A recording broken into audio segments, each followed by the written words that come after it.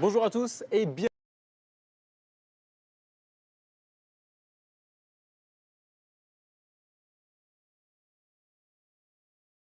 Nous en grand nombre. Les figures de l'attelage en paire sont des nôtres. Et d'ailleurs, en parlant de figures, j'ai à mes côtés l'une de ces figures emblématiques, numéro 6 mondial, vice-champion du monde en 2021. C'était à Cronenberg. Bonjour Franck Grémont-Pré, merci d'avoir accepté notre invitation.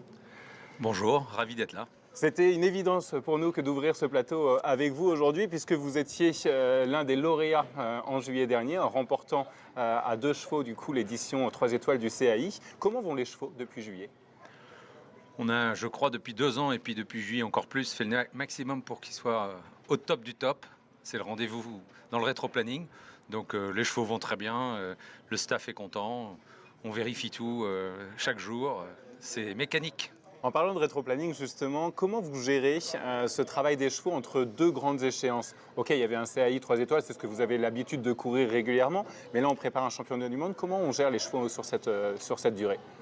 Alors, comme vous le disiez, on a fait le CAI donc, au mois de juillet, qu'on a remporté, avec un championnat de France, enfin dédoublé d'un championnat de France qu'on a remporté. C'était les objectifs que nous avait demandé le staff. Donc, entre deux, c'est beaucoup de récupération, sans perdre la pression et la pression positive. On a beaucoup travaillé sur le plat. Ensuite, on a travaillé tout ce qui était fréquence cardiaque. On est revenu faire un petit stage tous ensemble avec l'équipe de France sur du tempo, on va dire, et puis sur la récupération des chevaux. Ensuite, on a travaillé technique, mais technique avec les chevaux. Je veux dire par là la maniabilité essentiellement, pour finir sur un cycle sur le plat. Le but étant qu'ils soient en pleine forme, mais en pleine forme d'athlète, pas en pleine forme physique comme on a trop facilement envie de le dire. Là, il faut qu'ils soient affûtés. Et c'est bien l'objectif. Ce matin, à la détente, ils étaient extra. Je dirais qu'ils étaient même prêts une journée trop tôt. Donc, je croise les doigts pour demain parce qu'il est important de rester avec les chevaux dans l'humilité et encore plus qu'avec les êtres humains, dans la dignité. Ouais. On attendra quelques jours du coup pour leurs vacances à eux et vos vacances à vous au niveau du staff. C'est pas du tout le moment. Si on revient jusqu'à Cronenberg il y a 2 ans tout juste, vous étiez vice-champion du monde. Qu'est-ce qui a pu faire la différence par rapport au Hongrois titré lui champion du monde? Nous avons renforcé notre piquet de chevaux. Ça, c'est important. Je pense qu'il a des chevaux exceptionnels. Il a une écurie d'une douzaine de chevaux en permanence. Nous, on a plutôt 8 chevaux. Avec François Dutillois, mon coéquipier, et aux écuries chez nous, chez Attel Compétition. 8 chevaux, c'est déjà beaucoup. Bon, lui, il en met 50% de plus. Au travail, il les prépare plus tôt, il les fait bien vieillir. Donc, les chevaux. Je pense qu'on a quand même renforcé l'équipe. On a repris 2 bons chevaux qu'on a partagés avec François. Ensuite, deuxième chose, c'est on a reconduit l'équipe existante, l'équipe humaine, parce que je crois que c'est important. On n'a pas perdu notre vétérinaire, on a dédoublé nos vétérinaires équipe de France, donc ça c'est super. Merci beaucoup à tous les deux de nous encadrer depuis 2 ans. Et puis enfin, dernière chose, d'un point de vue matériel, on a encore fait évoluer un peu les voitures, grâce à Attel et grâce à François. Donc non, on a réuni les conditions pour essayer de faire quelque chose de super, où on prenne tous du plaisir et où on soit au rendez-vous en France. Et je répète, humilité. Donc pour l'instant, c'est très gentil derrière le micro. On va voir tout ça dans les 3 prochains jours. L'ambiance de l'équipe de France, justement, vous vous y sentez bien, vous vous y sentez accompagné? Avec Quentin Simonet, on a vraiment mis les codes où il fallait. C'est pas facile de dire à quelqu'un qui fait pas partie de l'équipe de France, c'est-à-dire qui va porter les scores. Ça n'a pas changé l'esprit de l'équipe, au moins hier soir et ce matin, à ma connaissance. Et je peux vous dire que nous, c'est plutôt rassurant. On n'aime pas les tensions, on aime bien rester dans notre, comment disent les jeunes, dans notre mood. Et à ce titre-là, troisième fois que je vais vous le dire, humilité avant tout. Il faut qu'on reste dans notre tempo et on a bien l'intention d'aller jusqu'au bout. Les 3 tests ont leur importance, bien évidemment, mais le test le plus décisif pour votre équipage? Alors cette fois-ci, je pense que le test le plus décisif sera le marathon. Il est très select. Il est plus dur qu'en juillet. On a un cross designer qui nous a fait, un TD qui nous a fait certaines choses. Là, ça va être difficile. Les chevaux vont devoir donner tout ce qu'ils ont. On est prêt. On s'attendait à ça. On reste réservé quant à l'esprit qu'il faut avoir autour de cette performance à sortir, parce que Très sincèrement, le terrain, on le connaît. Je répète, on le connaît, on l'a pratiqué, on a eu la chance de faire le CAI. Il a corsé les obstacles avec des obstacles techniques qui peuvent être parfois longs et parfois peut-être un peu trop longs. On a 2 guets au lieu d'un.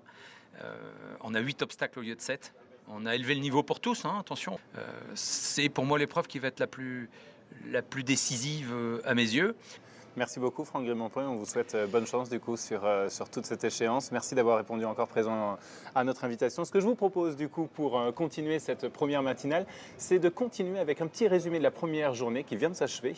Alors c'est en images et en commentaires. Merci à vous.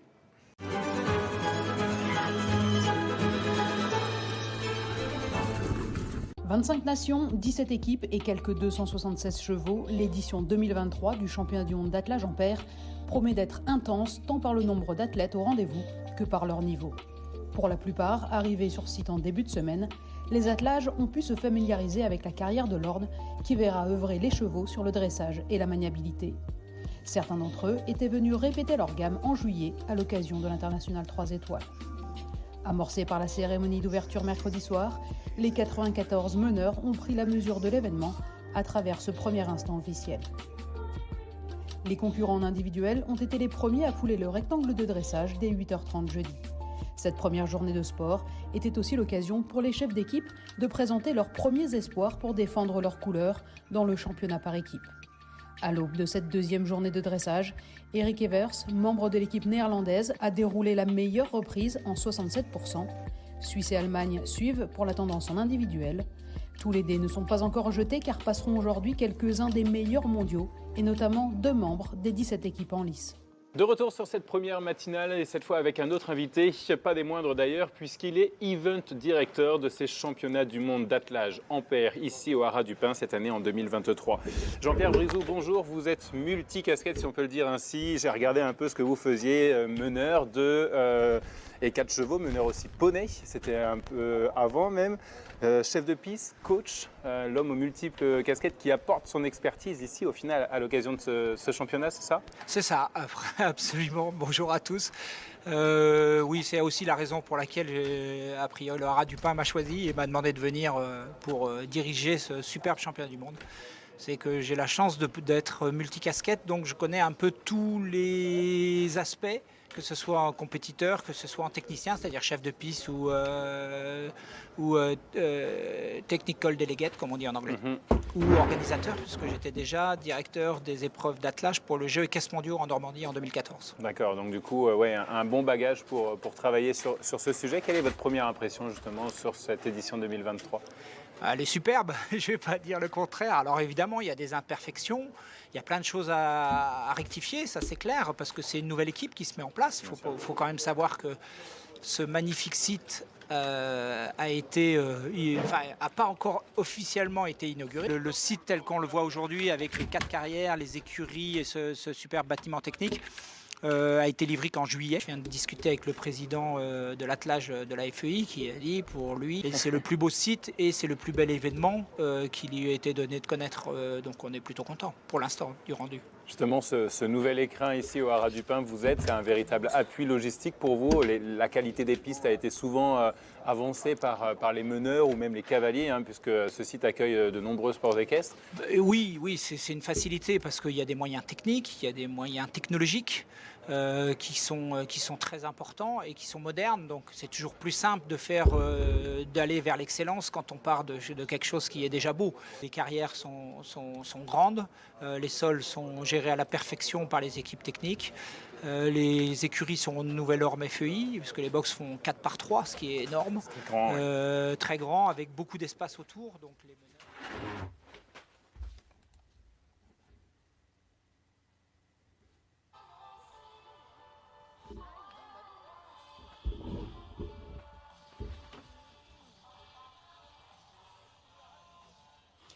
A very good morning to you, wherever you may be. It may be good evening, it may be the middle of the night, but we are absolutely delighted that you have tuned in for day 3 and it's marathon day. And sit tight for those of you at home or wherever you're watching or listening, because we've got an incredible day of action. 91 horse pairs will be passing through these very gates, these very obstacles just before us. And we had 2 amazing days of dressage. And for those of you that are dressage fans, an absolute masterclass from our leaders. Martin Holler, a test that I think will remain with people for many, many times, with his 2 beautiful horses, and Frank Grimont-Prez in second place overnight after his wonderful test with his 2 horses. Everybody on the ground around the arena said they were both faultless test masterclasses, and the judges unanimous in their results. At the moment, going into the marathon for the team event, Hungary, as expected, out in front, that incredible mark of 36.92 from Martin, our defending, our reigning world champion. How dearly he would love to win a 4th individual gold medal, and the pressure on his shoulders this morning, quite something. He will be through later on the day. We will be starting in just under 10 minutes, coming through these obstacles, bringing you all the live action from Normandy, Le Pin au Haras, this beautiful venue. It's just had wonderful investment in it, but it's been a long-standing venue for Premier Horse Sport, not just driving. We've just had the European Championships for eventing here as well.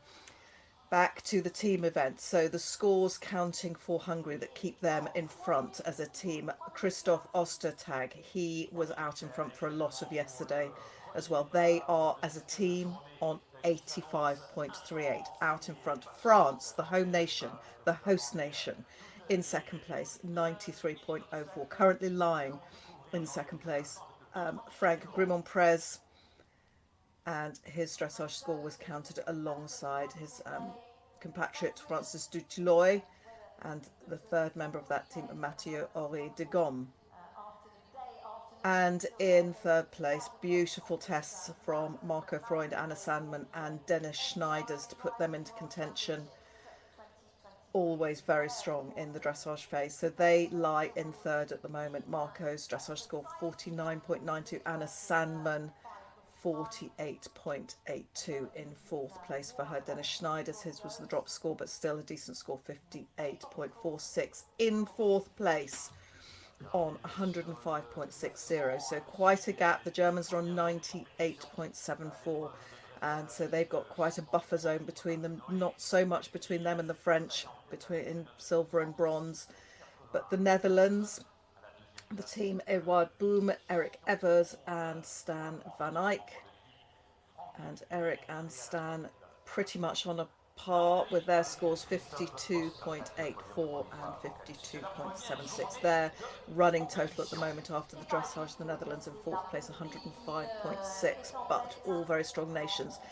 The word on the ground is that the Swiss are particularly strong, and they will be very, very impressive through the obstacles. Father and son, the famous Werner Ulrich and his son also on the team, Stefan Werner. Later on in the day, as the evening sun descended on the arena, 50.57 was his score, 57.87 from his talented son. But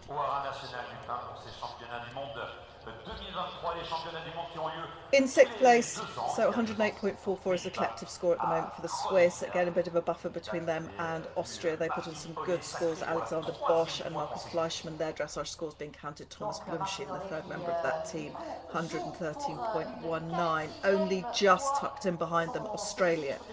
Andrew Dansma and Tor van der Berg, 59.04 and 55.17. Their scores there on 114.21. And in 8th place, Great Britain, Diana Lindsay put down a great test for them early doors on Thursday, 118.95, and then John Ripley, his score also counted, 60.06 for him, not far behind Nicola Pimlet, but she's been a mainstay of the British team for some time now. We would expect a good marathon from her as well. So they're in 8th. Behind them, Poland, Belgium, Spain, the United States, Italy, Sweden, Romania, Czech Republic and Slovakia. So that's how we stand on the team event at the moment, but it could all change.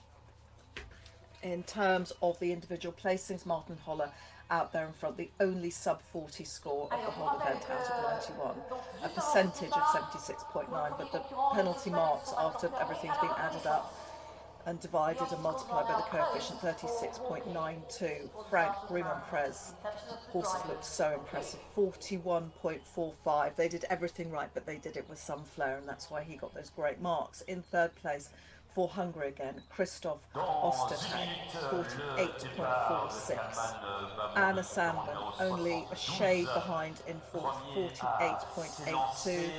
Marco Freund, that famous surname of course in international driving, 49.92 in fifth. Very close marks. Werner Ulrich, the great Swiss gold medalist in the past, he was at the very first Horse Pairs World Championship in Sandringham back in 1985. 50.57 his percentage, interestingly, 68. So those are our top six. Tucked in just behind him, not much the best of the United States of America. Jacob Arnold produced a really lovely test yesterday afternoon. Back to France in eighth, Francois Dutilleux. Lars Schwett as an individual for Germany, he's in ninth, and Stan Van Eyck for the Netherlands. So those are our top 10 after dressage. 91 starters. At the moment we are looking at obstacle number 1. There are various links available to you for the live results as they come up through the obstacles. I will share them with you as soon as they come up.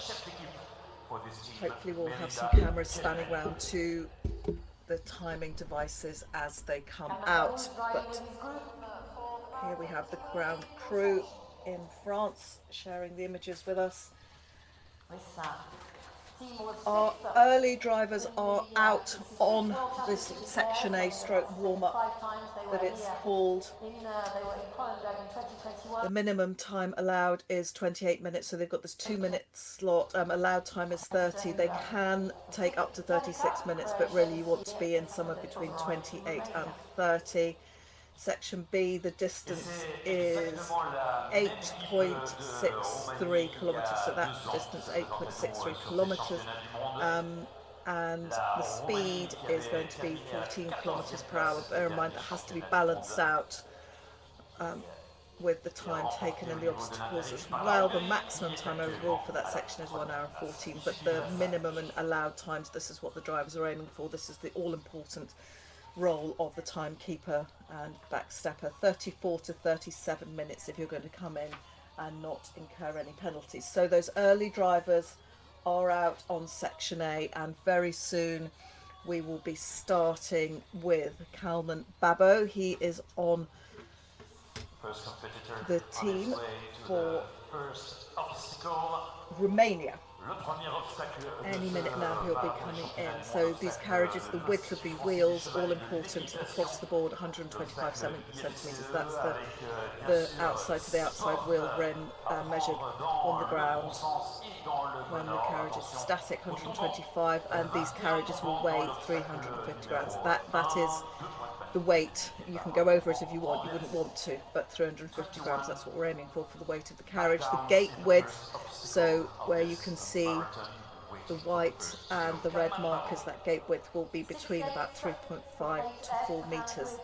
How this is scored, the time in, it's all about how much time between those exit and entry gates. So as soon as that gate is broken, as soon as the nose of the horse comes through, the timer starts, and when the end of the carriage leaves, it stops. So 1 second is 0.25 penalties. So 4 seconds, 1 penalty.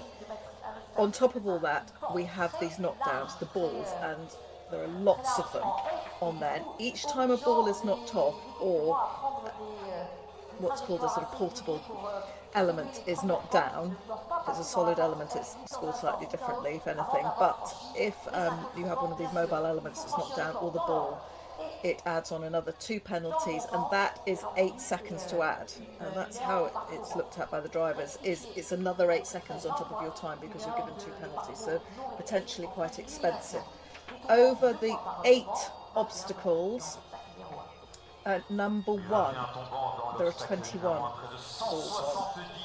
Obstacle 2, 26, obstacle 3, 26, obstacle 4, there are 20, obstacle 5, there are 14, obstacle 6, there are 13, obstacle 7, there are 27, and in obstacle 8 there are 22. So those are all the knockdown balls as well that could end up adding quite a lot of penalties and time, or time and penalties, whichever way around you look at it, to what's going on. Gabor Finta from Hungary, he has been the course designer, obviously the technical delegate, Jeroen Houtman involved as well, and it's looking like we have the first of our drivers coming through. So they started out at 9 o'clock, they finished at 9:30, so that half hour allowed for the section A, the warm-up zone. 9:43 was the start time for our very first competitor, Babel coming through for Romania, and he is in obstacle number 1. Calvin Bower in obstacle number 1, driving with Casper, and here I am. Currently on the 73rd position with a total in the dressage of 68.82.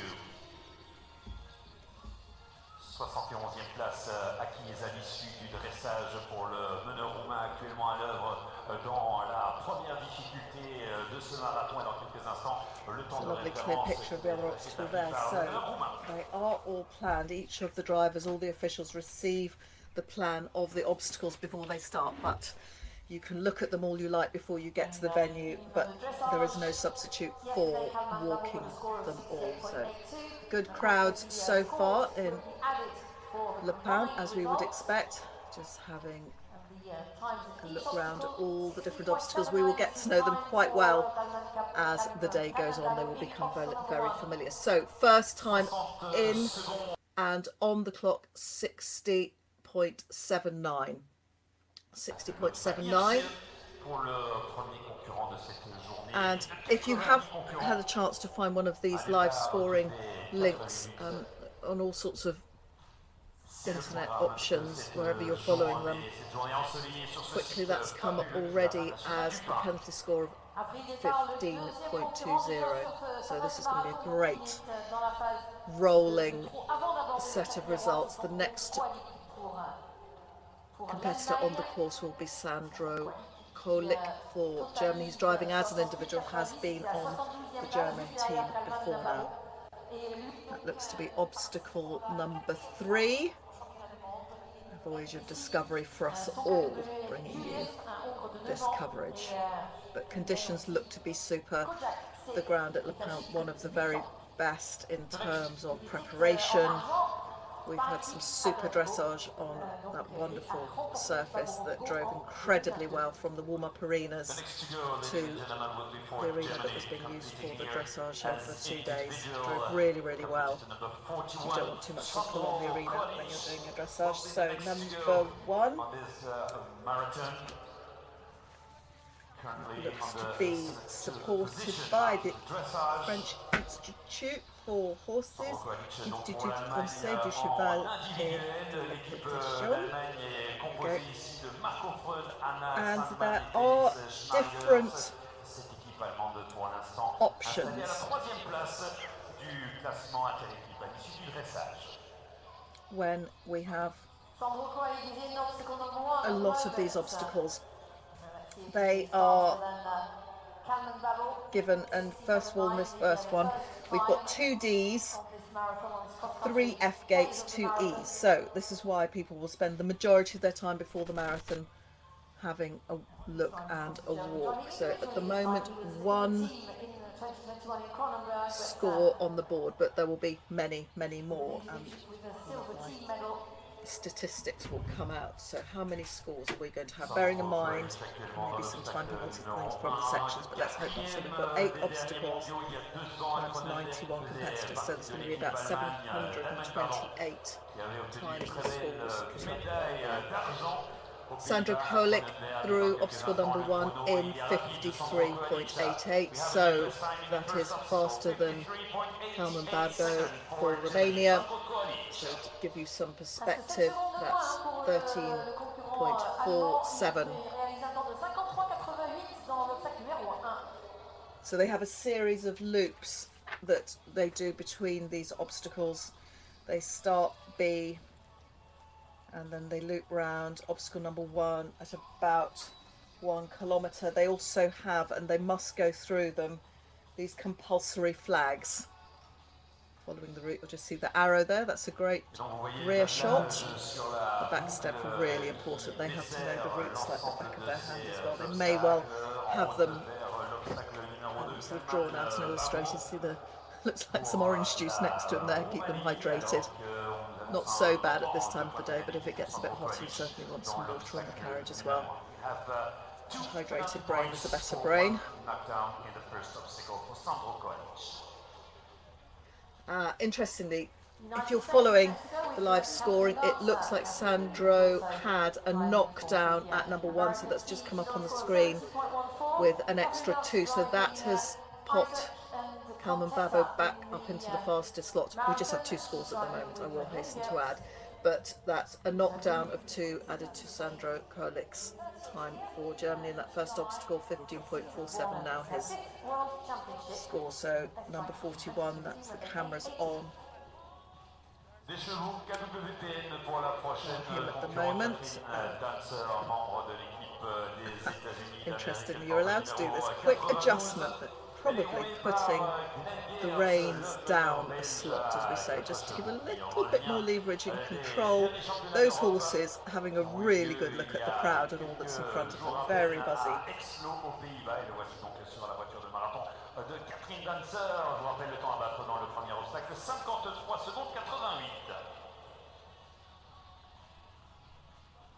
And those boots, as you can tell, the black, red and yellow colours of the German flag, and he's back on course, just asking for a little bit more attention from that near side horse on the left, obviously feeling a little bit strong, quite excitable going into the marathon. This is the part that the horses really love, and this is what the fitness and so much of the training goes into. The dressage, crucially important, getting those good scores, and everything that is done in the training for the dressage. Martin Holler will say himself that the vast majority of his training all year round is on those dressage movements. They don't necessarily practice the test as a whole. It's really important that the horses don't necessarily learn the test, but they do. I mean, they have these incredible brains that very quickly know the movements and anticipate them, but all the suppleness, all the agility, all the scales of training, the strength through the back, the flexibility through the neck, the attention through the mouth, all of that will help really well. So we're just having a few issues. We're in the middle of the park bringing you these pictures, and there's another view of one of the water obstacles. I dare say as the day goes on that will have lots more people around at the water obstacles. Always brilliant. And we have a time through obstacle number 2 for Kalman for Romania, 64.52, and the first score on the board for Catherine Dancer. Any of you watching from the US of A, we are delighted. It's probably the middle of the night for you, so great if you're tuning in. 61.11 for her, so that is the second place timing for her.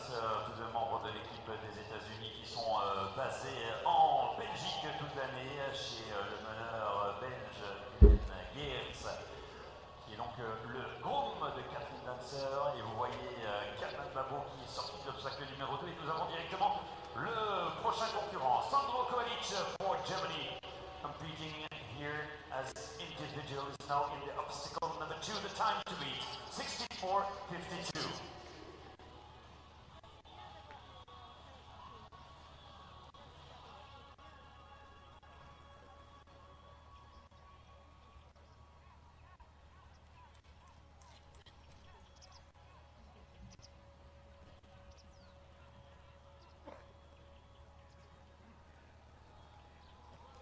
25 nationalités représentées ici sur ce championnat du monde.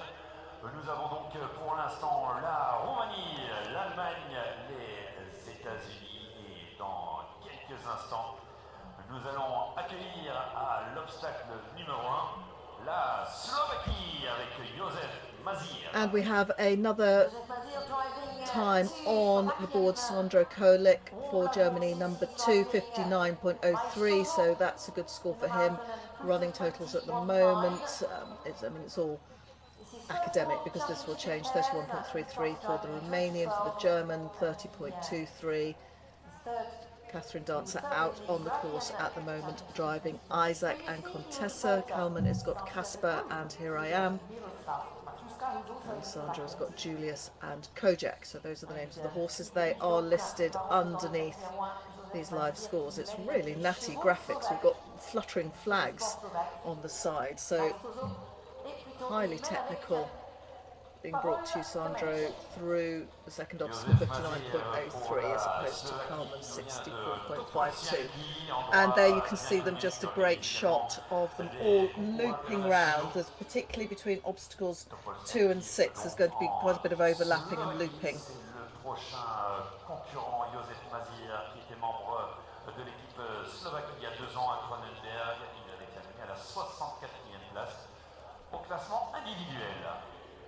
Catherine Dancer coming into obstacle number 2 at the moment. Score for Kolik was 59.03.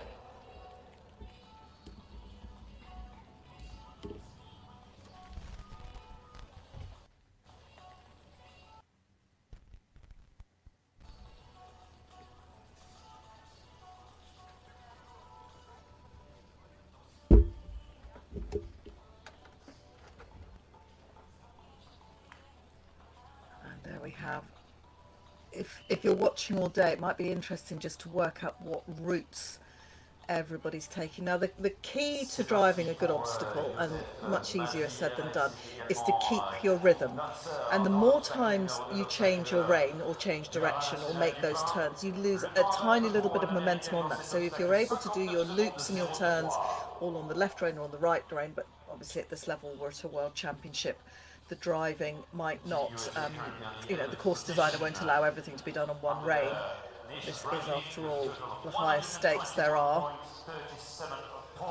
But if you can get a lovely ground covering trot or keep your canter, what you don't want to be doing is going up and down the paces. The last thing you want to do is obviously to be caught up and come to a standstill.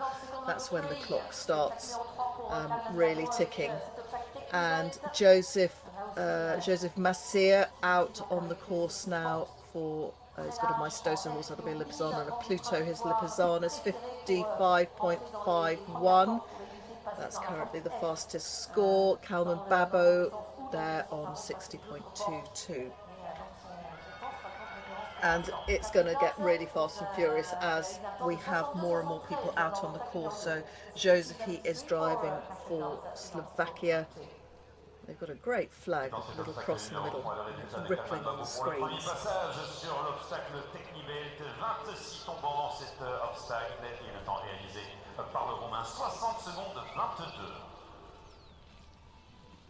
Joseph Mazir for Slovakia, a time of 55.51, which is the new time to beat in obstacle number 1. Le temps donc à battre dans l'obstacle numéro 1 maintenant, le temps de référence, c'est 55-51 réalisé par le concurrent slovaque Joseph Mazir.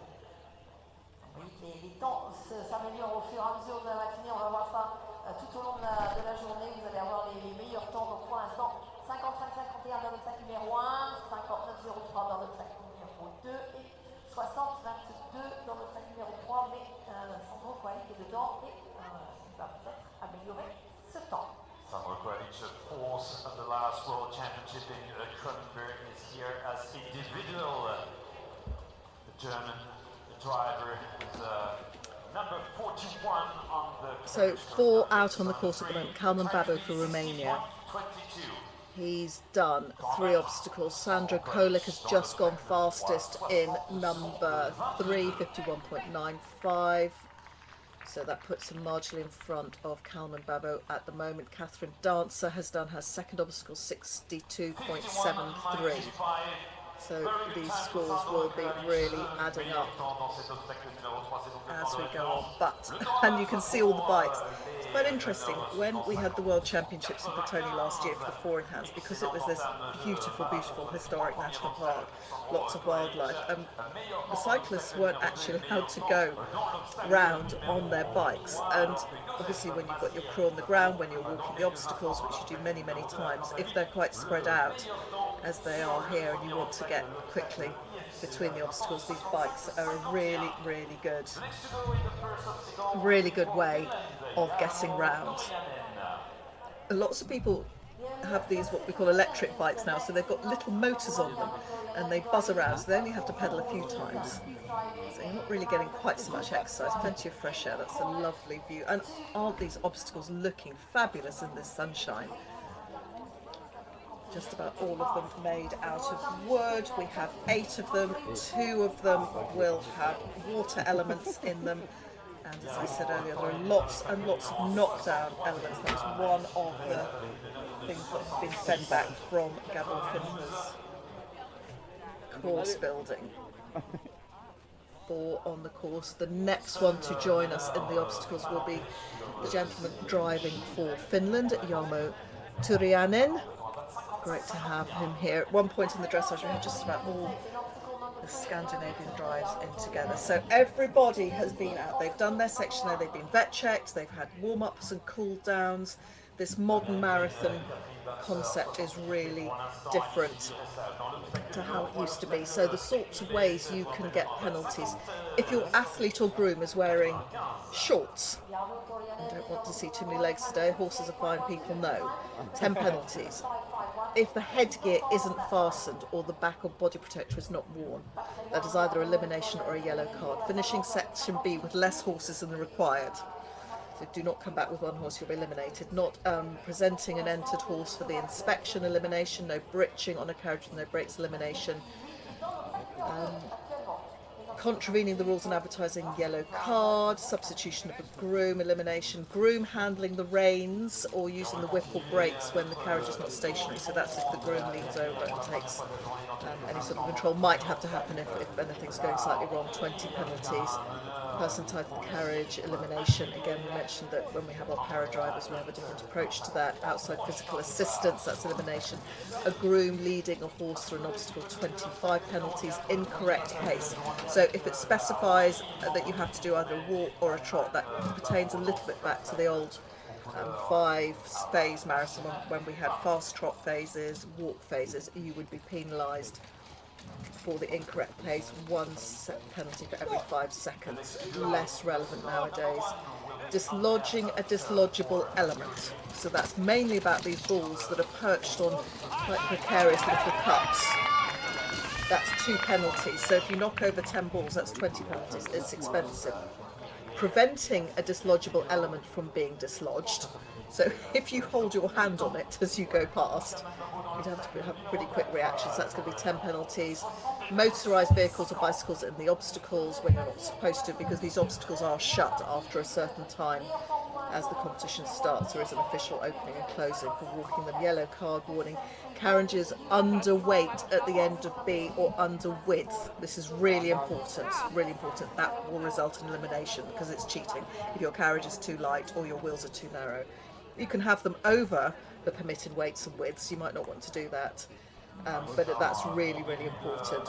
Total time over the time allowed in all sections, that's 0.25, so similar scoring to what you get in the obstacles. Athlete fails to stop, you can be eliminated. All sorts of things. We'll keep you up to date with that. In the meantime, Kalman Babu, who's gone through number 4, 64.50 for him. Catherine Dancer, she was 62.733, 60.11 in number 3. So yeah, so she's been 4th, 3rd and 2nd. She's gathering speed as she goes on at the moment. Joseph Massier has been the fastest, and Jarmo for Finland has gone through number 1 in 58.12. That's the 2nd fastest so far. Only 1 ball being knocked down by Sandra Kolik at the moment. Crowds gathering, conditions perfect in Le Pen.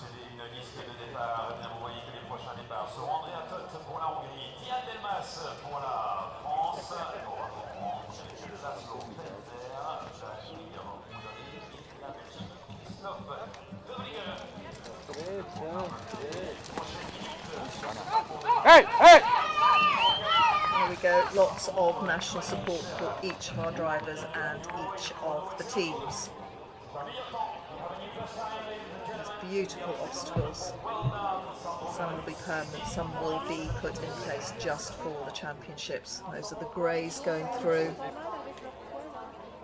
These Maestoso and Pluto Lipizzana's Joseph Masia. For Slovakia, he's got some good times on the board so far. For those people not at the top end of the leaderboard, they're going to really go for it through these obstacles. Everybody will, but it could be that where the marks are a little bit lower, so the penalty points higher after the dressage, it could well be that they are marathon specialists. So what you want here is you want your horses really in harmony, and it's all the things we said for dressage, but multiplied. The responsiveness, working together, lovely reactions, smooth trots. If you've got your ground covering horses, this is again where these warm bloods really come into play. They're going to eat up the ground in trot, and that's makes a difference. Overall, it could be that you have a short striding horse, looks like the legs are working furiously, but if you've got one that really covers the ground, perfect for this element of the competition. Seeing them all out there together, it's suddenly very busy. Andrea Tot for Hungary, driving as an individual. She's got Maestoso, Gaetana and Manu. Those are her horses, more Lipizzana's.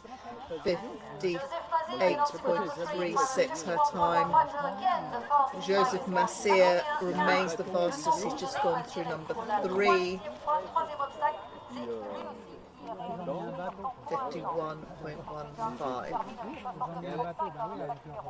Sandra Kolik for Germany putting in some good scores. There we have them. And the crew on the ground, it could be the chef d'équipe, team trainer, it could be a member of the family, just doing a little bit of feedback there. What will be happening certainly as the event goes on, the times, they will have points, particularly this happens in the cones as well, that they will want to be at a certain cone in a certain time. That'll be all about tomorrow. But what we call the split times, certainly when you're going for gold and for medals, the precision, the technicality, the analysis that will have been paid to the routes and how you're going to shave those milliseconds off your rivals, really important. So coming out round these Normandy elements back into the water. I'm sure we'll have lots of people around that as the day goes on.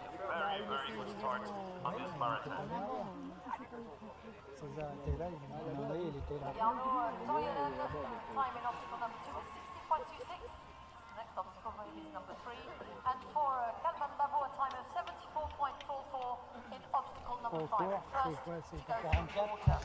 Lovely aerial view there, that's super. That's one of the great views of this beautiful venue. Yeah, getting a bit close to each other. It's slightly frustrating if you're stuck behind somebody and they're not going the same pace that you want to, but you have to get over yourself quite quickly. Into the water now. There we go, through. Keeps the legs cool. Babo has gone through number 5, Sandra Kulik through number 4, but Joseph Masia with his Lipizzana's the fastest so far, 51.15 in 3, all 3 times from him the fastest. Jarmo for Finland, 60.26.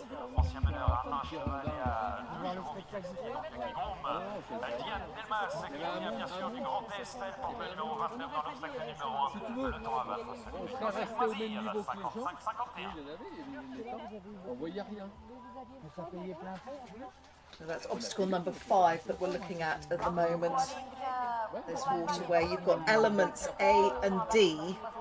These are the ones just up the bank and outside, so that's A and D. So this is why they're coming all the way through. In and out is on the other end.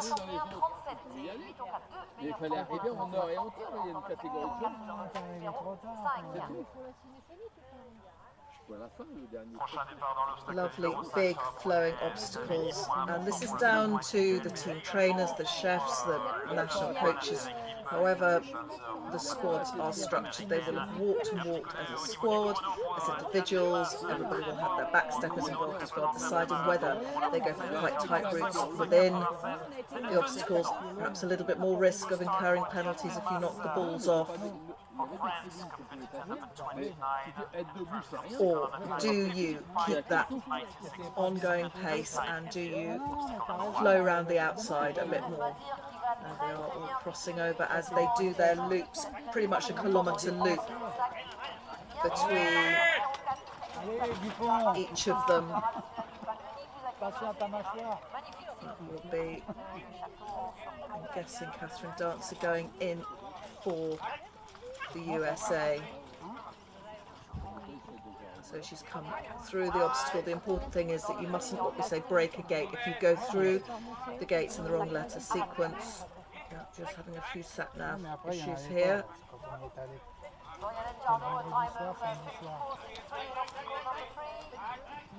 Yeah, costly in time when that happens. Joseph Massir has had a knockdown in number 4, so that's 2 more penalties to add to his time. It was a good time, but that's 2 more. And Yarmo in number 3 has had 2 to add to his time. So we've got these rolling scores. We've got 1, 2, 3, 4, 5, 6, 7. Diane Delmas for France, number 29. She is driving Sela Kerner and Curathina. Those are her French horses. 55.26, second fastest time for the first of the French drivers going out. So that will be Catherine coming out of the Normandy obstacle, the water number 5. And one hopes that the people managing these obstacles have their welly boots on if they are in the water. Joseph had 2 knockdowns at number 4, that's just come up. Yarmo had 1 at 3.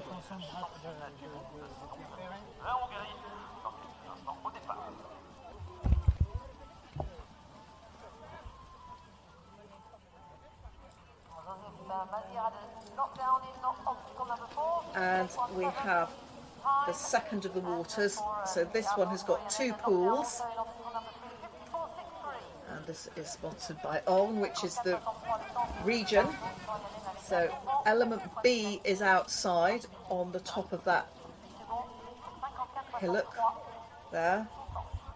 And it's a Scottish, like the hummock we'll call it, a mound, probably a more universal word. And in one of the pools on the in and outside, you've got A, E and F. B is on the top there, and C and D. Alors que Kalman Babo vient de sortir des eaux de l'Orne, le deuxième passage dans l'eau, il réalise un temps de 51,08. 51,08 for Kalman Babo. Now we've got a flag flying there. That's a Czech flag, if you can just see in the foreground there. And that is as Vladimir Mudry will be coming on soon. We've got Diane Delmas, she's been through number 1 for France.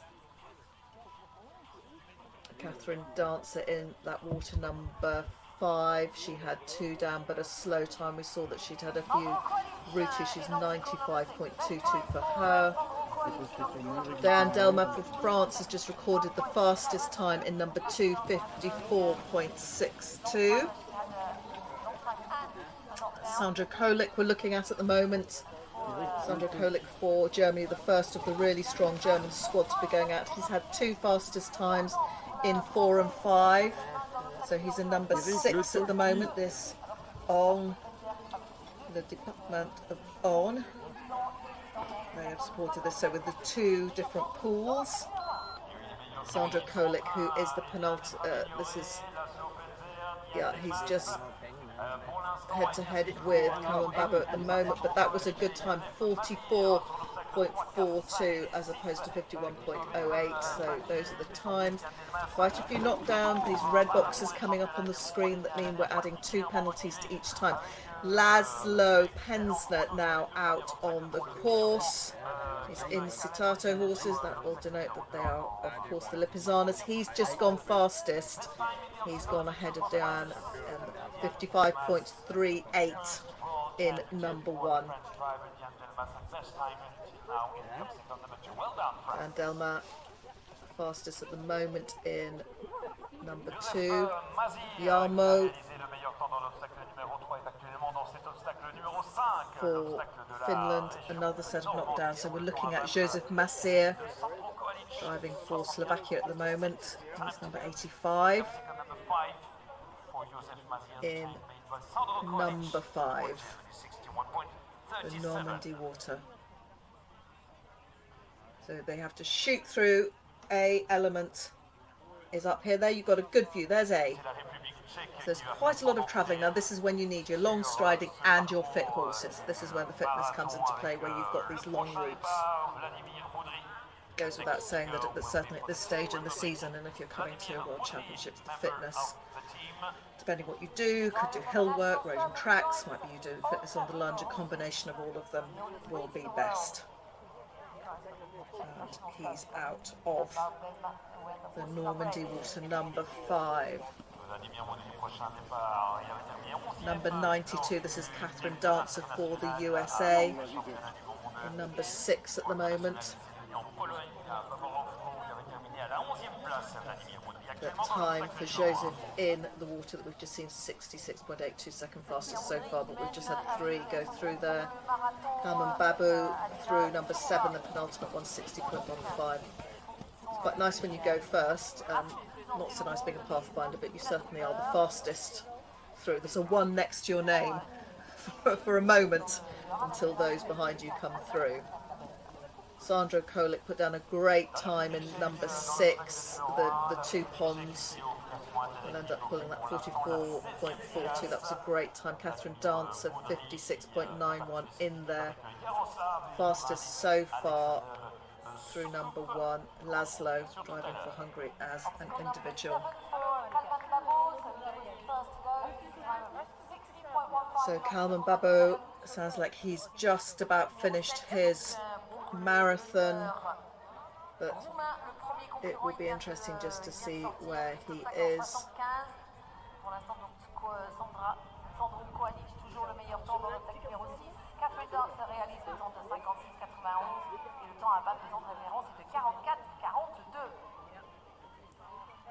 Et on est content de retrouver Christophe de Vlieger, le prochain départ à l'obstacle numéro 1. Je suis, je vous dis, particulièrement content puisque depuis 2015, il n'avait plus participé à un championnat du monde, le meneur belge, qui donc So Vladimir Mudry, we saw the Czech flag out there. He's gone through number 1, 54.76. That's fastest so far. 54. That's the first one. At 54, we've had some 55s. Just waiting for the final time for Kalman Babu through. It's number 3 we're looking at the moment. So that will be the French Lady Dan Delma. Puisque le mois de juillet, eh bien, l'international du Haras du Pain s'est bel et bien tenu avec la victoire. So it looks almost like a well in the middle of it. Each of these obstacles, and this is sponsored by the Technibelt or supported Fabricant.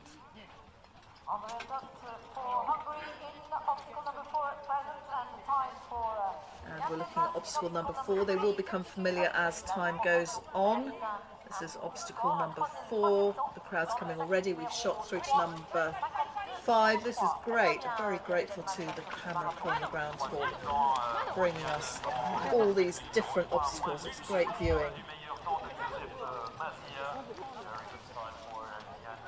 It's number 26 in there. That's Jarmo Turanien. That's our Finnish gentleman for Finland.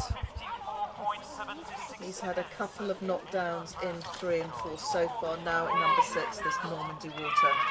But with these long balls. There we are. Brilliant. That's very helpful. Thank you, team.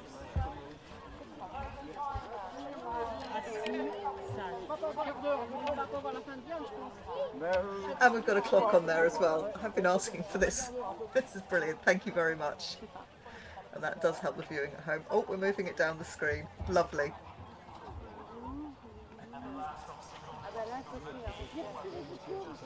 So third fastest through there.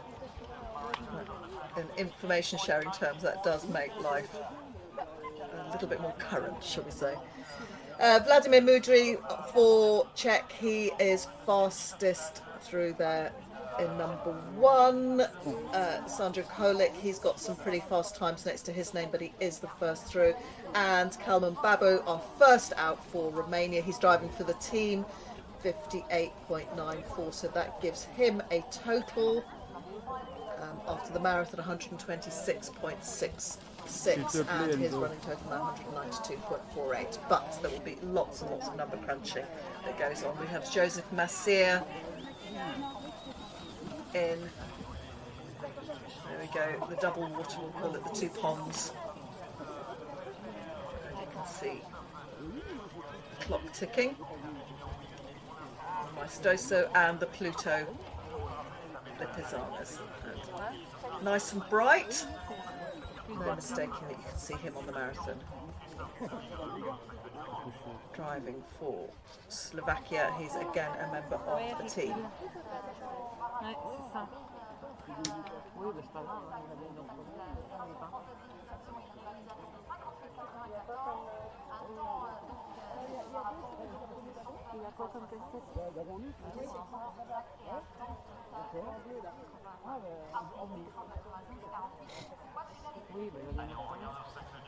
Isn't that beautiful? What better way to spend a Saturday morning? Could be evening, might still be Friday somewhere, I'm not sure it will be, but anyway, it could be nearly Sunday. Wherever you are. Oh, that's a good trot coming round.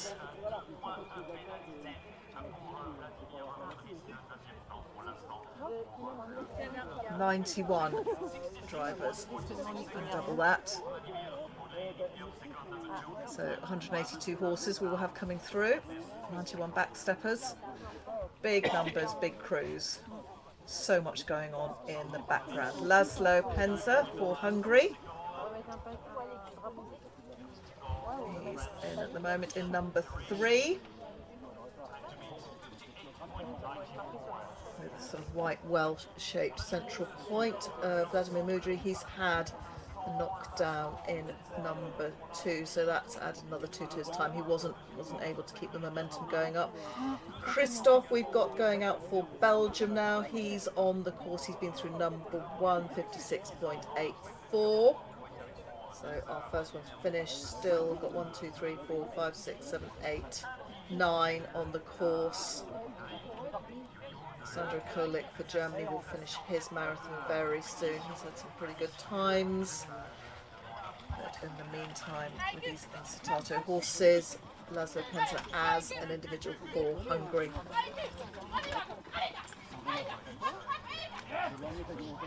Diane Delmas for France in number 4. She remains fastest in number 2, 54.62. She was 4th fastest so far in number 1, 3rd in number 3.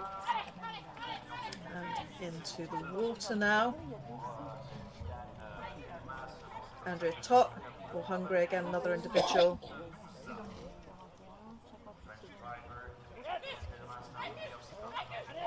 Ali, that's fairly universal. Diane Delma for France, her fastest time in number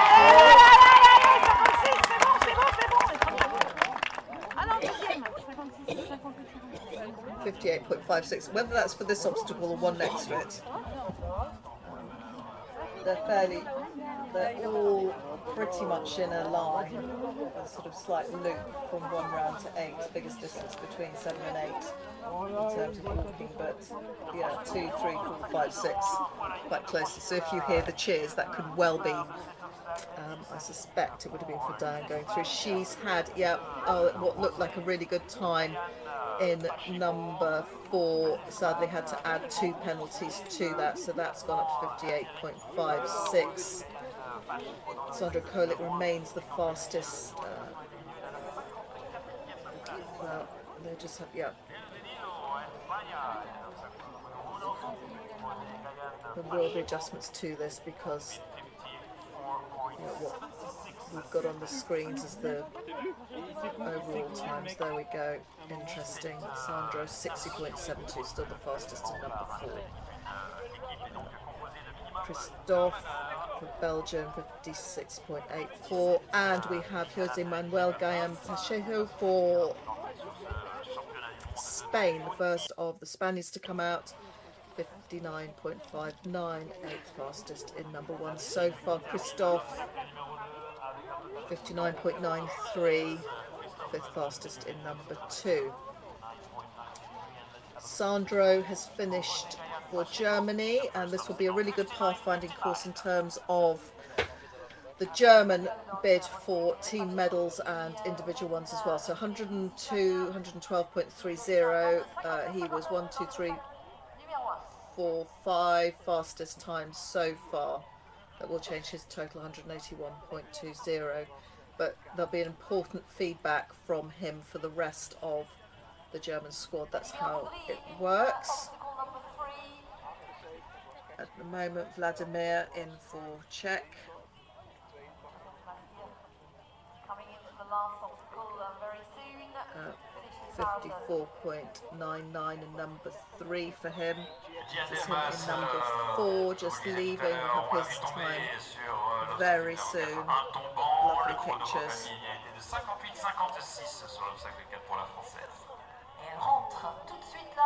So interestingly, a few knockdowns adding to the times as well.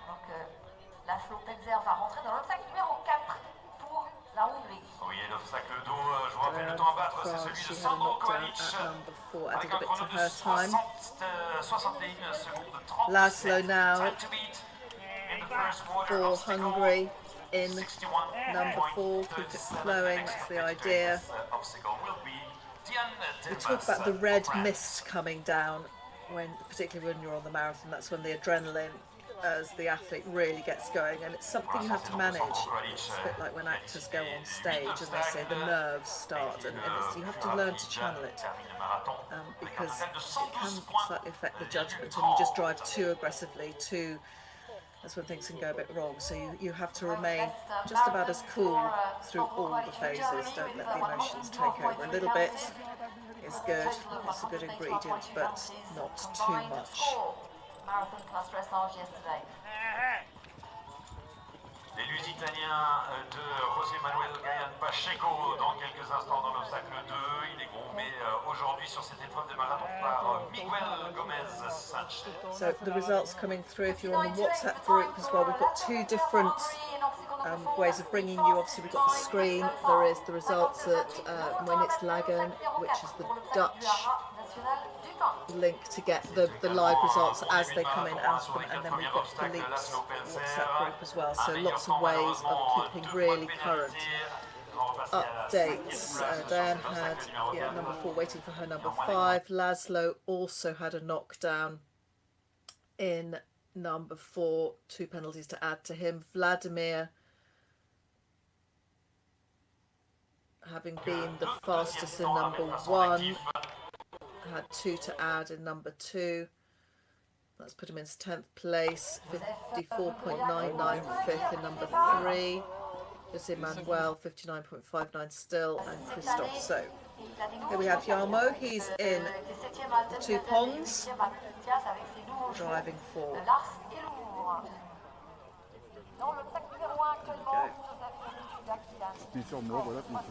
Yeah, not short noted, it isn't wrong coloured horses. We're number 53. That's Andrea Top team.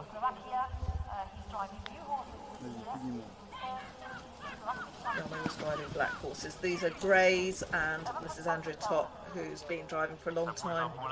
Hungarian lady with her Lipizzanas.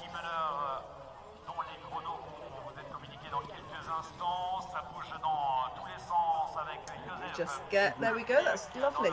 Thank you for the view of the scoreboard, and we have the Normandy water. This is where you want these big, powerful, long striding horses' fitness, because the water's great, it makes a great spectacle. Yes, just look at the right of your screen, you've got a lovely lot of spectators there, that's where you're getting the cheers from. But it's resistance, it's like going through sand or mud or anything. It is beautiful, it looks spectacular, great for the horses, great for the spectators, but that you get that resistance on the legs and the wheels, so this is where you need to be able to power through that. 115.75, that's time for Joseph Mazir. Obstacle number 216 at the time. Total score of Number 17, that's all correct. Vladimir in number 4 now. Almost look like cross-country jumps, some of those elements in there, and places like Le Pen and Bretoni, most of the centres now where we have the driven sport, they also double up as cross-country courses. It's great. We certainly had it in Bretoni where we were able to combine some of the obstacles with the cross-country jumps.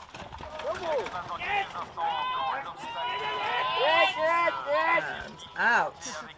If no knockdowns, that looked pretty impressive at number 4.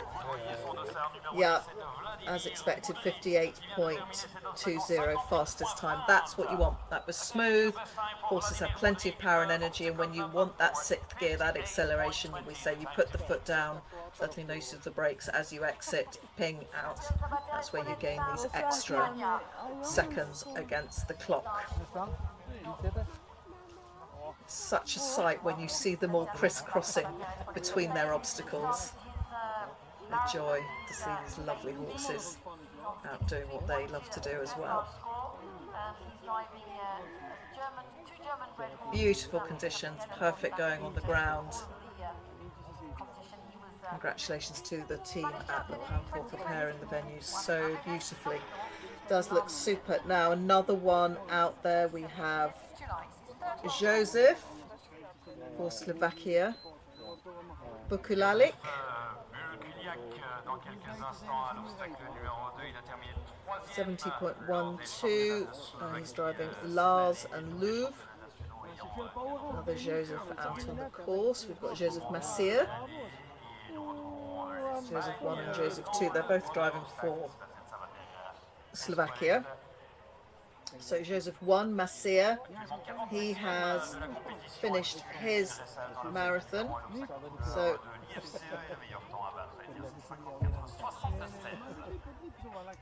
he at the moment is in 2nd place. He was the fastest through the last one, 51.86 for him, 115.75. He's gone into 2nd place. Sandra at the moment still in front, 112.30. So that's 3 home and dry, 4 home and dry now. Babo Kalman, Sandro, Catherine Dancer, she's at 434.86. Yeah, that's 4 back now. We've got Yarmo still on the course.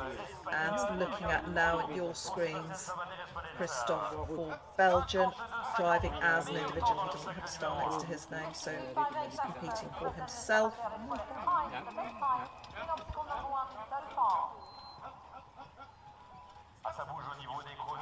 Driving Macho and Moritz.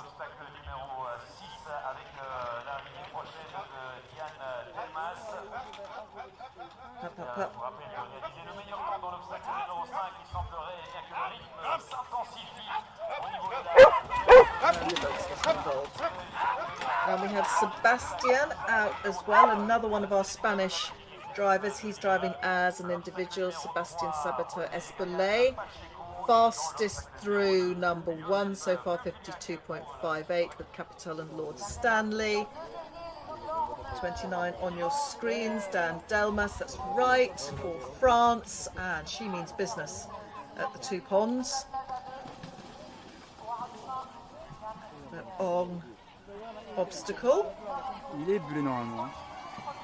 Oh, the locals are out. The French are cheering her on, and it does make a difference. The energy that it brings to a situation when you have the crowd behind you. Brilliant and good job for Diane. Close-up shot of the photographer.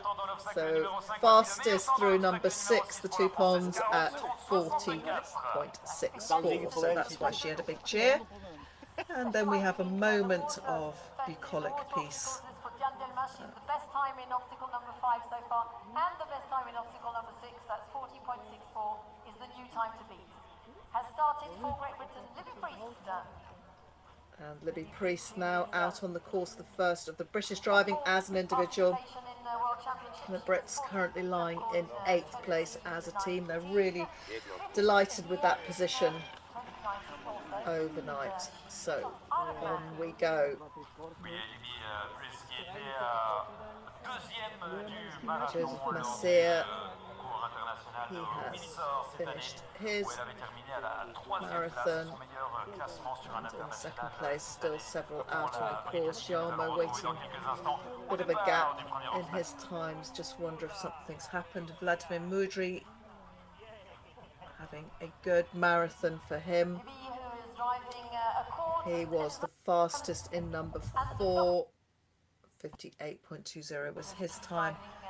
Here he is in number 5, the Normandy Water.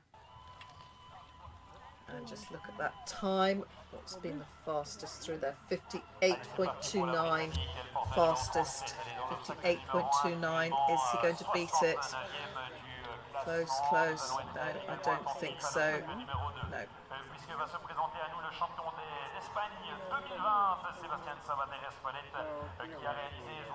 Dan was fastest in that by some way. It's been quite a time to lay down. Libby Priest now for the Brits, first in to number 1. This is her strong phase, the marathon.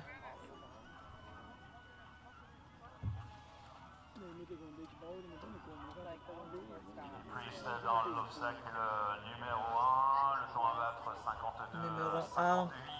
C'est parti également dans l'obstacle numéro 6. First obstacle for Libby with the Union Jack next to her. In the meantime, we come back to the double water. Number 52, Laszlo Pensner, individual for Hungary. Oh, the Hungarians so good at this phase with the horse pairs. They drive fearless, brave marathons. Just wait till we see Christoph and Martin a bit later, and Georgi for the team.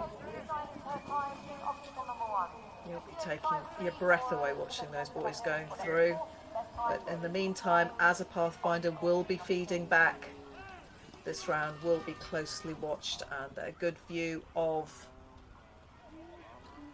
the time. 45.12, third fastest through there. Diane still in front by some way, 40.64. That is the time to beat.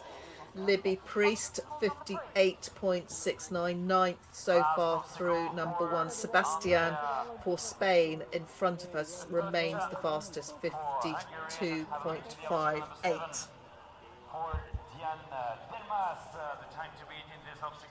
And back to the Normandy Water. Number 8 this is, that's Christoph. We're with Belgium at the moment. And Delmas has recorded another fastest time. She's fastest in 4 of the obstacles so far. Number 7, she's just gone through in 53.70. Fastest in number 6, the two waters, number 5 as well, and in number 2, Diane Delmas for France, having a cracking marathon. Vladimir Mudry remains the fastest in number 4. Joseph Massier fastest in number 8. And number 3 at the moment, Sebastian fastest in number 1. Vladimir through number 5, that first water in 63.35. But Christoph in the Normandy water, and we'll bring his time. Number 4 we're back on to now.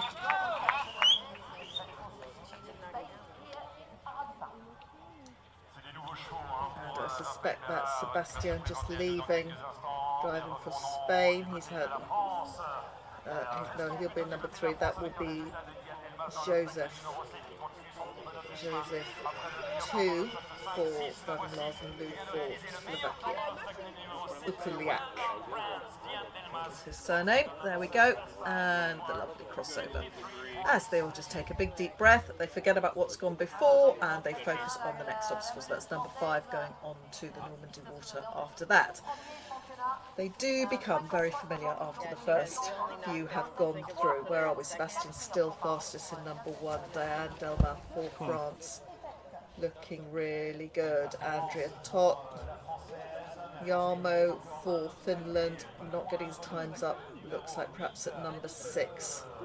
His marathon stopped. But as soon as we have any confirmation of that, we will share it with you.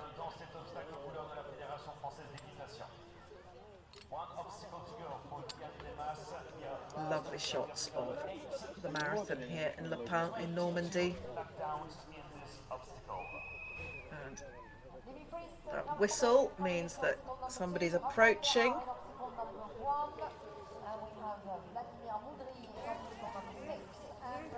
And Raphael Berard coming into number 1. Now that really will be popular because he's the competitor who is based at Le Pen, so there will be some really big support for him for France. So look out for Raphael Berard. I seem to remember Andrew Council rather liked his dressage on Thursday. He's through number 1, 57.73, 7th fastest so far. Sebastian for France remains the fastest in that one. Vladimir Mudra, we've had the cameras on him a lot of the way through. Still fastest in number 4. Just gone through number 6. That water 45.53, 4th fastest. Diane still in front. Sebastian's pinched her fastest time through number 1, but she's 1, 2, 3, 4. Number 2, number 5, 6, 7, still fastest. Oh, look at that. 1, 2, 3, 4, 5. Trotting past on the loop. So we're just taking a breather. To have quite a wide track. So what they're doing, they're just looping up and down, then dropping down into the obstacle as they come. Joseph, number 2 for Slovakia.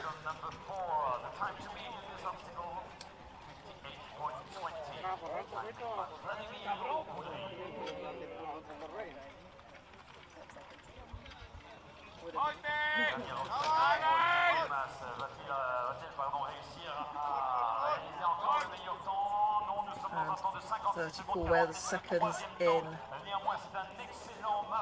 number 4. Yeah, that's it. They just updated the screen here. This is brilliant. Now we've got an update, which means that the clock is rolling. So actually, our times coming up on the screen, if you're following the live times, a little bit ahead of what we've got here. We've probably got about a 10-second delay on what we're bringing you, but that's fine. So Jose Manuel at the moment is in number 5. Joseph has just recorded that fastest time, so that's what you've just seen in number 4. Sebastian is just about to come down to, this is quite exciting, all these colours changing on the screen, number 4. And Christophe of Belgium will be coming into number 6 any minute now. So we've got a new colour coding. So if you're following this, you'll see the green. That means they're in the obstacle at the moment, and we're just bringing you each one as they go through. Number 21 we're on to now. This is Jose. He's having a good marathon for Spain.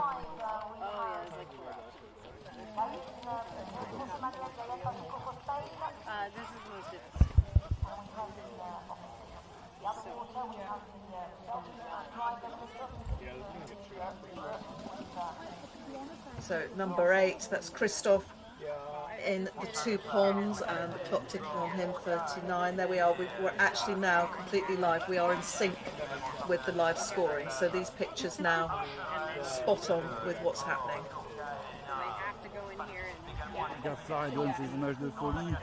There we go for Belgium as an individual. Christophe in number 6, the clock ticking. And just about to come out. We've got confirmation of his time. Yeah, and I kind of have to, I have to know. Yeah, so Christophe out of number... It's not on. 6 in 49.19. At the moment, we have Jose who's just leaving. Number 5. Slow time for him, 90.96. And a new one on the course.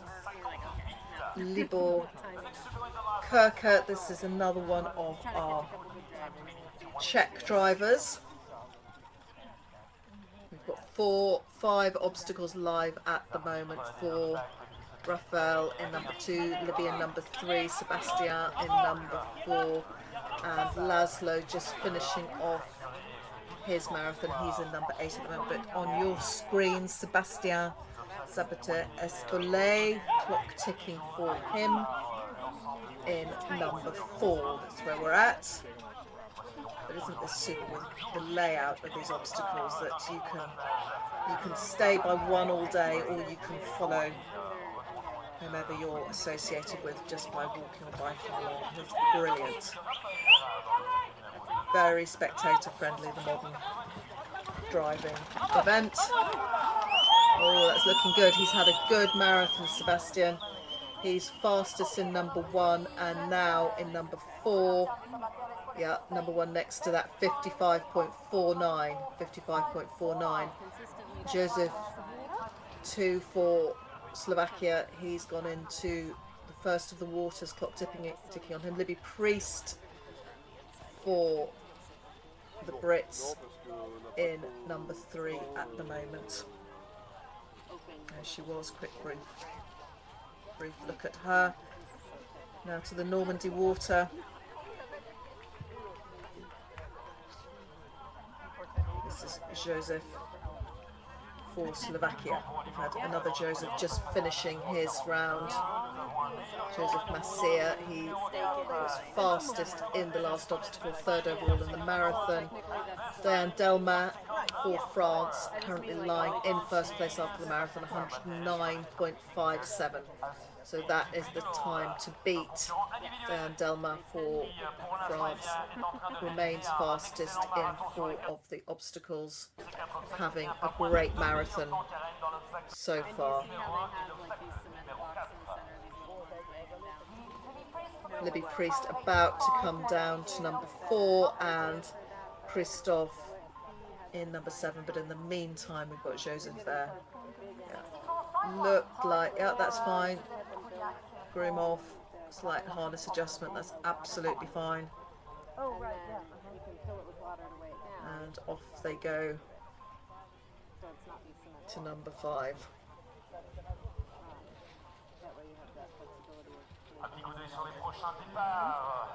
Christophe at the moment in number 7. Joseph and 64.51 in number 5 in that first water. Maybe looked like she had a bit of a problem in number 3. We didn't see that fully, probably why the groom's gone down. She's got 20 penalties to add. 20 penalties to add for Libby. We'll bring you an update in a minute as to what happened.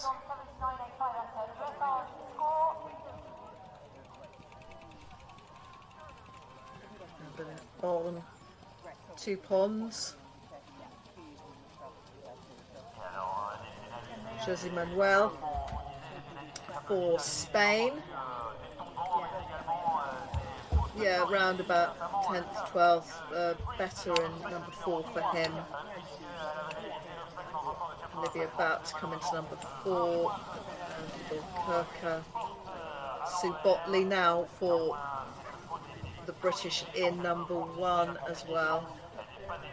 All sorts going on. Really busy out there.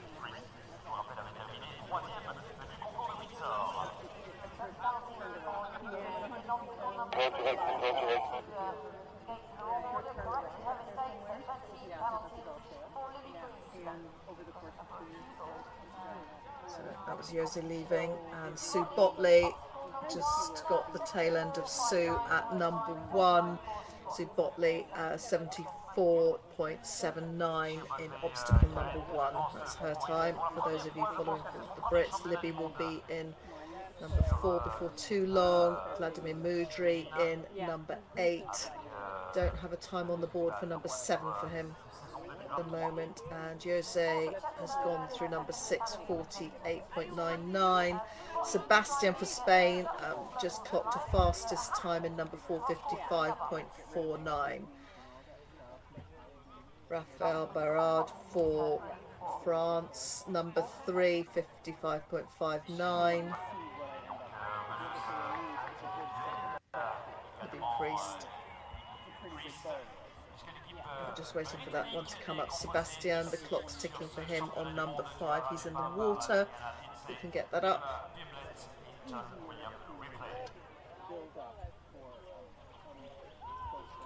Yep, that's great. There we go. Sebastian in the Normandy water. He remains in the water.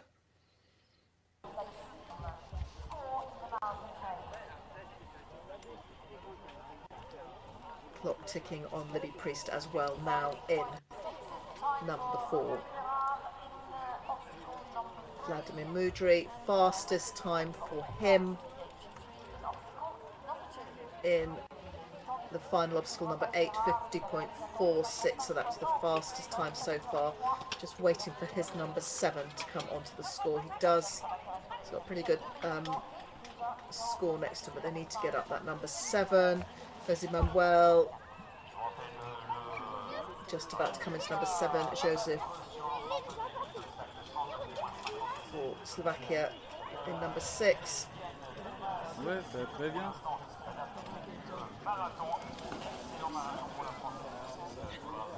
Joseph.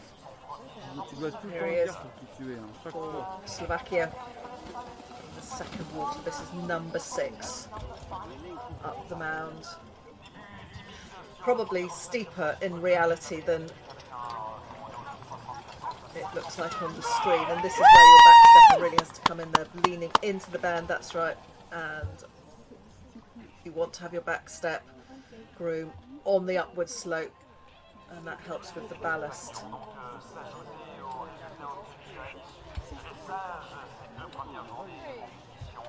Roland Istvan Varga just about to start on the course for Romania. Oh, great aerial view, that's super. And you can see just the slight wear on the grass already where the route's being taken. Looks like most people are following the same route. That's interesting. You can just see where there's a slightly faded marks in the grass, and isn't that a great view where you can see the two ponds next to each other with that hillock in the middle. Lovely.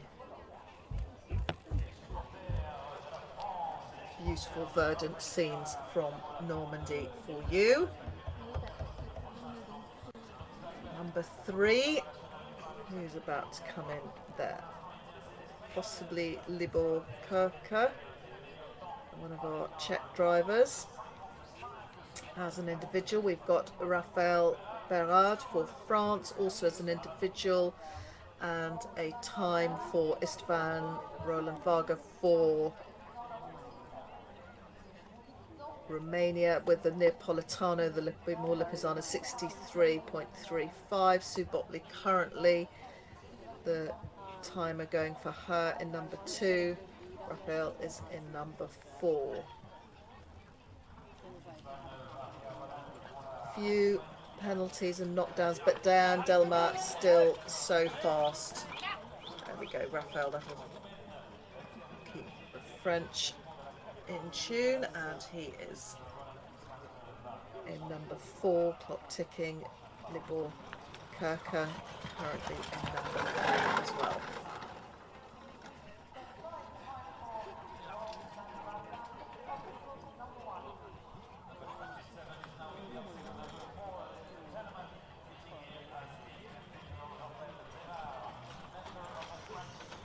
Still waiting for confirmation of Vladimir Mudry's time in number 7. He was fastest in number 8.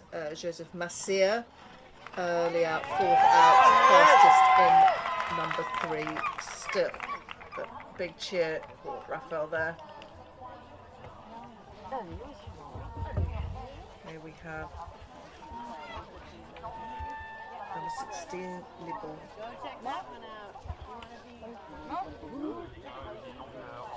Yeah, Rolandus van Varga did have a knock at number 1, so that's added another 2 to his time.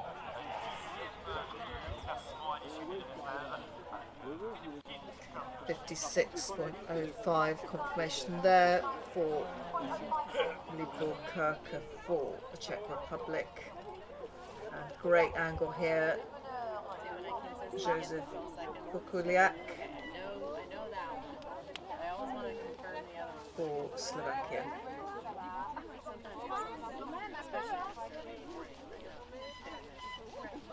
Yeah, we've got a time now for scrolling down Vladimir Mudry in number 7. He was the 4th fastest through that, 56 seconds exactly.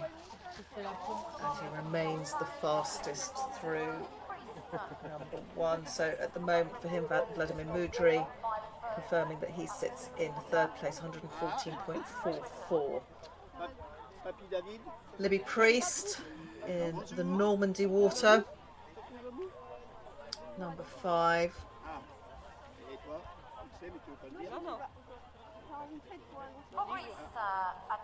Clock ticking on that. Jose Manuel currently in the final obstacle, and Sebastian and Libor about to approach the next. And we have our Greek representative, Athanasios Hatzopoulos. He's in number 1, driving Darius and Graydonus. In the meantime, Libby Priest, and shooting forward to Libor in. Who's this? This is Sebastian. That's right, Sebastian. Number 6.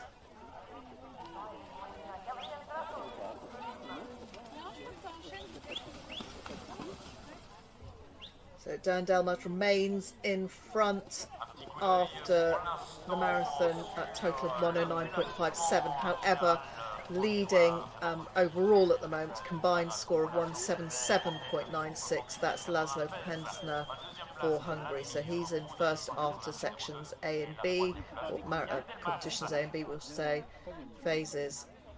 But Diane at the moment in front, 109.57 is her total.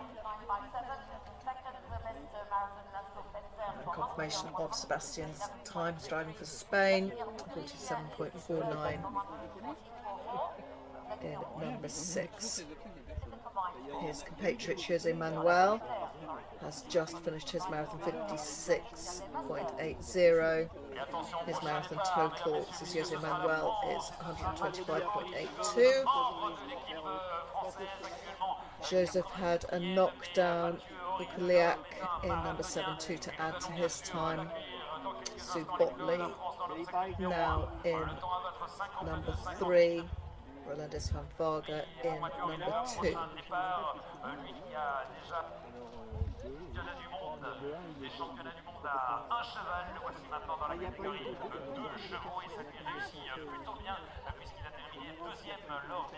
Sue Botley on your screens now.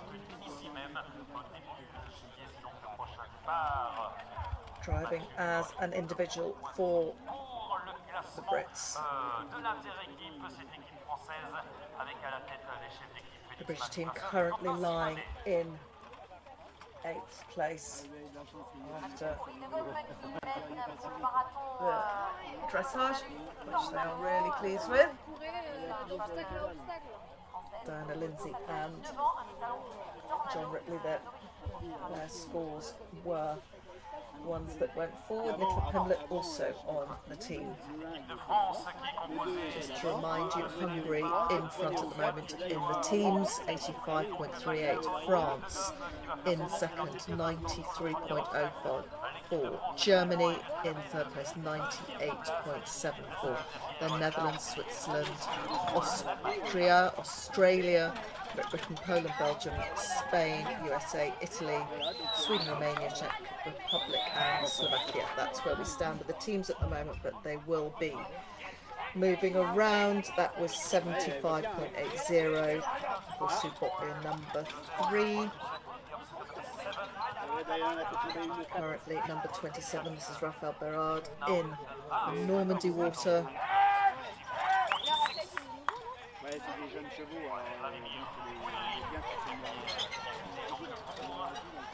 Oh gosh, plenty of splash. Somebody's going to have wet legs at the end of the day. As he generally emerge as the back stepper from these marathons, either clattered in mud and dust or with wet legs or both.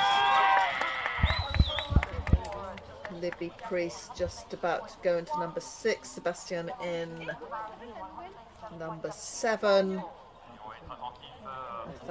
Asios in number 2 for Greece, and Mathieu Henri de Gomme, the first of the French team members, is now in number 1, and this is when things start hotting up a bit because the French, as I've just said, in silver medal position at the moment. Libby Priest on your screens just now, but this is the first of the French team members to go, and already he has posted the fastest time to date, 50.60 in number 1. So Mathieu for the French team, and this is where it really starts to count in terms of team medals. In the meantime, as an individual, for the British, Libby Priest from the Isle of Man. So 2 stretches of water she's had to cover to get here.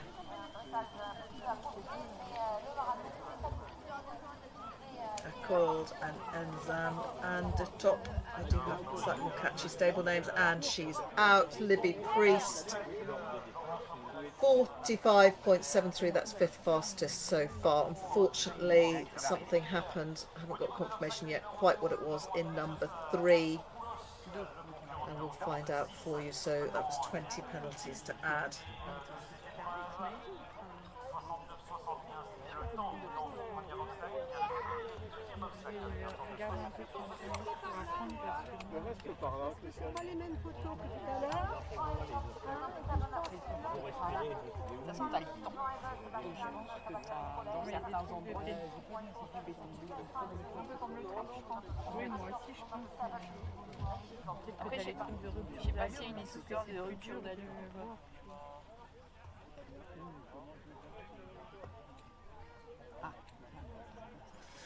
Roland Isvan-Varga, the star next to his name, denotes that he is driving for the Romanian national team. They're currently sitting in 15th position in obstacle number 3. But good news for the French in terms of their medal bid as a team.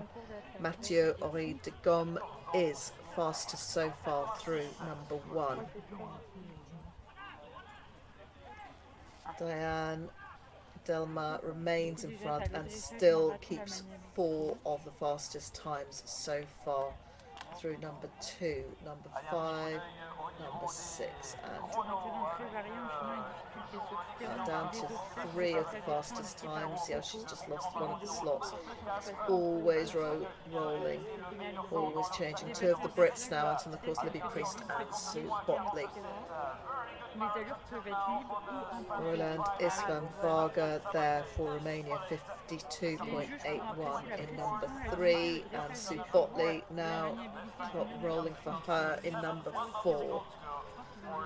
Just the next one along from where the camera is at the moment.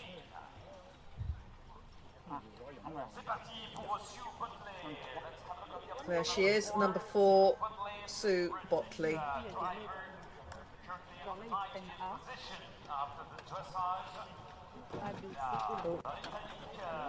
That's why these carriages are quite sturdy, so that if we do have an encounter with one of these solid wooden elements, we're able to bounce off. Libor Kirka for Czech is in number 5 at the moment, and Mathieu for France, the clock is about to start rolling for him in number 2.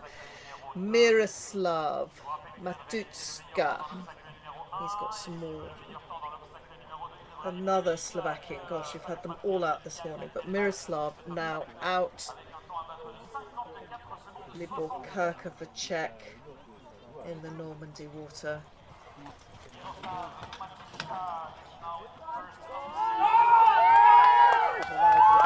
I dare say that's the cheers for Mathieu in number 2. You're catching there. Raphael Berard in the low, we should say, on water. There's 2 ponds with the hump in the middle. You see he's got a bit of sheepskin on his marathon harness there. That's great, because actually when you're on the marathon, little bits of sand and dust, all sorts of things can come up underneath the harness, so that just helps the horses. Good to see that. Raphael Berard.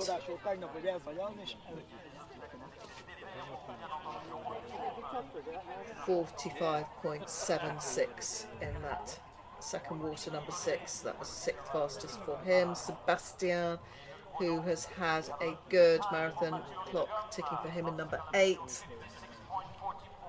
Athanasios. Stop there. He's in number 3. Driving for Greece, near Athens, this gentleman is based, but naturally has to travel across Europe to do a lot of his competing. And you can see the backstep actively involved there in the navigation.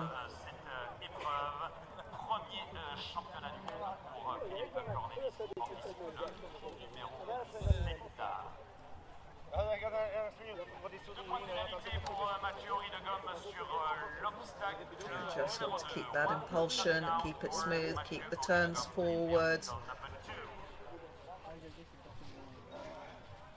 We have a new assignment, obstacle number 5. Well done, Libor Kurka, 50.68 seconds. New fastest time for Libor Kirker in number 5, the first water, 50.68.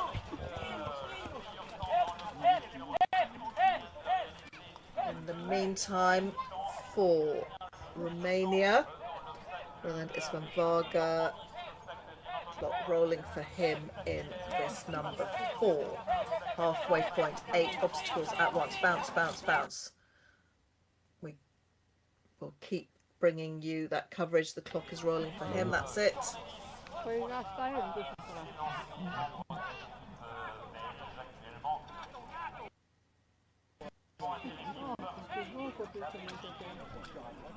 All down to how good the Wi-Fi signal is. So remember, a lot of this is happening remotely, and so we're having to convey images, sounds, times, all down to the Wi-Fi. But it is amazing, the technology that is able to share live action all over the world from some parkland.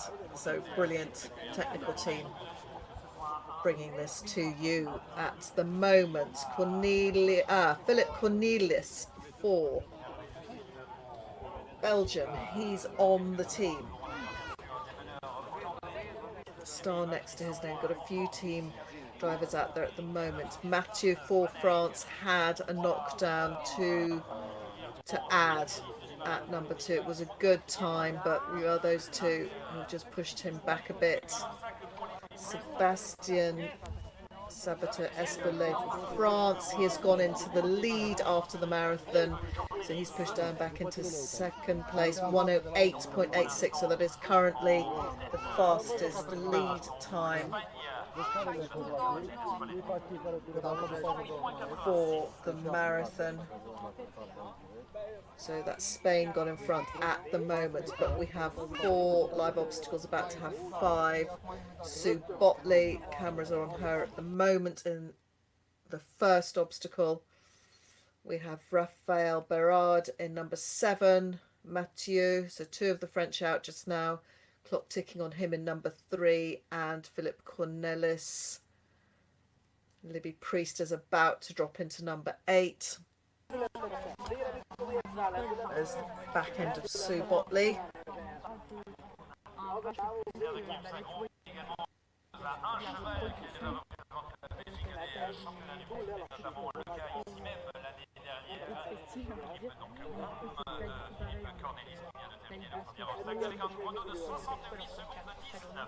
So elements A and D are the ones that are outside the water, so that's where she's coming out. And that's number 16, Libor Kirker.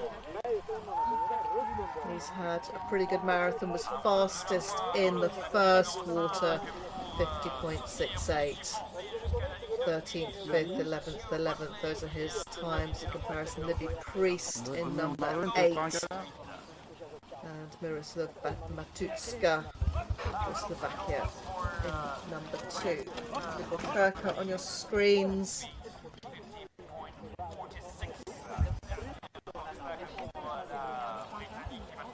That's the double pond, the 6th obstacle, and out he goes.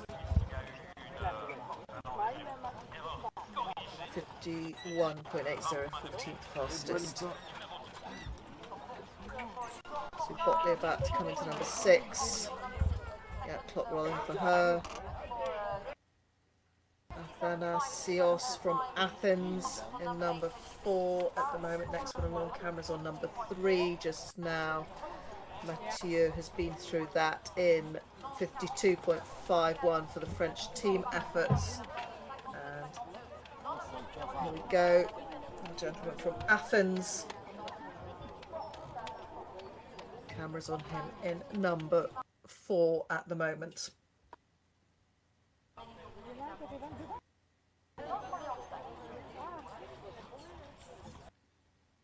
You'll see a few of those bright green jackets around the obstacles. That denotes those are the Hungarian supporters in there just now. So Botley out of number 6 in 51.34. Roland Isvan Varga for Romania, clock rolling for him in number 5. Mathieu about to drop into number 4. Philippe Cornelis for Belgium had a knock in number 1, so 2 to add to his time. That's 68.19 for him, 22nd on the clock. Not so fast a time here is Team Romania.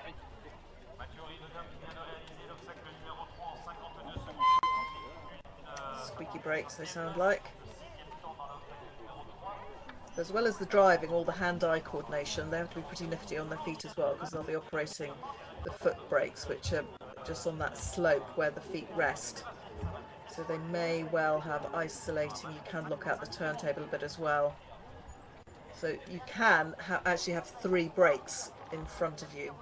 So front and back isolation, and then just a little bit of a turntable brake as well, which helps stop the back end whipping around as well.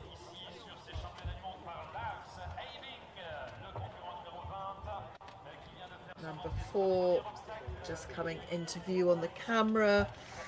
And we have for Denmark, he's driving as an individual, Lars Hebing in number 1. There he is. We had also one Danish lady competing. She was great with a little Napstruber stallion in the Haras, and that World Championship that we had a few weeks ago in Northern Holland. Henriette.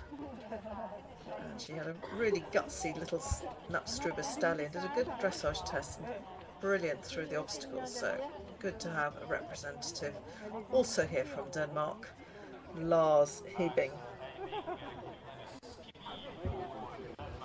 Mathieu for the French team, clock is rolling on him in number 4, and Raphael Berard, his marathon is nearly coming to a close, clock rolling for him in number 8. We've got this great aerial view that we get a glimpse of every so often, but the sun is shining in Le Pen. So confirmation has just come through. There's Mathieu for the French team, the star next to his name. Everybody will be watching. Confirmation in that Sébastien Sabato Espolay for France is currently in first place after the marathon, so that's confirmation. He was 2nd, 7th, 4th, 1st, 4th, 8th, 1st, 4th. Those were where he was at in terms of his times through the obstacles. 108.86. Libby Priest is back, sitting in 13th after the marathon. Her total 142.40. Allez, allez for Mathieu, and that cheer will lift the horses. No doubt at all on the ground that he is driving for the home nation. So Miroslav Matuszka for Slovakia, here he is with the greys, Favori and Maestoso. If you've been doing your homework on your Lipizzaner, prefixes and breeds, it's a dead giveaway. They don't always have to be grey, they can be other colours, black or dark bay, but grey is where the vast majority of them lie. If you ever get the chance to go off to Lipik or Spilsvassvarad or one of the other national studs, please do so, because it's lovely seeing the mares. They're kept in herds and the foals obviously all born either black or steel grey or a bit roan. The roans will go this white grey as well over time. And it's always a voyage of discovery if you have greys. Where are they going to go with the coat change, the 2 coat changes they have every year, going into the summer coat and then into the winter coat. And the winter coat will tend to be a little bit lighter. Sometimes in the summer you get a lovely dapple, or you might have a flea-bitten grey, so you never quite know what you're going to get. In the meantime, the horses that won't change their colour quite so much, but they do, blacks, bays, chestnuts, they all change a little bit as the season goes on. Athanasios from Athens. Some consonants there between our vowel sounds, alliteration if it's not vowels. Athanasios from Athens. There's a poetry to that. Lots of different lights. Sue Botley on the screen has been through number 761.61. Nice balance there to her numbers. Libel Kirker just going into number 8. That looks very much like a Romanian flag. And so it is. Blue, yellow and red. He's had a good marathon for the Romanian team with his dark Neapolitano horses. Number 75. Just a knockdown to add at number 1, but otherwise he's been sort of 7th, 8th, 9th in terms of the overall times. Athanasios in number 5 was 77.30. Matthew still remains the fastest in number 1. 17th in number 2 because of that knockdown, 6th in number 3, 3rd in number 4, 70, yes, where are we, 57.79. Miroslav about to drop into number 4. Cameras on Philippe Cornelis for the Belgian team. He's had knockdowns in both 1 and 2, gone for it time-wise, but 56.77. You've just seen in number 3 Lars Hebing for Denmark in number 2 at the moment, and Jaroslav Juran for the Czech team, one of the national team drivers. 55.01 for him out on the course. So Sebastian Sabata Espelay remains in front, 108.86. Still fastest in 2 of the obstacles. Vladimir Mudry remains the fastest in number 8. Diane Delma for France as an individual, she was fastest in 2, 5 and 6 currently. Joseph Mazier, they'll all be back at the stables cooling down their horses. They do have to come for an inspection. There is a set time at the end of the marathon. We have the cool down zone. It's all quite strict, and the horses will be currently being walked round, cooled off, watered down, and they all have a vet check afterwards. So Joseph, number 3, he's fastest 51.15. But Matthew currently on the course for the French team, fastest 50.60.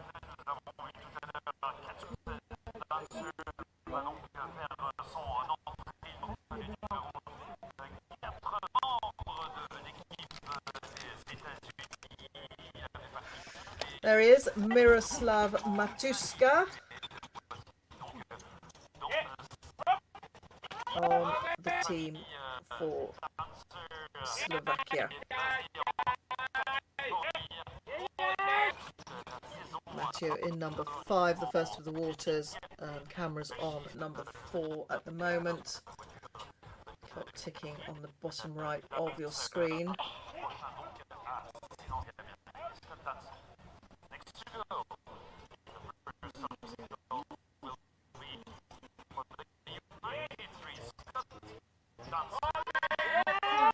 Sue Botley just finishing off her marathon. She's in number 8 at the moment.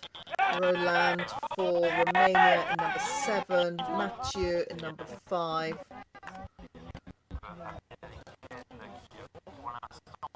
So that's Libor Kirker has finished his marathon.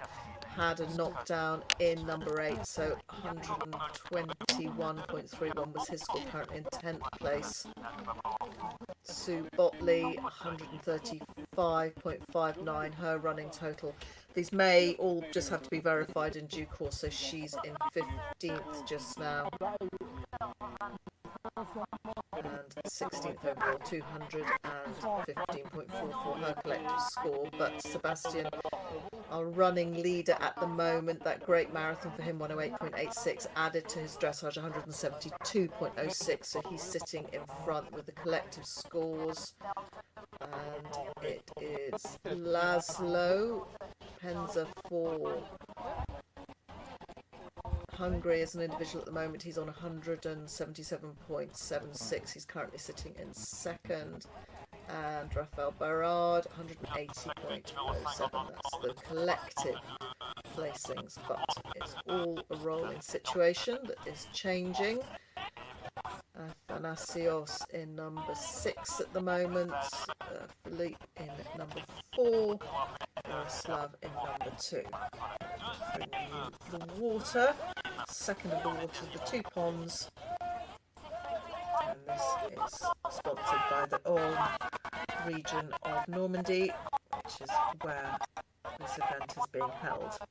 Looks like they've got some of the cross-country jumps there as part of the obstacle decoration. Information through now on the breakdown of marathon times for Sue Botley. It was interesting, 24th, 20th, 20th, 17th, 16th, 16th, 13th and 6th. Her result is a 15th overall, 135.59. That's where she stands after the marathon.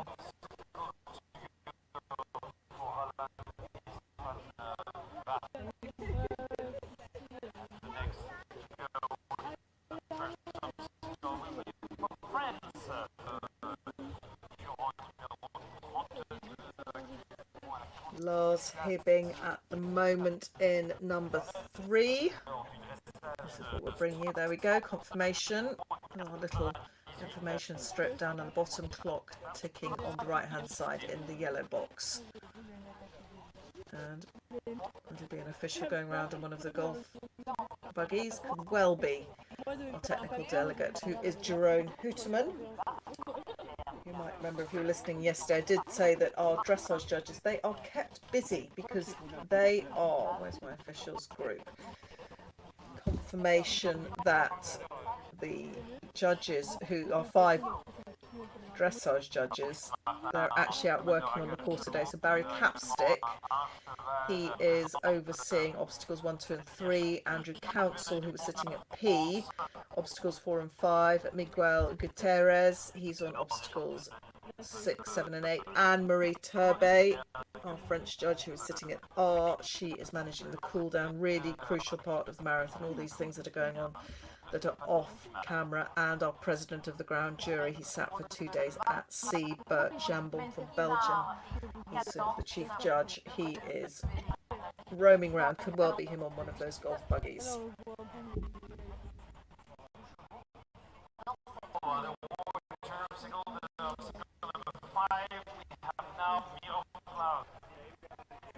Miroslav Matuska, there is number 86 for Slovakia, the Favori and Maestoso Lipizanas. He's driving, had a knockdown in number 3, 58.606 fastest time in number 4. Plot rolling now in number 5, the Normandy Water. Just to the right-hand side of the screen, that's where the crowds are standing. Always attracts lots of attention. The water is really entertaining. This is where the fitness of the horses counts.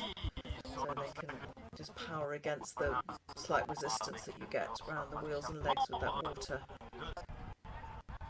Not too deep, and of course the going underneath it will be really important. It won't just be on park and muddle, and they will have put down the equivalent of some sort of hardcore to make sure that the footing underneath there is really good.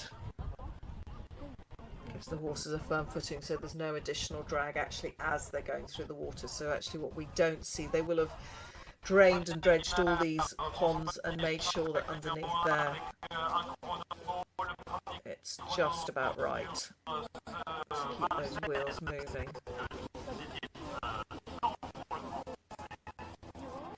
Mathieu, number 33 for the French team. He's having he was pretty good with his start, 50.60, remains the fastest in number 1, had that knockdown, 6th fastest in number 3, 52.51, 3rd fastest in number 4, 57.79, 4th fastest in number 5, and that time now for the second water, 45.68. That's 5th fastest, who remains fastest in that. That's still Diane at 40.64. That was a tremendous time through that for her. She remains the fastest.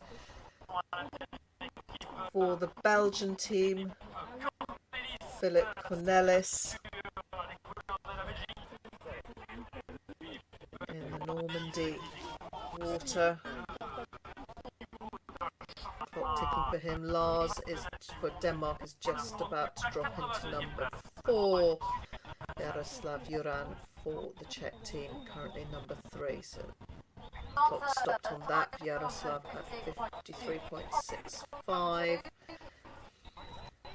Athanasios for Greece, number 7, 77.90, 18th fastest so far for him. And Philippe leaves the water for Belgium at 64.64, so that's 10th fastest. Lars currently in number 4, that's what we're bringing you.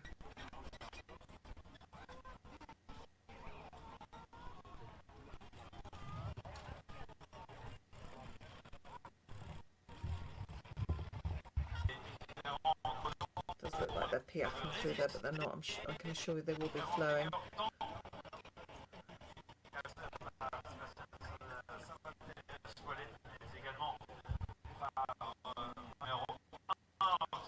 The wonders of modern technology.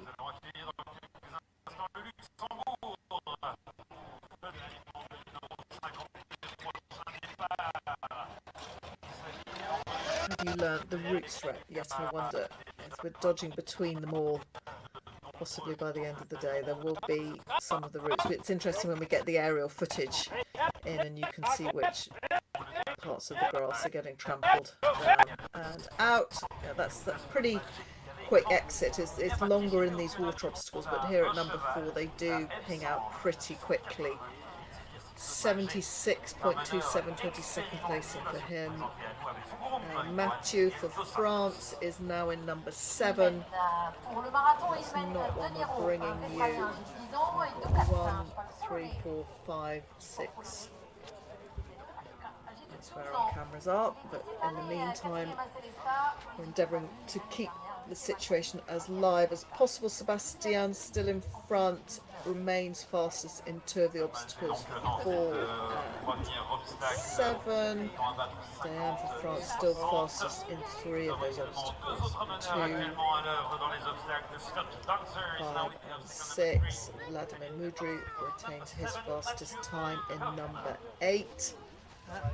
And Mathieu, who's on the course at the moment, still fastest in number 1. But for the Americans, Scott Dancer, his wife Catherine has already been through, finished her marathon. She'll be dealing with cooling down the horses back at base camp, the wonderful stabling here in Le Pin, where these horses are being treated, well, as if they were the royalty that the stud and the facility was originally built for. Huge investment gone into this beautiful venue. What a fitting venue it is for a driving world championship. Great to be here. Miroslav, we've got all these nations. It is a truly international event for you. 25 different nations, 91 athletes in total. If you think just about all of them have bought 3 horses, it's nearly 300 horses. Claude Malget, he is driving here. Who's Claude driving for? Yeah, Luxembourg, that's right. The only Luxembourg flag flying this weekend. He's just got 2 down, a knock in number 1 and out for France on the course as well. Fabien Guillemard, who looks like he's just posted the fastest time in number 2. Not so fast in number 1, 59.76, that's 17th, but Scott Dancer, his first 3 times in 9th, 8th and 15th in terms of the speed. This looks like it will be Jaroslav Juran for Czech, that's correct, for the team. 4, 4 and 8. 4th fastest in 1 and 2, 8th in number 3, 55.01, 57.17, 53.65. We also have Philippe Cornelis in the second water, number 6. And Lars Heading will be dropping into number 5 very soon. All action out on the course for this marathon.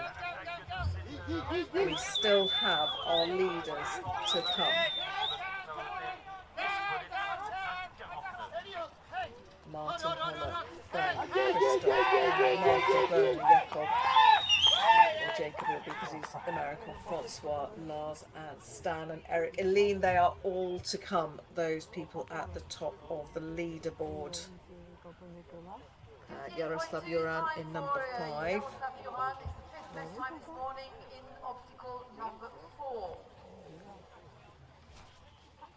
Joseph Dobrovitz Jr. will be coming through late lunchtime.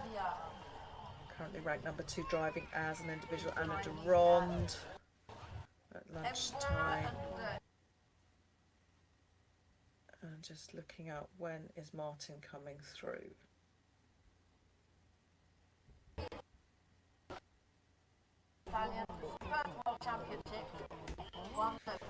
Christoph Oz to tag will be through just shy of 3 o'clock in the obstacles. We're wanting to look at where the Hungarians are going.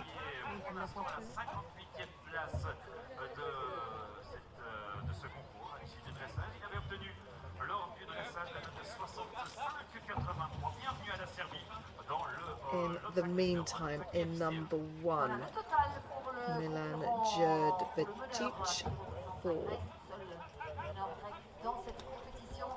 Serbia,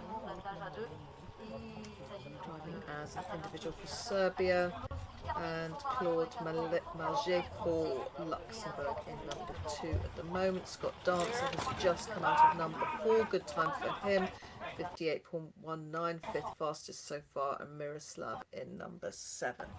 There we see Scott just coming out of number 4. Confirmation of that time, 58.19.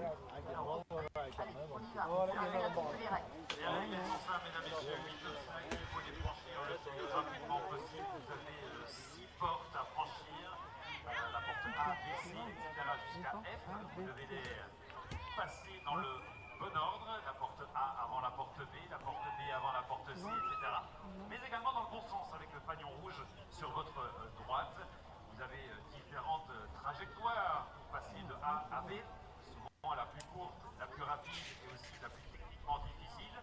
Tous ces meneurs ont bien sûr reconnu ces épreuves, ces obstacles à pied, ont décidé de prendre les obstacles Here's Fabien. Et puis il y a des balles. Des petites balles qui sont placées sur les obstacles, je crois, ce qu'on appelle des tombants. Driving as an individual for France, but that won't lessen the support for him from the home crowd. Got rolling on him in number 3, Philippe Cornelis for Belgium in number 7 currently, Claude Malget for Luxembourg on the course, but Fabien has just posted the fastest time in number 2, so that's a new fastest time. So Mathieu, his countryman who's on the French team, still fastest in number 1. Diane Delmas, these French drivers posting some really serious times, and Fabien fastest in number 2, 53.36. 8th fastest in there, 52.85. That's seriously competitive, the French, as we would expect.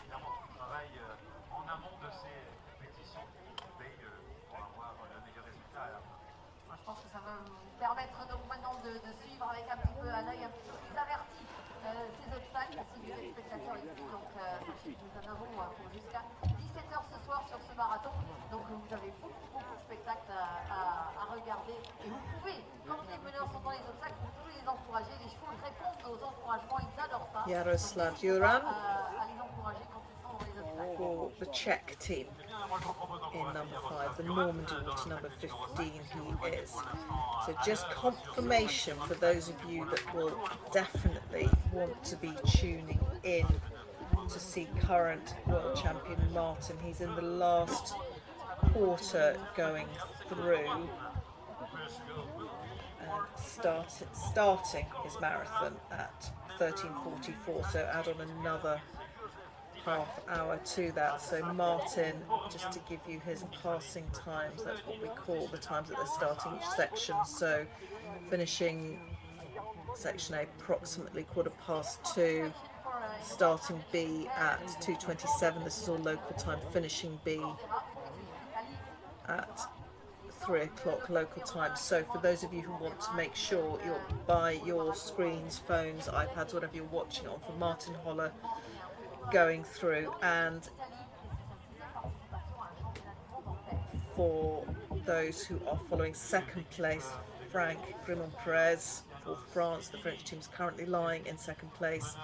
He will be coming into the obstacles. These are local times I'm giving you now at 3:15. So just as Martin finishes his marathon, out will come Frank, and the hopes of the French nation rest on him. Stefan Ulrich after that for this really strong Swiss team. Anna Sandman up there as well. She will be coming into the obstacles at 2:15 local time. So she and Martin will be out on the course at about the same time. Yeah, for those of you that are interested in what's happening at the top end of the scoreboard, so those will be the ones you want to watch. Also, don't miss out on Joseph Dobrovitz Jr. He will be good going through the obstacles. He'll be coming through at about 1:20. Marco Freund for Germany. These are all the people that will be having a bit of an impact on the leaderboard. 1:07. Scott Dancer in the meantime in the first of the waters, the Normandy Water.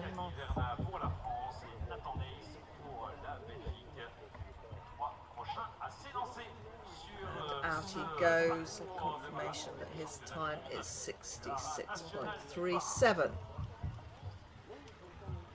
Fabien, who's fastest in number 2 individually for France, just about to come into number 4.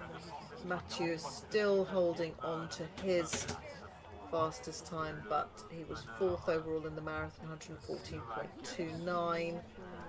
Still holding on to first place is Sebastian Sabato Espelay for Spain, 108.86, and his collective score 172.06, keeping him in front at the moment. Dan has lost all but 2 of her fastest times.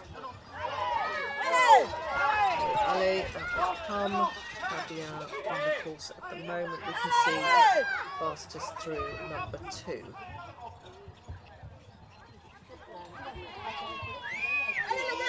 Ticket on him. This is obstacle number 4, as you can see.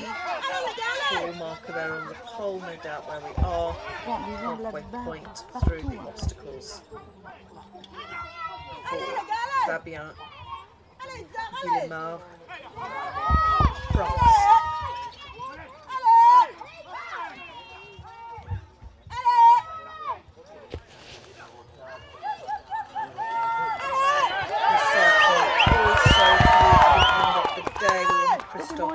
To tag, currently sitting in 3rd after the dressage, and him, all eyes will be on him, pressure on his young shoulders in terms of the Hungarian team medals. So those are the big names coming up, with plenty of big names. Bernard Ulrich, not too long for him, starting out on his marathon at Section A at 2 o'clock, so he is will be on the course about the same time as Martin, just as Anna finishes off.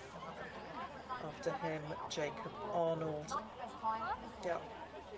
Going to be a very, very exciting day. In the meantime, Norbert is out on the course. We've got Rocco Cordera, who is the first of the Italian team drivers, and Milan Djurdjevic for Serbia in number 3. Jaroslav Juran, I should say, for the Czech team in number 6 at the moment. That's Martin. There he is. Norbert Gagoni. He is an individual for Hungary. Again, will be another great pathfinder for those Hungarian team members coming through. We've had Laszlo Penzinen had a good marathon.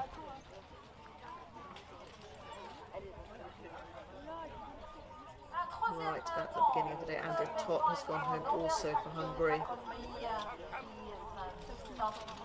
Laszlo's marathon, 3rd overall, 111.33. That's in the current penalty zone. He's currently lying in 2nd, 177.96. But it will change. We have a lot more to get through today. Scott Dancer for the USA, driving Isabella Tusci and Vilandro. Will be much more catchy stable names, no doubt. Good aerial view there.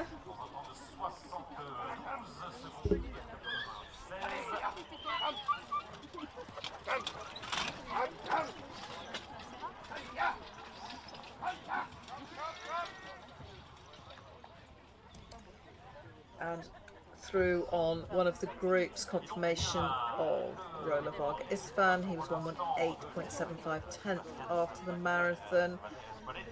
Athanasios for Greece, 18th, 149.35. Mathieu Auré de Gomme, this is important for the French team, 114.29, so that's in 4th place at the moment, running through his times. He was first, remains fastest in number 1, 20th in number 2. That was an expensive knock for him. Ball down, 6th in number 3, 3rd in number 4, 4th in number 5, 5th in number 6, 19th in number 7, that would have slowed him down a bit, and 5th in number 8. So those are the confirmed positions at the moment. Confirmation of why Libby Priest had, I think it would have been a corrected error, of course, that's why she had the 20 added to her score for correcting an error, of course, an obstacle. I'm just getting feedback that for her, for those of you watching for the Brett's horses, was quite strong, pulled it into the wrong gate, so that's why she had 20. It's just unofficial at the moment, but assuming the 20 next to her score for that reason. That that was going through for the Priest. Yeah, obstacle number 3, just filtering so that they can get a bit over enthusiastic. All these horses on the marathon, but in the meantime, Fabien with that French flag fluttering next to his name, number 32. These are just their rolling competitive numbers. They bear no resemblance or association to current positions or anything. But all these individuals that are driving for themselves on the national squads, they'll be able to feed back to the later athletes how some of these obstacles are driving, where you can shave off a few seconds, which turns might not be coming off quite as well with the horses as you might have thought when you're walking them. Often when you're walking an obstacle, what seems to be really tricky, this is going to be a difficult one to get through. Sometimes they drive a bit better. It's constant mind games sometimes, and our course designer Gabor Finter from Hungary, supported by his assistant course designers Bruno Kempf from France, Phil Moss, Chambord from Hungary as well, and Talame Jacques from, or it could be Jacques Talame actually, yes it is Jacques Talame from France. Sometimes they put the surnames first, sometimes the Christian names. So these gentlemen have not only been designing these marathon obstacles, and this process would have started a long time ago, 12 months ago, but there would have been many site visits, many meetings with the financiers, the people on the ground at Le Pen, designing, submitting of plans to the FEI itself, approval, sign-offs. Yeah, it's a long process, particularly for a World Championship. Not only do venues and national federations have to bid for them, and then the dates get put out, and then you recruit the teams who are going to design, the technical delegates. It is a small nation or city that, in terms of teamwork and people on the ground, that make these events happen.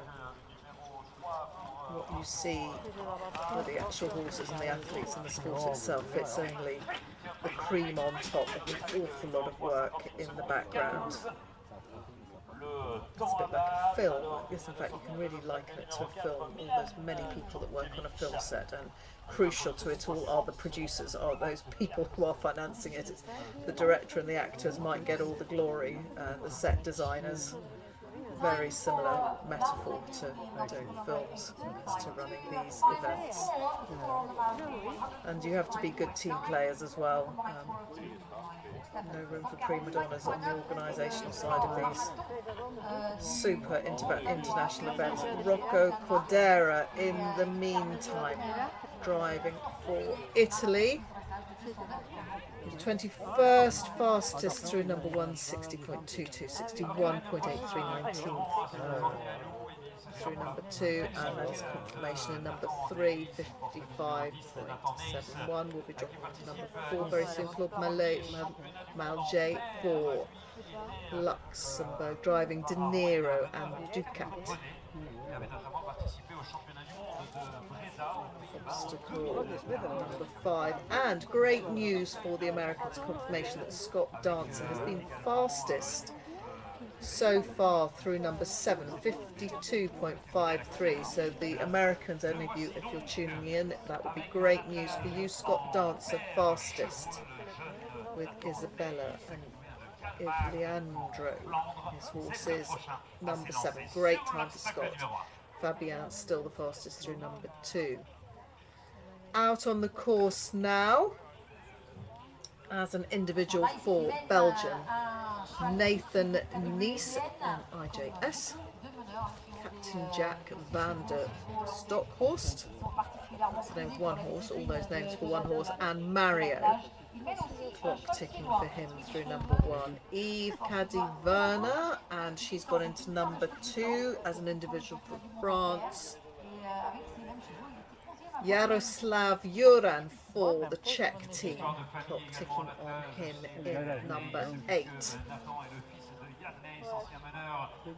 That's before we have our next competitor in number 3. We're just admiring the scenes. Great day out for the dogs.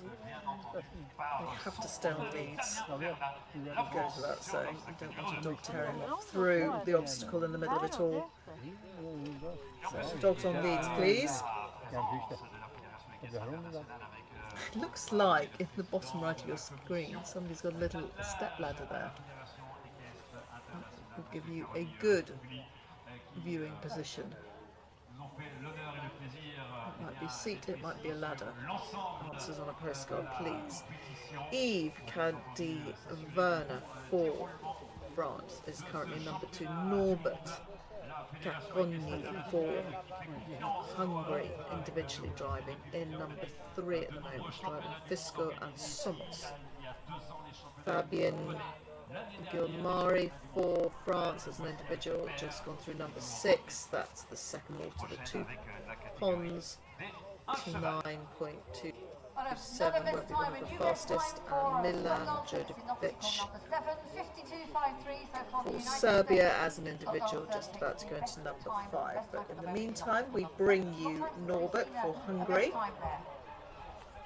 Tout à fait, et soulignons cet excellent chronomètre de Scott Dancer, mesdames, messieurs, les États-Unis d'Amérique, le concurrent numéro 93, qui vient de réaliser le meilleur temps dans l'obstacle numéro 7 avec un chrono de 52,53. That the athletes and the squads who are so experienced, there won't be too many doubts over routes and what they're going to do, but you can never feed back too much intel from what's gone before in the water at the moment.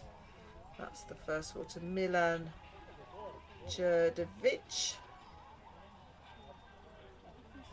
for Serbia. This is the long obstacle, not too many different options. A and D out here, so he's coming back to go through D. He's been through A, and because you've been through an obstacle, it's absolutely fine to go through A backwards. If you notice, that's what he did because he's broken the gate. The gate is now dead, as we say, so you can go through it forwards or backwards as many times as you like, as long as you pass through it in the correct sequence. So we have B, C, E and F in the water, but a lovely, great, big, flowing obstacle. That's one where you can really get some speed up, keep your rhythm, just what you want for water. And that long run in and out, that's what the drivers enjoy, and that's really what the horses enjoy as well. Rocco Cordera for Italy.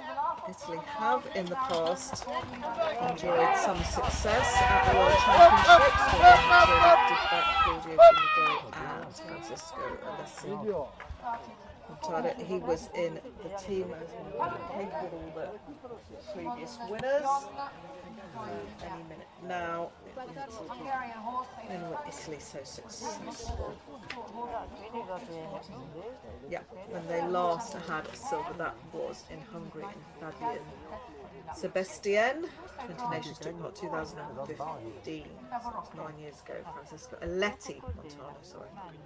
But we also have Francesco Alessandro taking part. Francesco Aletti Montano, Joseph Dibak and Claudio Fumagalli. Claudio, who alongside his colleagues at Rio has been so key as a trainer to many of the competitors here, not least Martin Holler. They work really closely together. In the meantime, Sismon John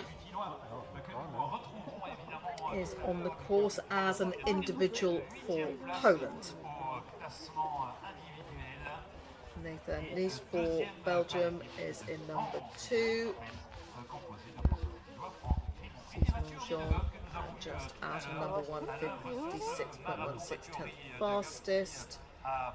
Scott Dancer is holding on to his fastest time in number 7. He was 7th fastest and finishes his marathon for the Americans 112.12. That was 5th in terms of what's gone before. Yaroslav Juran, he's done well, a 3rd in the marathon for him, 109.97. That puts him overall into 16th at the moment, 192.15. Scott Dancer, 191.75, 15th, but 5th for him in the marathon. That's a good day out for him. Eve Cadiverna on your screens now.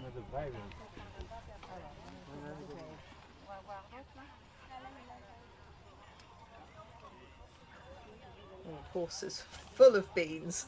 They really want to go. Come on, Eve. Yeah, that's energy.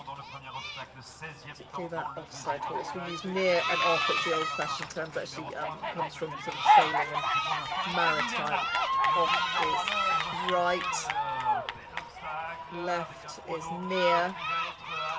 And we still measure horses in hands. That's 4 inches, centimetres, and one of us have to get our head round it. Norbert here for Hungary in number 4, but lovely clear pictures of this particular camera. Bathed in autumn sun in Normandy. Oh, the Hungarians are really behind him. Hey, hey, hey. It sounds like they've got the families there as well, all the kids missing school by the sounds of things.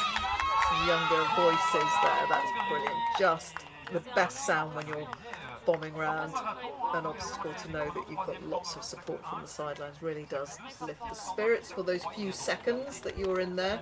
Generally under around about a minute if all's going well.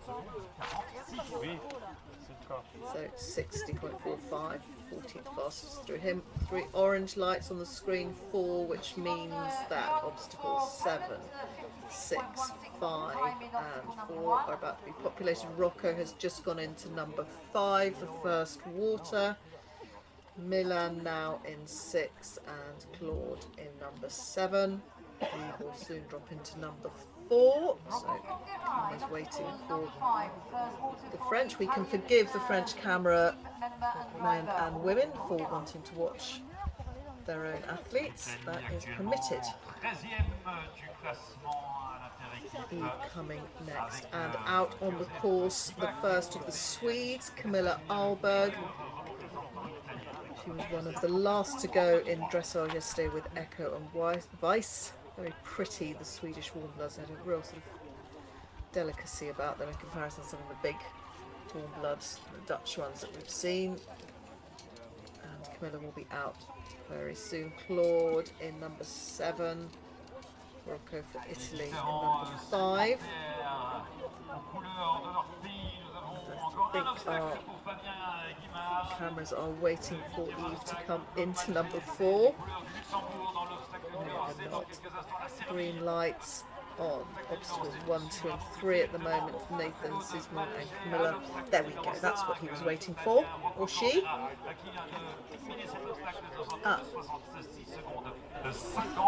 We've gone back to number 3. I really thought we were going to bring you the French lady in number 4. We might well do, but in the meantime we have some action from Nathan Nice in Niche. I'm sure there's a Belgian way of getting that right, and clock ticking for him. He was 27th fastest in number 1, 16th fastest, 60.67 in number 2. Sismond John for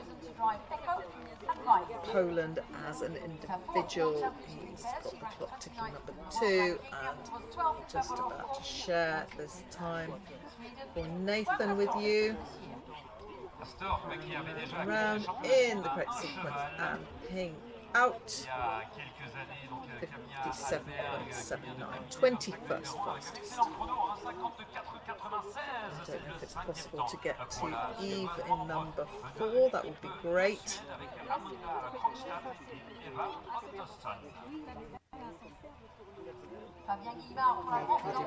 Currently in number 4 for the French, clock ticking for her. There she is, thank you.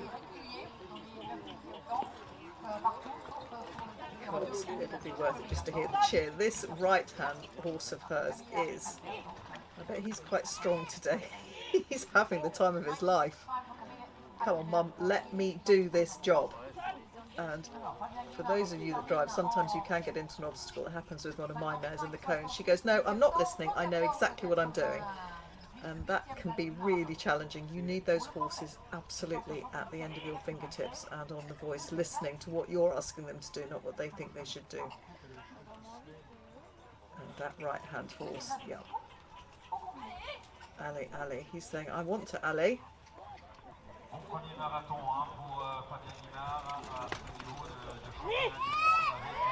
He's so keen, that's just what you want, that bounce, looking for every gap. Good marathon horse, good marathon horse. And number 4 cleared for Yves Caddy-Werner, 63.15. That said, the bouncing up and down doesn't necessarily mean you're covering the ground. You would rather they were going low and fast, but certainly plenty of energy. In the meantime, Norbert Cagogny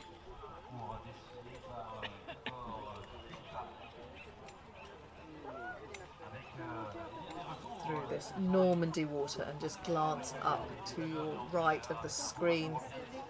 Lovely crowds, these fantastic facilities, and Le Pin, good viewing, lovely day out in the fresh air for everybody.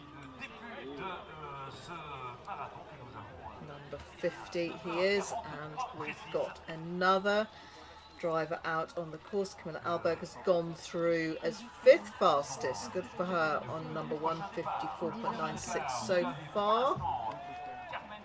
Norbert is out in 65.01, 15th fastest.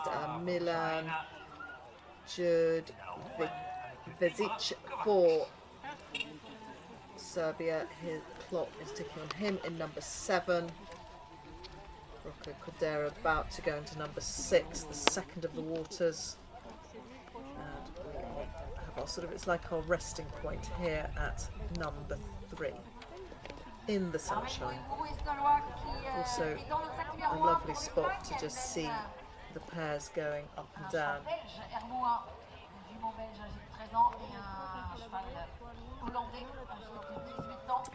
Oh, interesting feedback to share with you. Obstacles 1 and 3 are getting a bit slippery as they don't get the sun quite yet, although I have to say the sun is on it at the moment. On the bottom terms, good crowd, fantastic viewing all round the course. Balls could be proved to be expensive. Interesting how some of the horses that might have been doing this for a long time, this new warm-up section, it's very different. And if the horses have been used to actually going, doing a sort of 7 or 8 kilometre drive round a route, it's interesting feedback that it's affecting them before they go in. Coming down to the start, very fresh. Top half of the loops are, they need lots of power. Great feedback. Thank you from the British chef to keep for that. You know who you are. Miroslav Matsuka from Slovakia finished in 9th overall, 116.43. Philippe Cornelis for Belgium finished in 13th so far. These are all rolling totals, 119.76. In the meantime, another Belgian, we have Nathan Nietz in obstacle number 4. And that's an interesting observation, bit of feedback we're getting from the course to share with you from the British chef. She's saying that depending on where the sun is, how high it is, how much sunlight is over these grass obstacles, is actually affecting the going. They might be a little bit sticky if they're getting a bit muddy, if there's been some overnight rain. Obviously the sunlight comes up, dries it out a little bit. Looks like somebody's been spoken to out there outside. Could be an official, could be one of the teams. Yeah, all sorts goes on behind the scenes. That's Simon John coming out for Poland.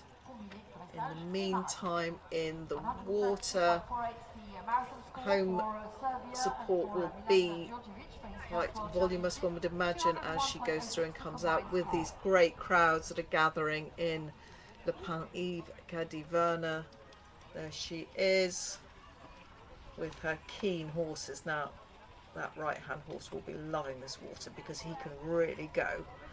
He might be one of these horses that would have benefited a little bit more from a decent trot round on section A as opposed to it being treated like a warm-up.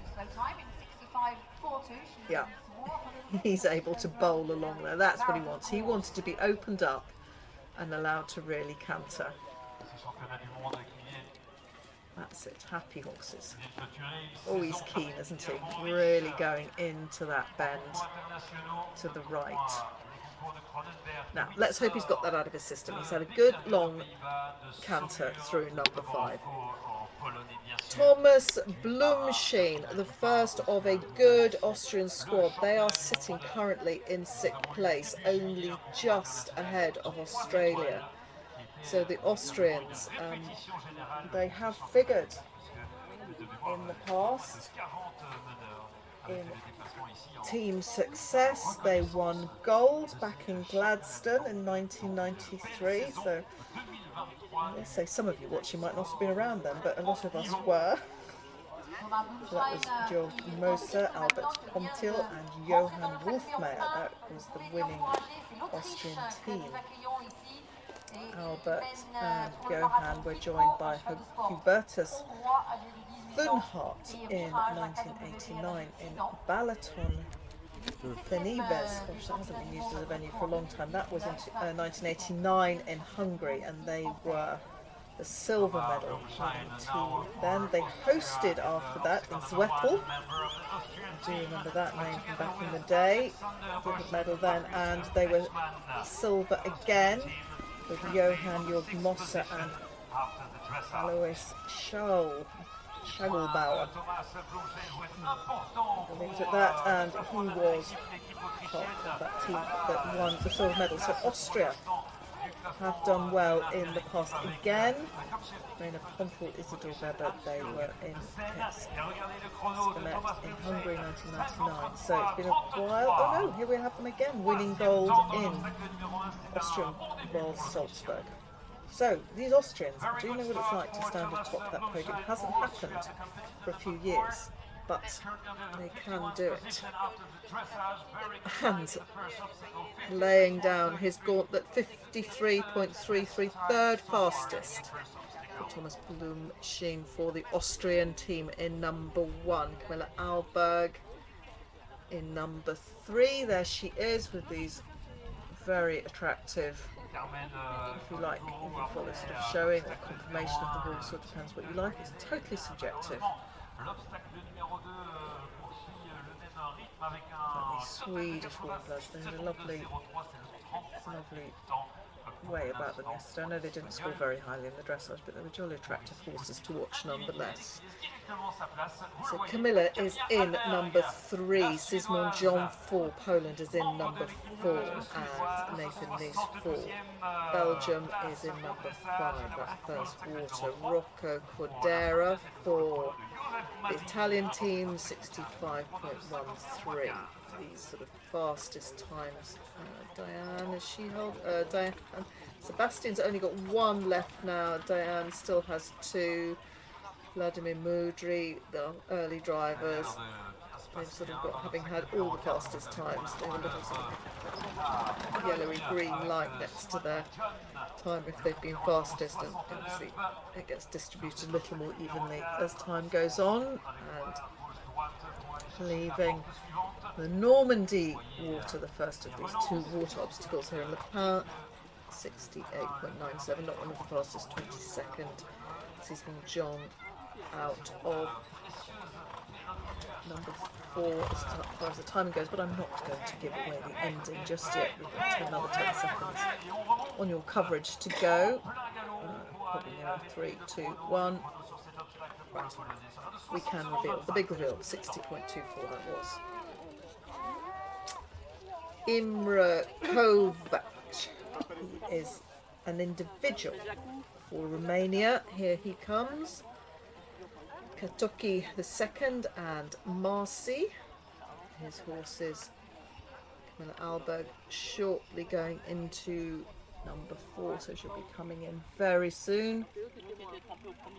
So obstacles 1 to 3. Feedback here is a little bit sticky at the moment, until the sun comes up, obviously at its highest point around about midday, where we are now. So we're nearly at the halfway point in terms of timing. Kalman Babo, gosh, this seems like a lifetime ago, when he started out on his marathon at 9 o'clock, came into the first obstacle at 9:43. We will be Yeah, last one on the course at about 4:20 will be, oh my god, Barbie.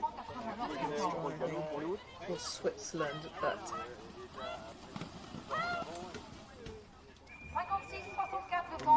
that won't be Imre because he's just started. Let's take that one down. Thomas Blumschein qui avait déjà le 3e meilleur temps dans le sac numéro 1. That's Eve, team, Il rentre dans le sac numéro 2. coming out of the water. Dans cet sac en ce moment, alors que dans le sac numéro 3, A little bit ahead of yourselves. Imre will be in there in due course. So Eve out of the first water in 65.84, 16th fastest for her. Ah, Carmen. Carmen, gosh, what a Spanish name that is. Carmen Goiburu Esnaola.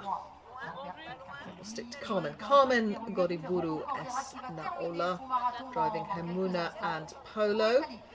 She has gone through 2 obstacles so far, 65.42 in number 1, 86.03, 30th and 36th fastest so far. Here she is driving for Spain. As an individual, no star next to her name. Camilla Alberg shortly coming into number 4. Fabienne Mari remains the fastest. Who's the fastest? He was faster number 2. Mathieu Degon for the French team, still fastest in number 1. Scott Dancer for America's holding on to his fastest time in number 7. Sebastian only got 1 fastest time now next to his name, that was number 4. Vladimir Moudry still fastest in the last one, and Diane Delma for France, keeping her crown intact, 5 and 6 at the moment, and Joseph Massier still fastest in number 3. So those are the rolling fastest times.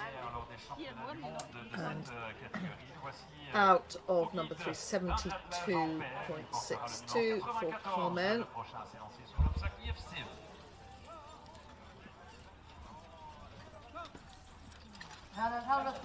This will be Nathan Neese, that's right. Number 10, he is in. Just trotting, encouraging them on.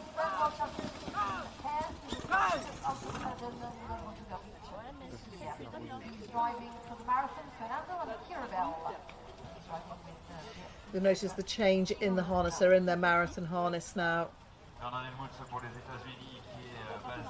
The breast collars. Some have the breeching on, which are those straps around the back.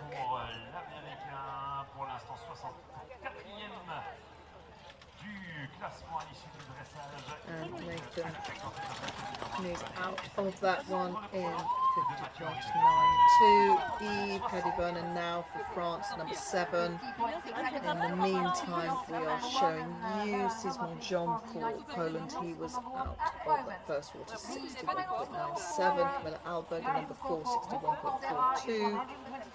She's just exited. The one on your screen.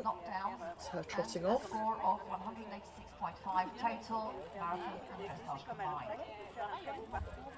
On the course, we also have for Austria at the moment Thomas Blumschein. His scores will be quite important for the Austrian bid for another medal. He's about to come into number 3. He was 4th fastest in number 1, 53.33, 54.94, 3rd fastest so far in number 2. Now we have another American on the course, Vernon Helmuth.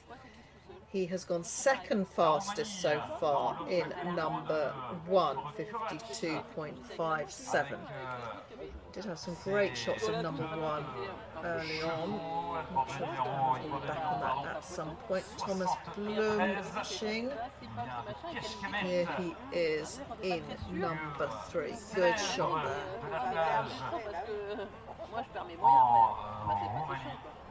Member of the Austrian team, Austrian nation that has medalled in the World Pair Championships in the past.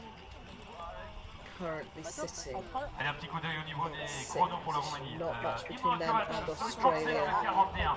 Just 1 point between them and Australia at the moment, but they do have the luxury, the relative of 3 members of the team. Australia just have the 2, just have Andrew and Tor, so both of them need to drive good marathons. There's no wriggle room when you have 2 members in a national team. Great to have them here in France, all the way from Australia. Bounce, bounce. Yes, let's get off that. That's Carmen. 15.63, best time this morning for Thomas Blumschein in obstacle number 3. And just listening to my colleague, the local commentator, sounded like Thomas Blumschein has just recorded a fastest time.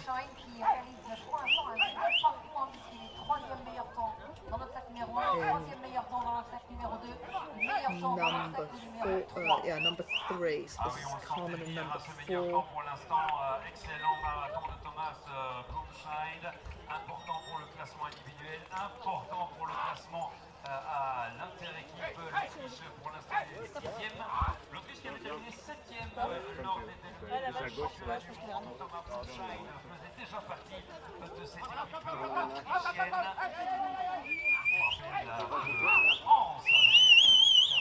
4e place de ces mondiaux il y a 2 ans. La médaille d'or revenant à la Bulgarie qui pour l'instant occupe la tête du classement à l'issue du dressage.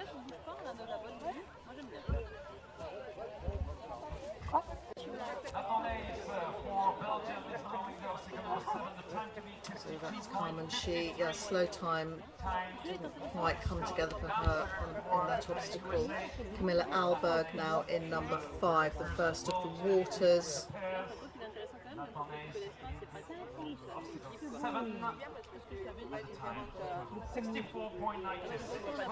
Ota Barris now out for Czech. You do learn there's good flag training as well. He's driving as an individual for Czech Republic. And this is number 7, Camilla Alberg. She's in number 5, the Normandy Water.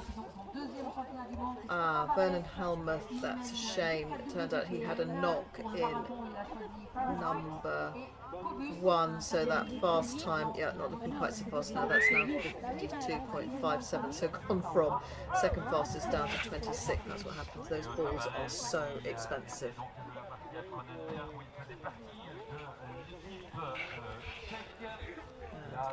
Horses looking fit and willing, dancing round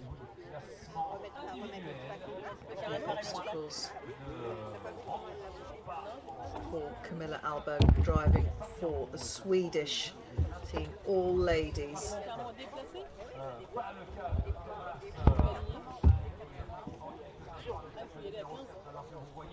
Yes, looked like there was a little bit of bouncing off. That's exactly what's happened with Carmen. Contact with the carriages and the elements. So that's why we've got the squad in there on the ground. Just realigning that middle element.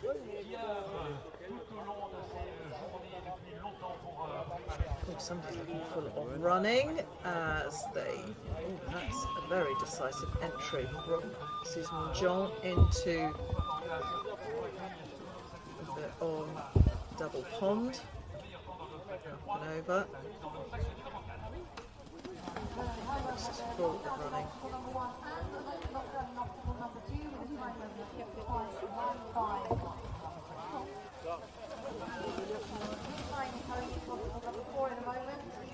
It's funny the speed of what we're projecting and those wheels. It's a bit like a Starsky and Hutch in the 1970s where the wheels were going faster than the camera. It looked like they were going backwards.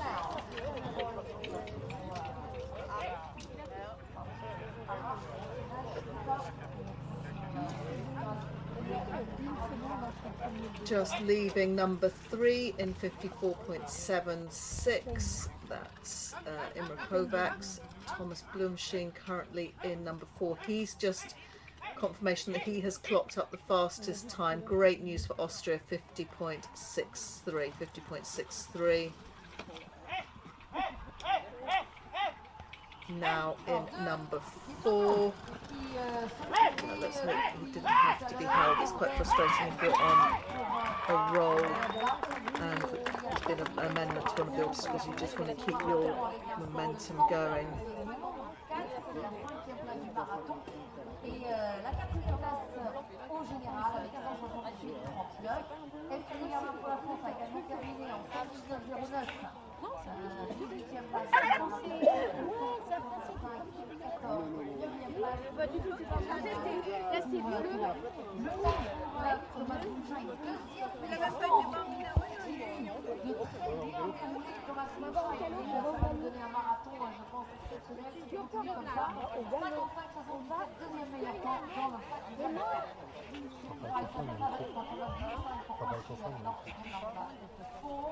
he's already had 2 third best times, 1 best time in obstacle number 3 and a second best time here in obstacle number 4.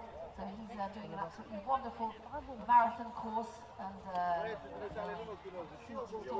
Alessandro Formia now for the Italian team. He's in. Alessandro Formia is the next in the obstacle number 1 now for Italy. Alessandro Formia, who's driving a pair of horses. His marathon horses are Leon Bray, Dutch full-blood horse age 7, and a Russian-bred 13-year-old gelding Longarol. Yeah, driving for the Italian team. Here he is, Alessandro Formia. And that's us back into obstacle number 1. It just goes to show how much the sun has come up, because those early shots we had that we were bringing you from Le Pen, it was all quite shady. Looks like there's evidence of another obstacle up at the top there. That's really interesting. Driving Leandra and Lance Heron. Vernon Helmuth has had another knock in number 2, so it's ball down 2 more to add for him. Carmen 104.67. Thomas Blumschein for Austria still fastest in number 3, second fastest in number 4, 55.77. In the meantime, we're on Camilla Alberg in the water number 6.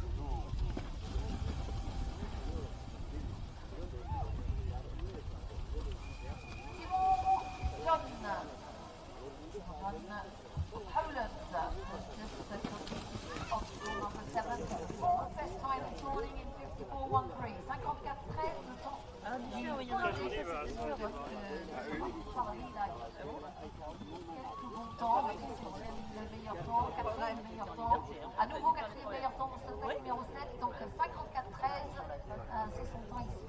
Alessandro for Italy, he's just gone through number 164.17. Camilla Alberg, for her we've just seen at number 6, 46.62, that's 13th fastest. She was 6th fastest through number 1, that was a good opening for her. Ota Barres for Czech, as an individual, he's had a knock in number 2. Vernon Helmuth in, here we have him on your screen, in number 3 for the USA as an individual. We've got on their team Catherine and Scott Dance have already gone through. Jacob Arnold, we've got a squad of 4 here, which is really impressive considering the distances. Thomas Blumschein involved in the marathon at the moment, he's in number 5. Imre Kovac in number 4. Thomas Blumschein, c'est celui que l'on suit en ce moment, l'Autrichien qui réalise un parcours de marathon assez fabuleux. Il a good marathon, great to have cameras on him. Thomas Blumschein for Austria, fastest in number 3, second fastest in number 4, third fastest in 2 and 3 at the moment. If he keeps this up, he would stand a pretty good chance of putting himself in front. Marathon course at the moment. He's obstacle number 5. The time to beat in obstacle number 5 is 58.29.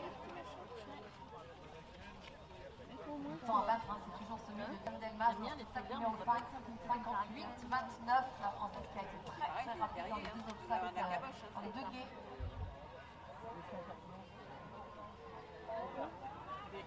Thomas Blumsheim and 61.95. That's fourth place, but certainly doing his bid for the team placings. Absolutely no harm at all. Bruno Widmer for Switzerland out on the course. Really strong Swiss squad here. So clock running on him in number 1. Then Helmuth gone through number 3. Otto Barres just about to come into number 3.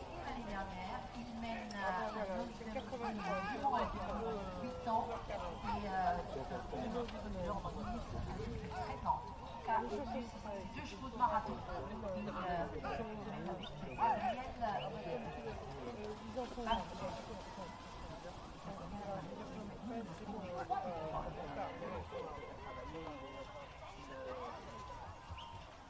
Mais en individuel, il n'est pas. Je crois qu'il reste pour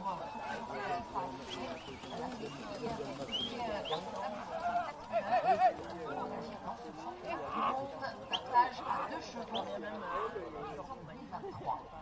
Oui, la Suisse qui au niveau du classement pour l'inter-équipe occupe pour l'instant une très belle 5e place avec Marcel Luder, Stéphane Ulrich et Jacques Ulrich, 5e place donc à l'issue du dressage pour le classement de l'inter-équipe avec un total de 108,44. Je vous rappelle, la tête occupée pour l'instant par la Hongrie avec un total de 85,38. Et un meilleur temps pour Bruno Widmer dans l'obstacle numéro 1. Il vient de changer ce meilleur temps. 48,52. C'est donc maintenant le meilleur temps dans cet obstacle numéro 1. 48.52, the new time to beat in obstacle number 1. 48.52. Time for Bruno Widmer. Otto Barres just coming out there of number 3, 66.56. Widmer Bruno just posted a new fastest time. Great news for the Swiss. The word was before the marathon they have come with a really impressive marathon squad. So Bruno Widmer not on the team, but certainly will be a pathfinder for the Swiss, who are currently sitting in 5th. Not much between them and the Netherlands. Netherlands on 105.6, the Swiss on 108.44. Bit of a gap. Germany, who are currently in bronze position, 98.74. But the Swiss, so many of these squads would love to be in that top 3. In the meantime, cameras are on Vernon Helmuth.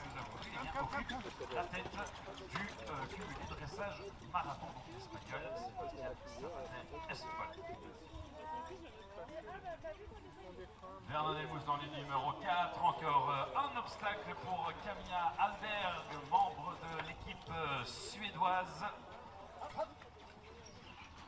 Un obstacle, l'obstacle de la Fédération française d'équitation, l'obstacle numéro 8.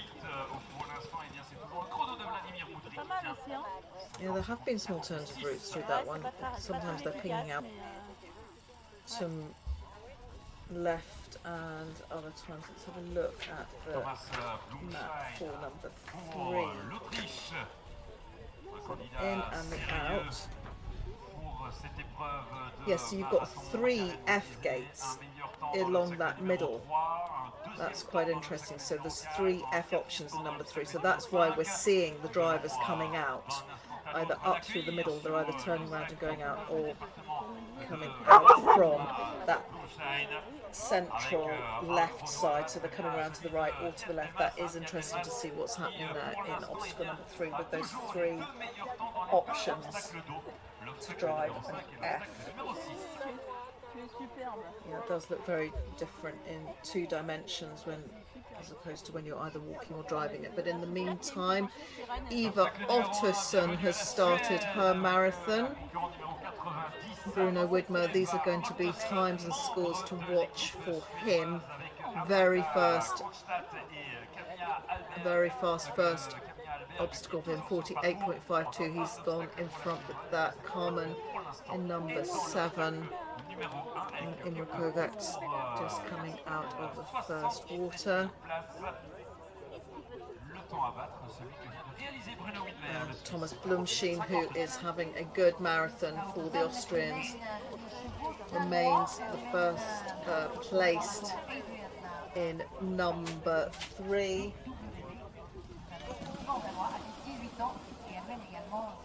Otto Barry's at the moment in number 4. Bruno Widmo, be interesting to see where his time is in number 2. But in the meantime, our cameras are on Thomas Blumschien in number 6.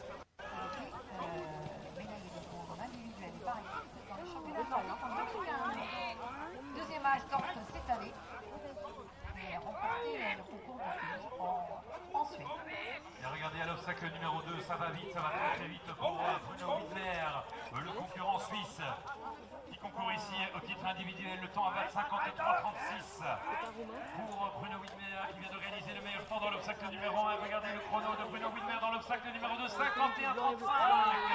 C'est à nouveau un meilleur temps, deux meilleurs temps sur les premiers obstacles pour le Suisse Bruno Widmer. Attention, candidat sérieux à la victoire. Bruno Widmer.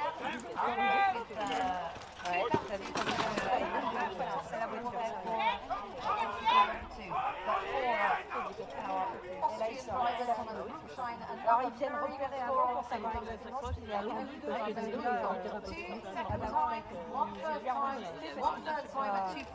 dans leur commande. Very good marathon, very consistent marathon for Thomas Blumschien for Austria. Et donc, quand j'ai l'impression que le classement est en train d'évoluer pour l'instant avec en piste Bruno Widmer, mais également avec Thomas Blumschein. Thomas Blumschein, il lui reste encore un obstacle alors que dans l'obstacle numéro 1, il lui reste encore 2 obstacles par an pour l'Autrichien d'Autriche en parlant. Attention au prochain départ qui va être donné dans quelques instants à Georgi Junior, le numéro 48. Qui fait partie de l'équipe hongroise pour l'instant installée en tête de la compétition. Georgi Fekete Junior avec Martin Olé, le champion du monde, et Christophe Ostertag qui se sont donc mis à la... In the meantime, we've got confirmation of some of the final scores. Rocco Cordera for Italy, 123.15 is his total, 22nd after the marathon. Norbert Kagoni for Hungary, good score for the Hungarians. That's 111.54. So that's 5th place for him. This is all in context of what we've got coming up. Yves Caddy-Werner, 18th on 119.09. Nathan Nice for Belgium, 123.46, saw him going through a lot of his obstacles, 23rd. Sismund John had a good marathon, 113.04 in 7th place. Camilla Alberg, she has finished her marathon, 114.99, 11th place for her so far.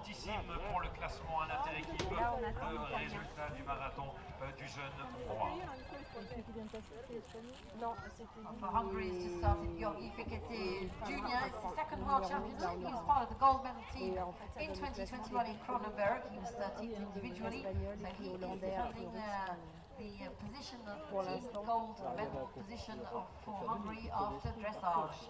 On le reconnaît, parce que il ne le connaît pas là. Chaque fois, c'est réagencé. Lovely scenes. Just about halfway through, we think who we've got. Eva Ottosson in number 2, and this is important, the first of the Hungarian teams, Georgi Fekete Jr.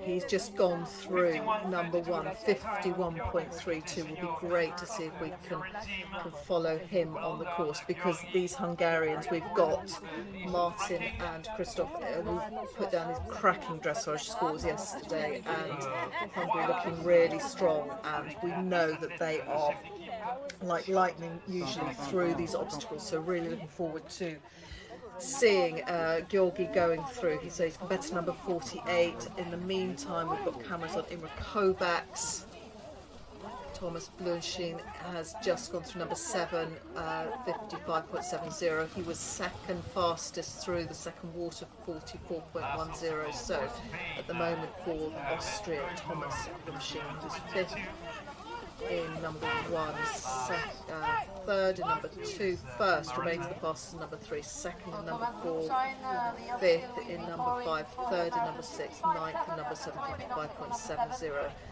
Imre Kovacs just coming out of this water, number 6, second fastest for him, 43.14. That's great. Who remains fastest through that? Yeah, still Diane Delmas. All those time ago, she hangs on to that fastest time through there. Vernon Helmuth on the course had 3 ball knocks in 1, 2 and 4. Tavares had ball knocks in 2 and 4.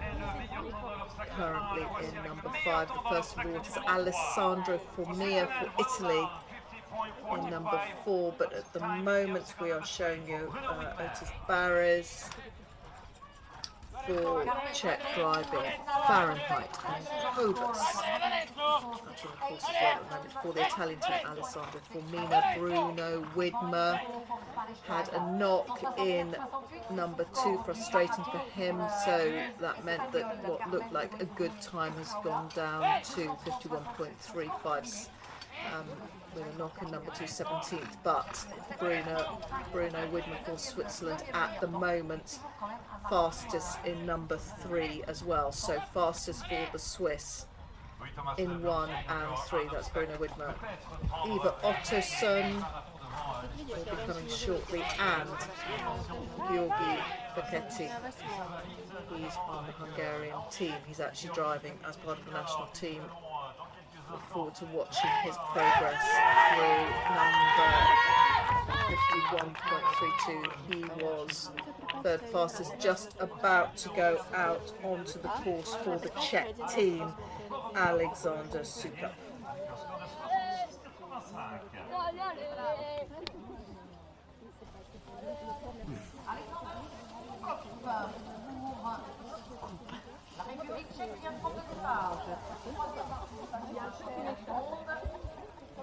Vernon Helmuth here for the Americans as an individual, and here he is in the second quarter.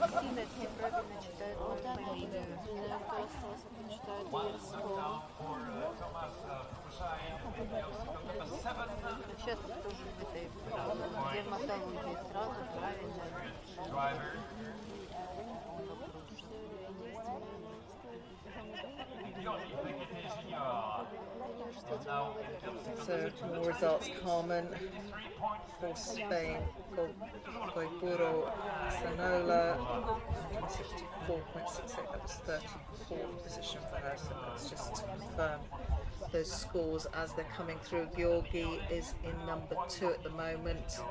Alexander Sukup, he has gone through number 1, 55.11. Vernon Helmuth out of that second water in 44.73. Imre Kovacs in number 7, top running for him. And Bruno Widmer about to come into number 4. At the moment, cameras on Eva Ottosson for the Swedish team.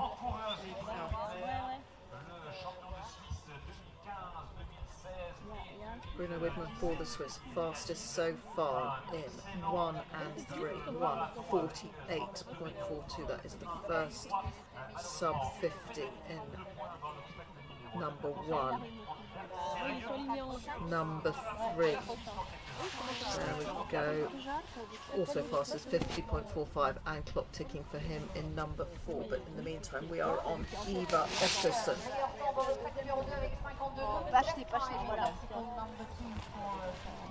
It's this number 3 where you've actually got 2 Fs in the middle, so this is why they can swing out.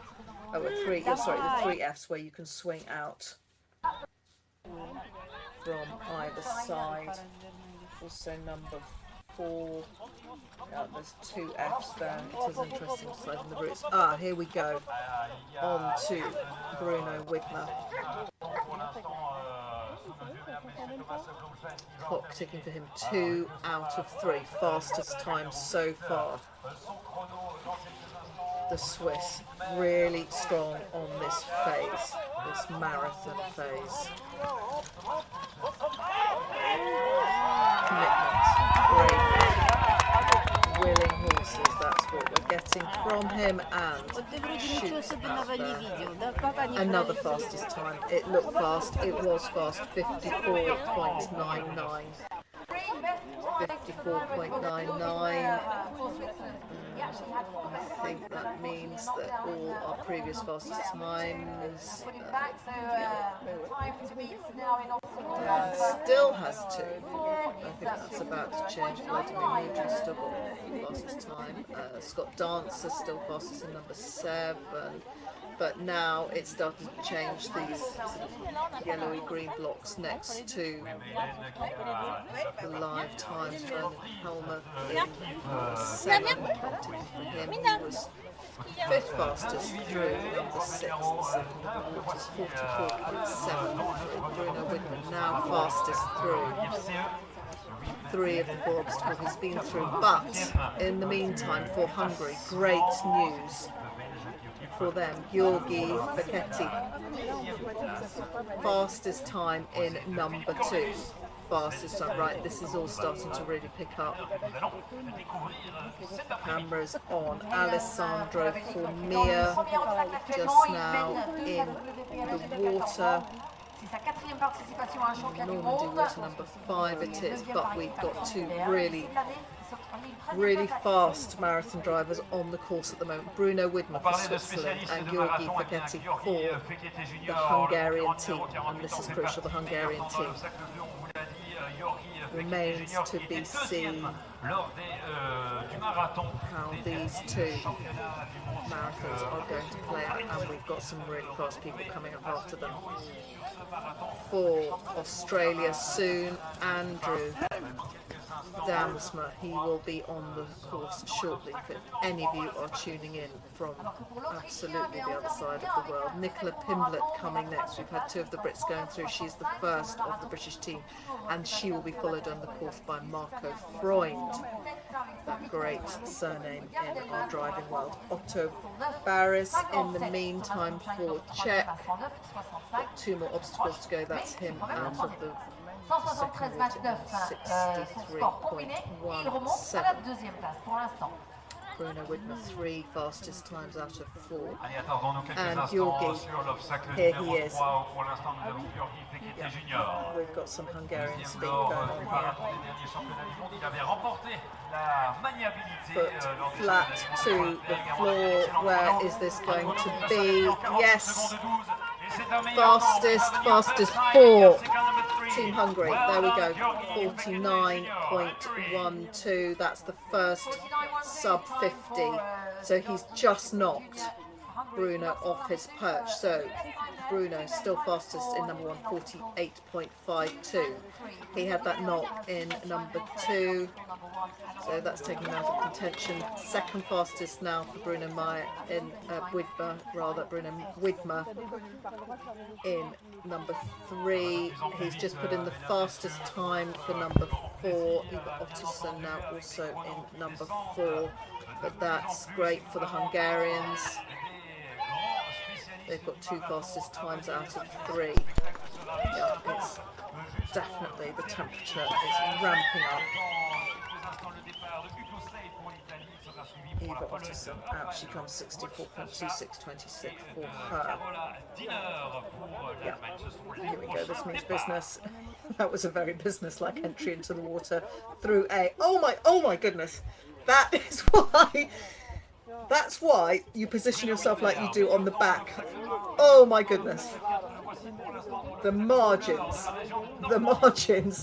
and that's why you get fastest times when you corner like that. Gosh, the G-force on the back there, I would think there might be a little bruised leg for the humans. I would add for the humans, the horses are fine.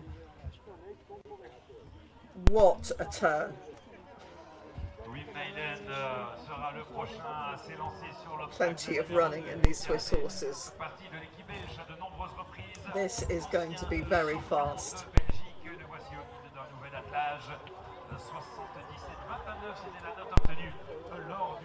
And he's out. Where is the clock going to stop? Ah!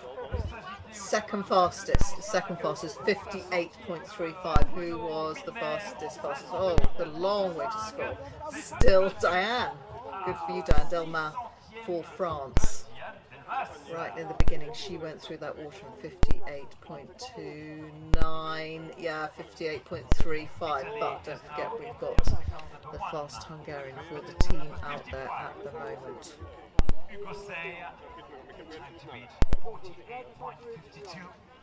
Ugo Say out on the course just now for Italy, and Halo for Belgium, both driving as individuals. We've got Alexander Sukup for Czech team, and he is the athlete that's following in from Georgi Piketty, who will shortly be coming into number 4. But in the meantime, we've got this aerial view of number 7. We had it briefly. There we go, thank you. Back onto it. That's number 7 aerial view.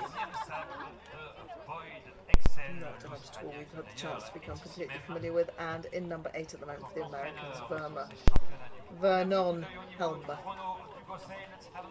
Ota Barris in number 7.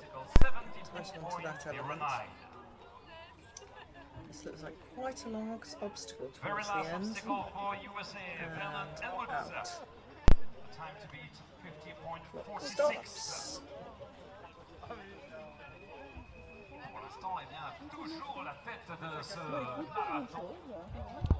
Alexander Sukup currently in number 3. This is him coming in. We have the Hungarian. Lovely to see Alexander. Would be also lovely to see the Hungarian in number 4 as well. And that time for Vernon Helmuth in number 8, 57.48. So his marathon has finished.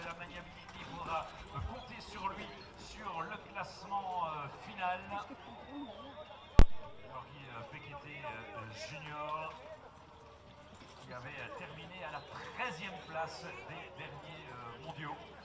À Cronenberg, vous voyez le travail du groom pour éviter que la voiture ne touche un poteau et renverse ces fameuses petites balles, ce que nous appelons les tombants. Coûte cher.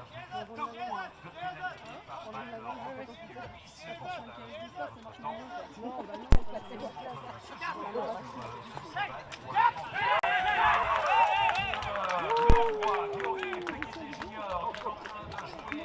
Sa place à l'individuel, mais également sa place pour l'inter-équipe. And we have again a new best time for Hungary. Well done. Just news through now that Georgi Piketty is fastest again, so that's 3 out of the 4.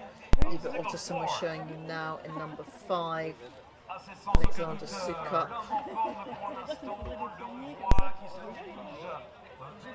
He's, yeah, through number 3, 16th, 53.30, but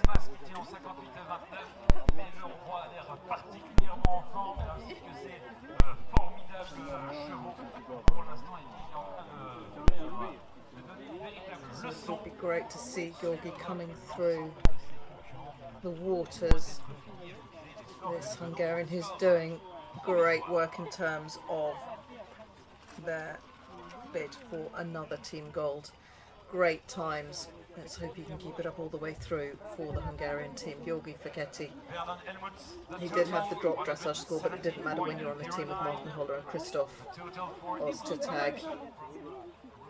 You just want a really solid marathon now for this team tactic. Poland will be the next to go for the obstacle number 1. Welcome to Open Wojtasza, member of the Polish team. Bruno Widmer now in number 6. He's had some great times, second fastest in 3, 4 and 5. He had been posting some of the fastest times until Georgi came through. Georgi came through just after him. But Bruno retains his fastest crown so far at number 1, 48.52. And I'll be able to share with you in just a second what his time is. And he comes out and the clock will stop on 43.1 second fastest, who retains that crown still there. She was good through the waters. Rafael Watacha.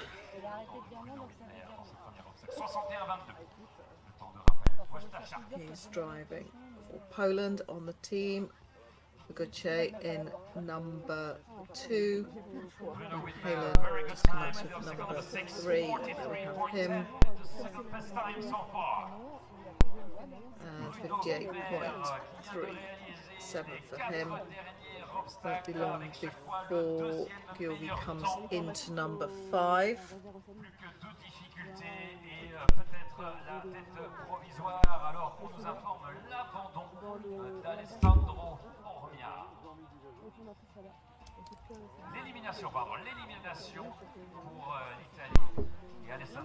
With Bruno fastest through number 1, 48.52. Georgi Facchetti will be shortly coming into number 5. In the meantime, number 4, Alexander Sukup and Ugote for Italy. Rafael Watacha for Poland, 61.22. Carolina very soon on the course. Alexander, here he is, the Czech. And number 4, and Carolina, she had a great dressage, one of the very first to go on Thursday morning, and stayed top of the leaderboard for just about the whole day, driving as an individual for Germany. So let's see how her marathon goes, because she had a good dressage. Ended 18th overall, but that was only after we'd had some big names coming through. Ramadan, great shot of the sky.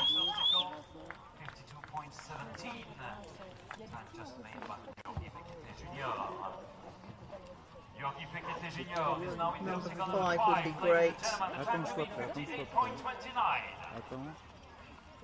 Va-t-il arriver à réaliser 4 meilleurs temps à la suite dans quelques instants? Georgi Facchetti Junior, c'est toujours le chrono de la française Diane Delmas, 58-29, qui est le temps de référence dans cet obstacle d'eau. Nous sommes tout à l'heure de Pierre Spassi, 3.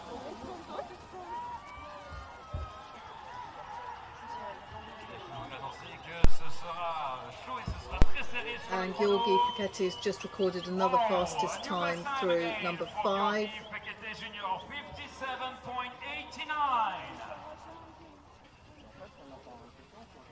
Eh bien, pour l'instant, c'est un sans faute pour le meneur. In number 6, and Bruno Widmer at the moment is in number 7. Pour l'instant, sur ce marathon, avec ce classement importantissime tant au niveau individuel qu'au niveau de l'inter-équipe. That's the aerial shot of Bruno Widmer, and a great time for him as he comes out 52.57, second fastest for him. So he's had a great marathon, just that knock in number 2. And Georgi Facchetti is, unless things change for him, that is going to be a really good marathon for him. Great for the Hungarians. Carolina has just gone through number 1, second fastest for her. 50.38. Good drive for the German.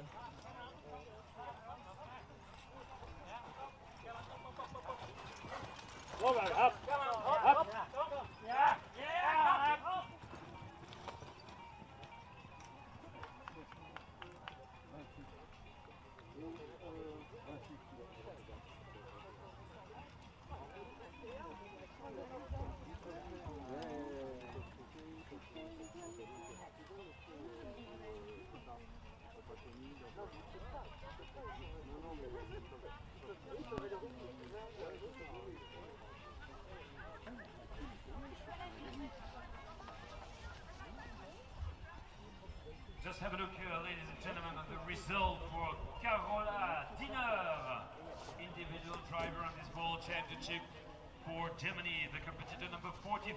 What a very good start on this marathon, 50.38.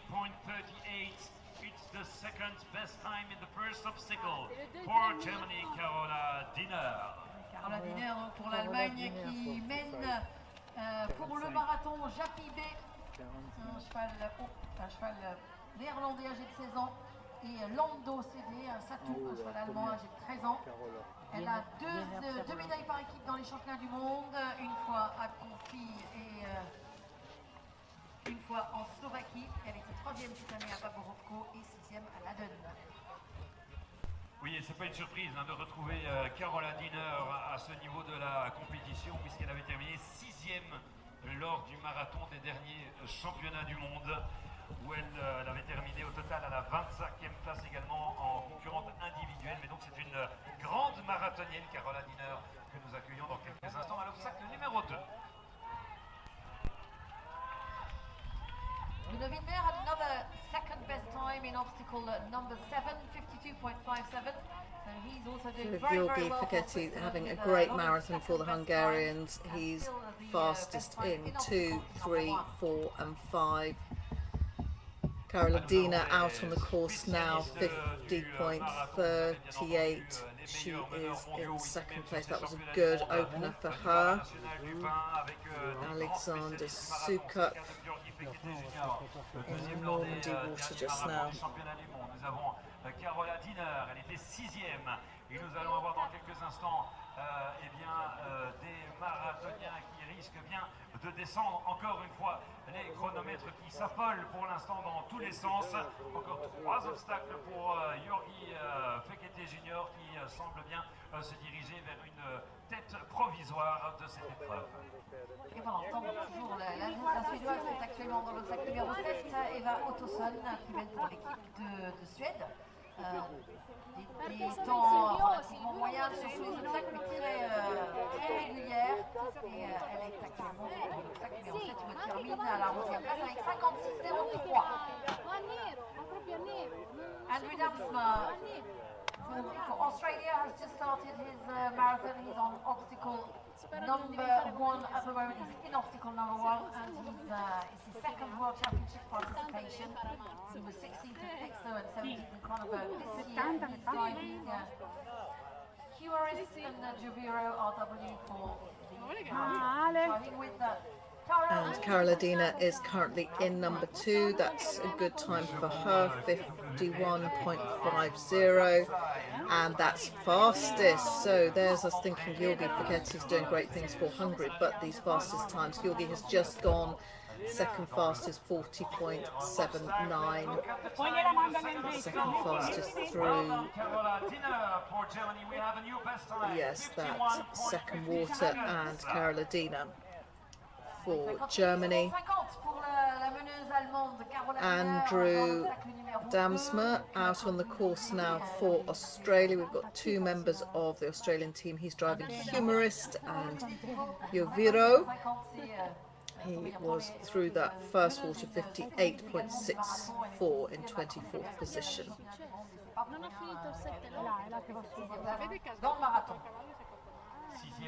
Lors du marathon, et elle avait remporté le championnat du monde à Conti en 2011, donc c'est une cliente sérieuse pour cette épreuve de marathon, mais également sur le classement final, puisqu'actuellement elle occupe une belle 18e place, 18e sur pas moins de 93 départs. À suivre donc Carola Diener dans quelques instants à l'obstacle numéro 3 où nous avons Raphaël Wojtasza pour la Pologne dans cet obstacle qui vient de And that's just exiting number 3, Rafael Wojtasza,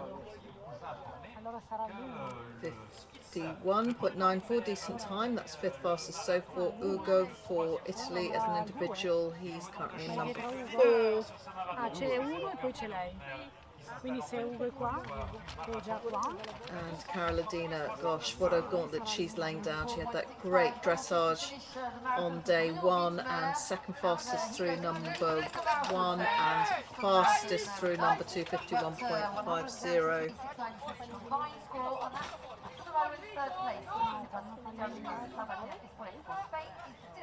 In the lead in the combined scores for the competitors who completed both phases.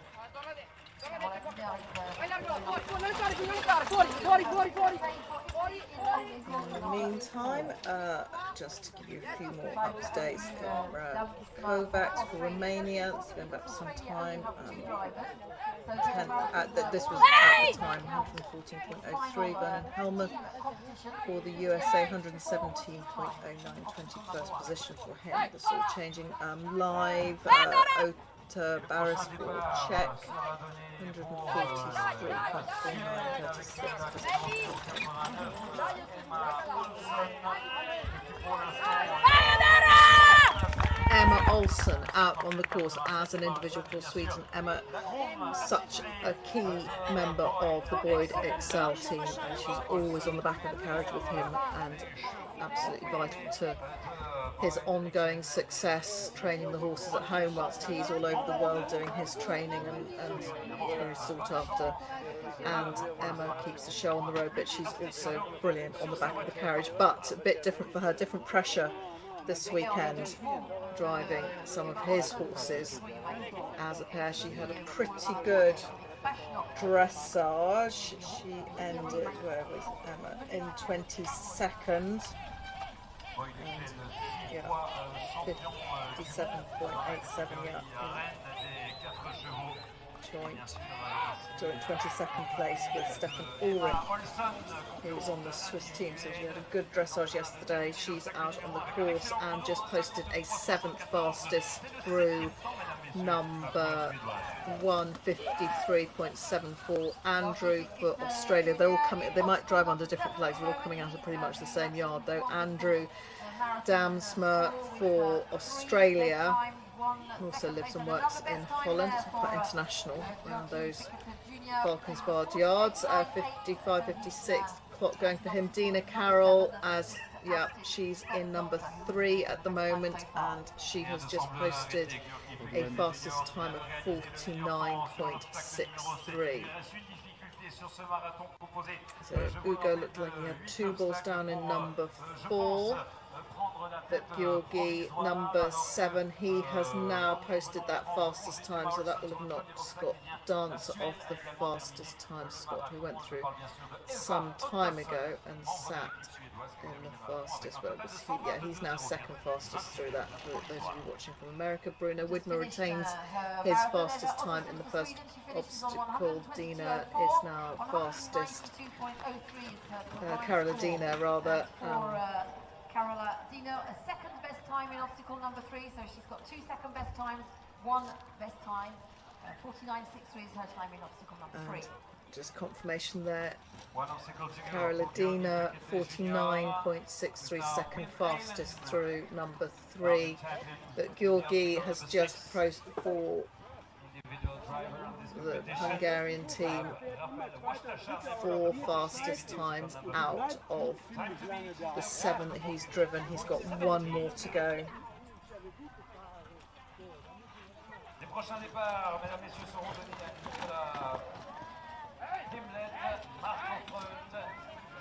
Well, coming up for Poland on the team.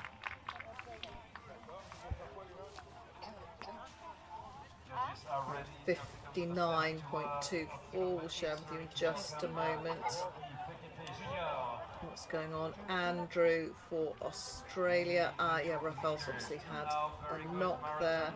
Carolina about to come into number 4. The orange light is on. She will be in very soon. Rafael Watacha, he has had a knock, 34th, and Andrew in number 2, 58.20, that's 14th. Carolina, who was just before him, fastest through that 51.50.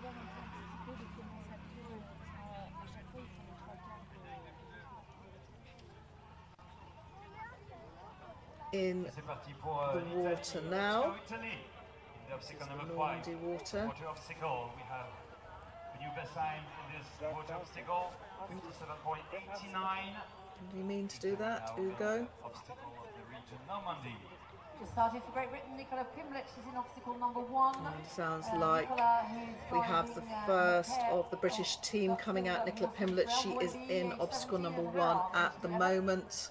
her second World Championships in pairs. She started pairs in 2021.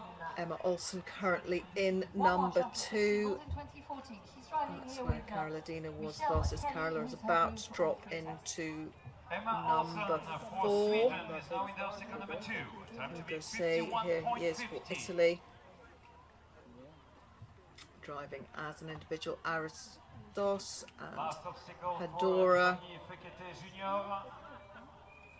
À suivre bien entendu pour les couleurs de More la updates. Ava Hongrie Ottosson avec ce résultat is qui sera important 122.04. She's 28th overall. Her best classement obstacle was number 7th. She went through in 56.03. That was 12th place for her. That's the Swedish team. Giorgi Fekete Junior, eh bien la Hongrie pourrait confirmer la première place obtenue à l'issue du dressage. Mais attention à la France, on a encore deux grands marathoniens à avoir ici sur ce parcours avec François And Petit-Douai, bien cameras sûr, on. le vice-champion du This monde will en be titre, pleasing deuxième any of you that are au tuning in from classement Australia. I général. hope you're Je parle bien sûr de wide awake still. Andrew Damsma, here he is in obstacle number 3 in the sunshine now. It'll be drying out where it's got a little bit sticky, and next door to him, Carola Dina is currently in number 4. Andrew will be out shortly. Voilà, chaque meneur peut apporter ses points. Out he goes. That's the one where we've got several options for that F exit, and that was in 55.9726.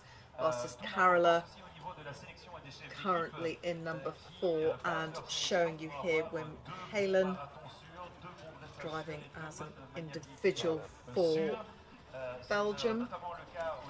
Georgi, and his marathon has finished. He was 51.20, Georgi Fekete, 51.20 in that last obstacle, way in front in terms of finishing the marathon. So he finishes on 100.9,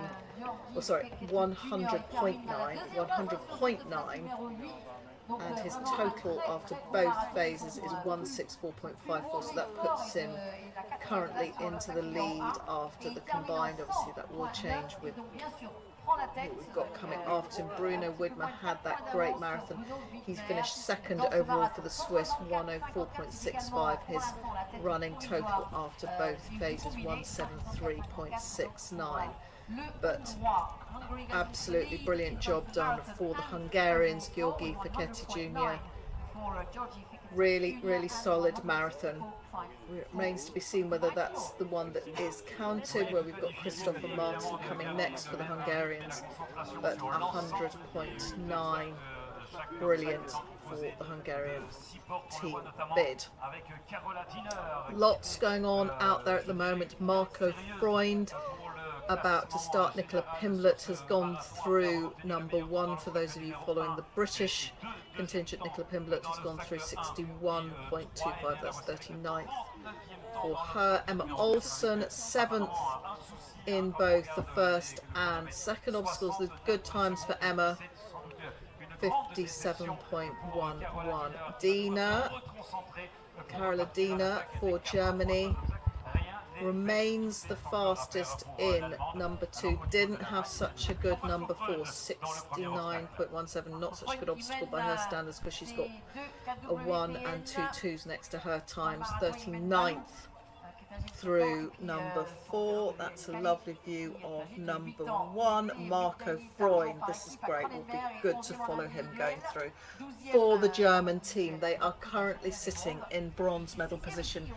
Balou and Kali are his horses, and just look at that glorious sunshine. A few orange tops there. Those will be the Dutch, because they're watching closely. Of course they are. They're sitting just behind them That was Marco Freund. Hopefully we can stick with him going all the way through. 5th fastest for him, 52.45.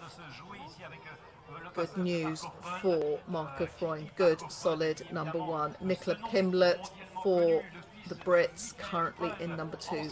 Green clock ticking against her name. Back with the Italian. This is Ugo in number 6. Avec un excellent 5e temps, 52 secondes 45. Well done, Marco Freund, member of the German team. 52.45 is the 5th best time in the obstacle number 1. Emma also in number, so we've got Emma and Andrew. Both out on the course, both will have a similar fan club behind them. Final marathon score in a few moments' time. But great news for the Hungarians. Georgi will be out there cooling off his horses. Anne-Marie Turbe, our judge, managing that cool-down area.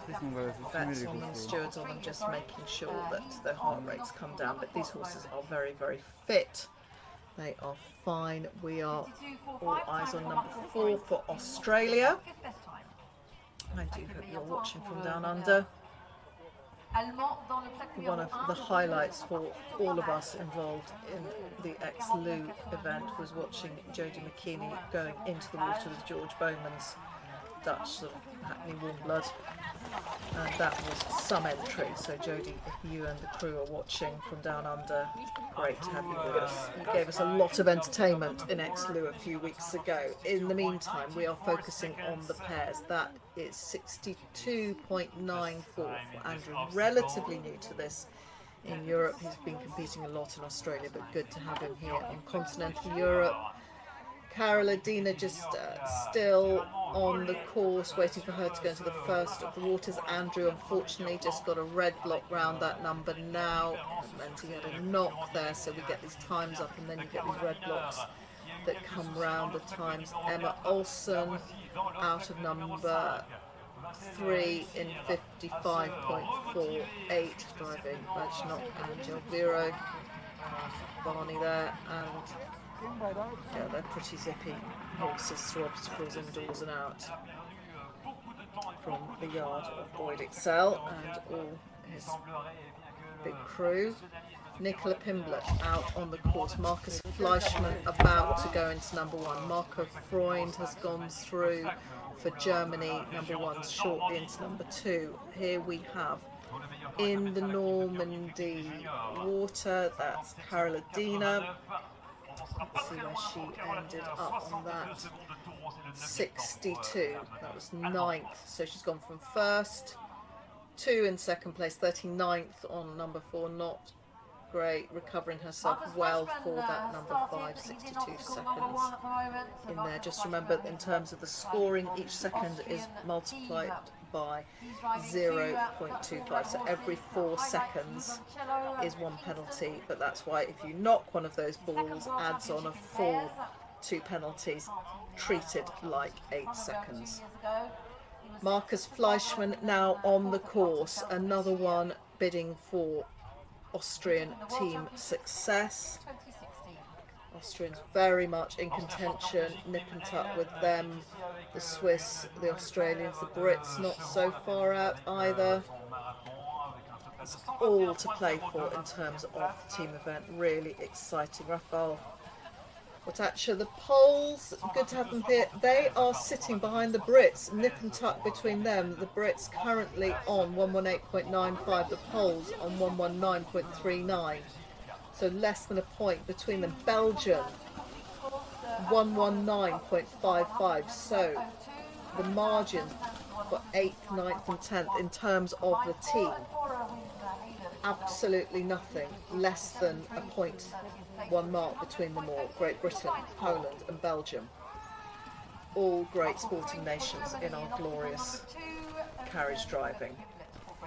In the meantime, that looks like it's going to be Nicola. Yes, it is. In her British whites. Nicola Pimblett on the British team. That's why she's got that star next to her name. This is number 3. Marco Freund will be next to her in number 2 at the moment.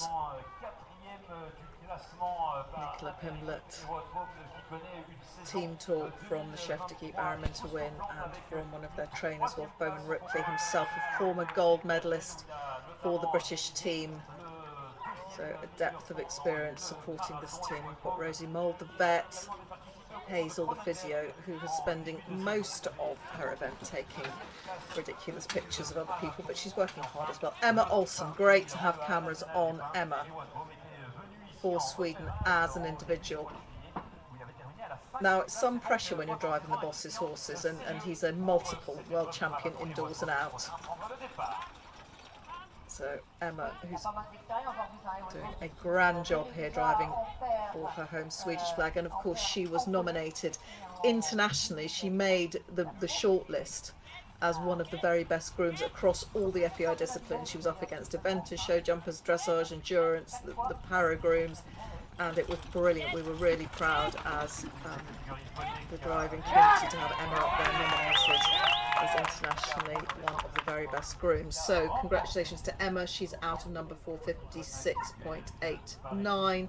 That was 6th fastest, so she's been 8th through number 1 and number 2. It's obviously changing. Marco Freund has just posted the 2nd fastest time through number 2. That's good for the Germans. Nicola Pimblett, 59.5237 through number 3. Nicola will be coming in very shortly to obstacle number 4.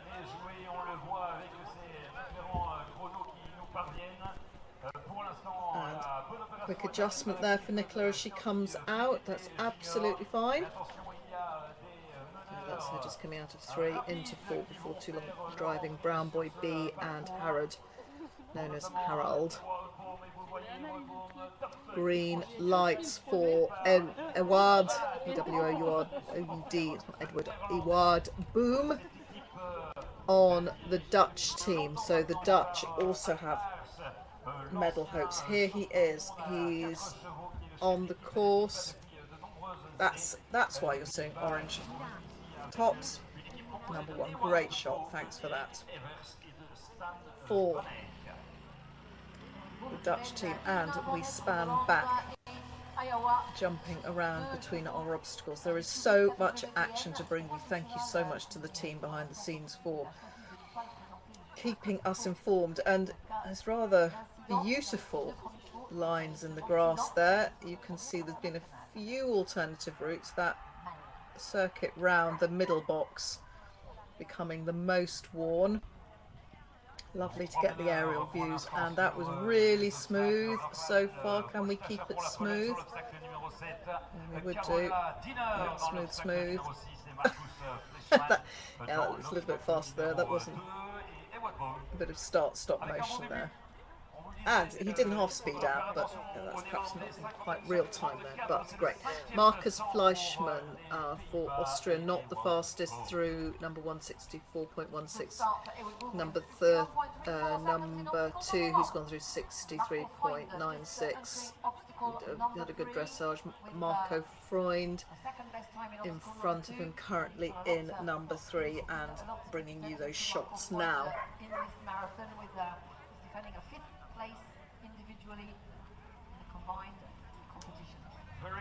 Marco's father, great Michael Freund, absolutely dominated the FEI World Cup when it first launched onto the international scene. Was quite hard to beat for those first few seasons.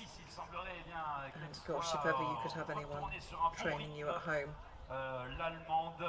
That said, children don't always listen to their parents,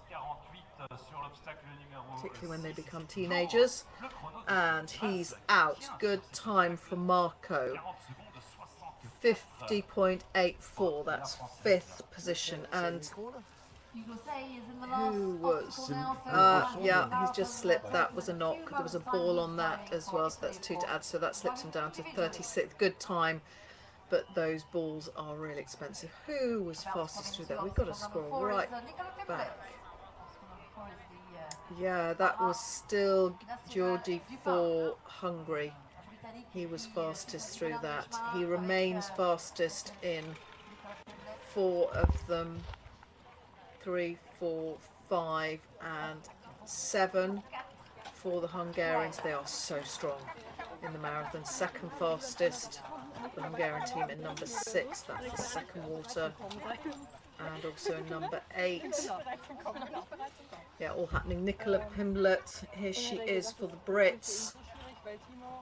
Le spectacle est loin d'être terminé, mesdames et messieurs. Nous avons encore 37 meneurs à se présenter à nous sur ce marathon. In glorious French sunshine. Truly international driving world, but the horse world is. Everybody competes on equal terms regardless of age, male, female, whatever configuration. We all compete together. Different breeds of horses and ponies. We are the original egalitarian sport. And good exit from Nicola. Well done, Nicola. And that's 68.34 for her. Joseph Dobrovits coming out onto the course for Hungary. He comes into this competition as the second ranked athlete. Didn't make the team.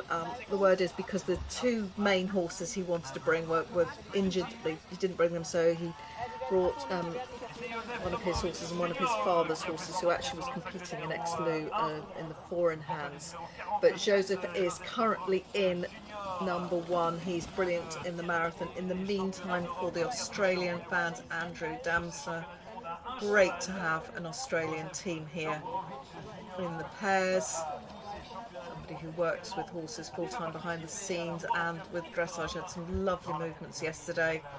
And good exit there from him.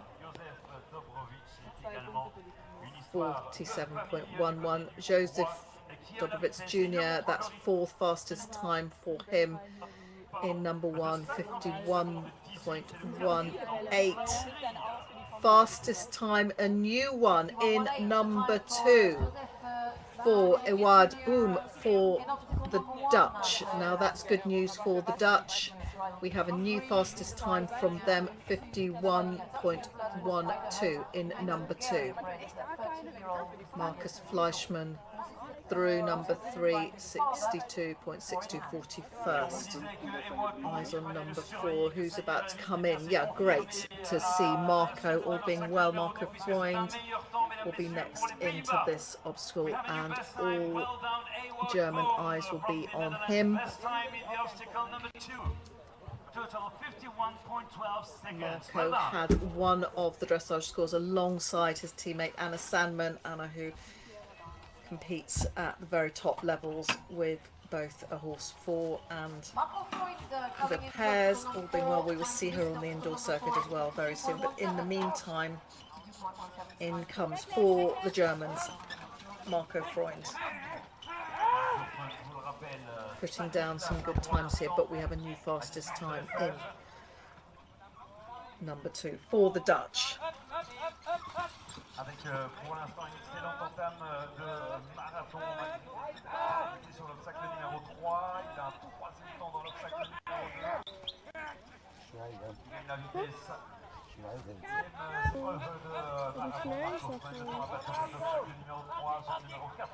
Clock ticking. Marco Freund for the Germans, currently sitting in bronze medal position.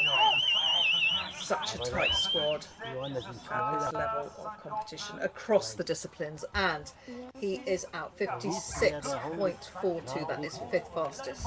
56.42 through number 4. Next in there will be Marcus Fleischmann for Austria. It's turned orange behind him, so that's the amber light, meaning you're about to go. And there they are, trotting by. Hello. Marcus Fleischmann has won the world championship.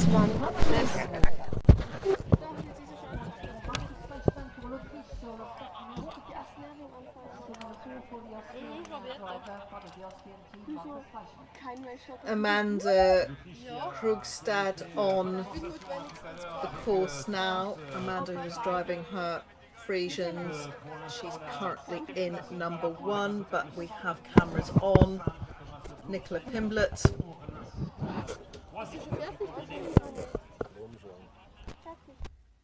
Nicola Pimblett, who is driving for the British team in the first of the waters.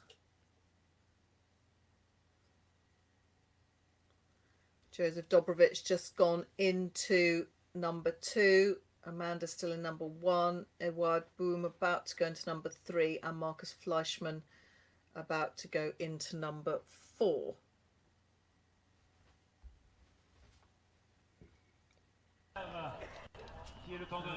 The aerial view now. Andrew just exiting number 7. And that was in a time of 61.10. 52.17.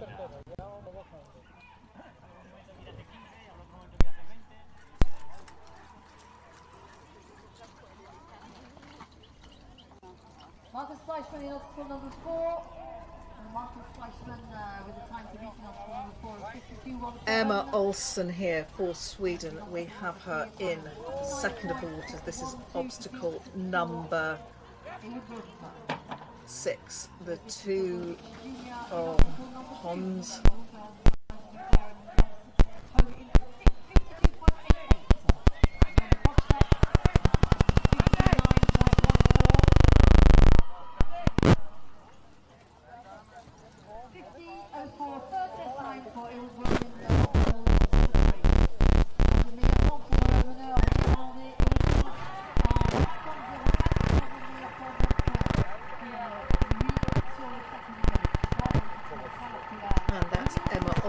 Out of number 6 in 46.79. Nicola Pimblett out of the first water in 78.05. Marcus Fleischmann out of number 4 in 78.08. That was 48th for him. Eduard Boom for the Netherlands. Number 3 in terms of where he is on the timings, 50.04. Joseph Dobrovic Jr. for Hungary as an individual, 52.88. That's 5th fastest. And Amanda for Sweden, Krogstad with Nero and Rinsky B, 59.14. So great to be back with Marco. He is in number 5. The water. Ah, great. We've got some dressage schools up there as well. That's brilliant. Lovely to have this additional information. So that's just confirmation that Marco was in 5th after the dressage. Good score. That sub 50 score to get. And in the Normandy water we have 2 obstacles, and it's those A and D gates, so this long gallop through here for those big striding energetic horses. This is a great obstacle for them.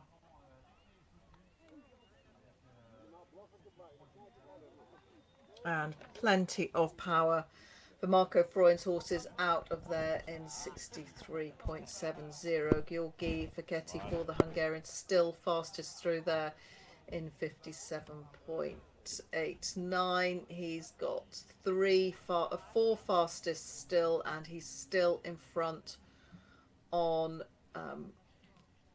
the marathon, 100.90. However, in terms of overall placings at the moment, it's Caroladina for Germany. She was 3rd in the marathon. She had the fastest time through, number 8, 49.21. So 106.54 was her total. That's a 3rd in the marathon so far, but added to her very good dressage score, 163.76. So that's the individual placings at the moment. Here we have another one of Nicola in the second water. Nicola Pimblett driving for the British team.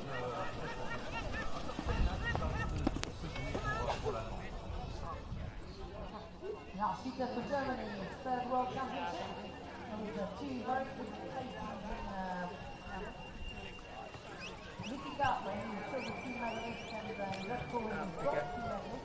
Individually, Vicky Gartman, individually in Red Bull. He's driving individually this year, but with very good position after the first time.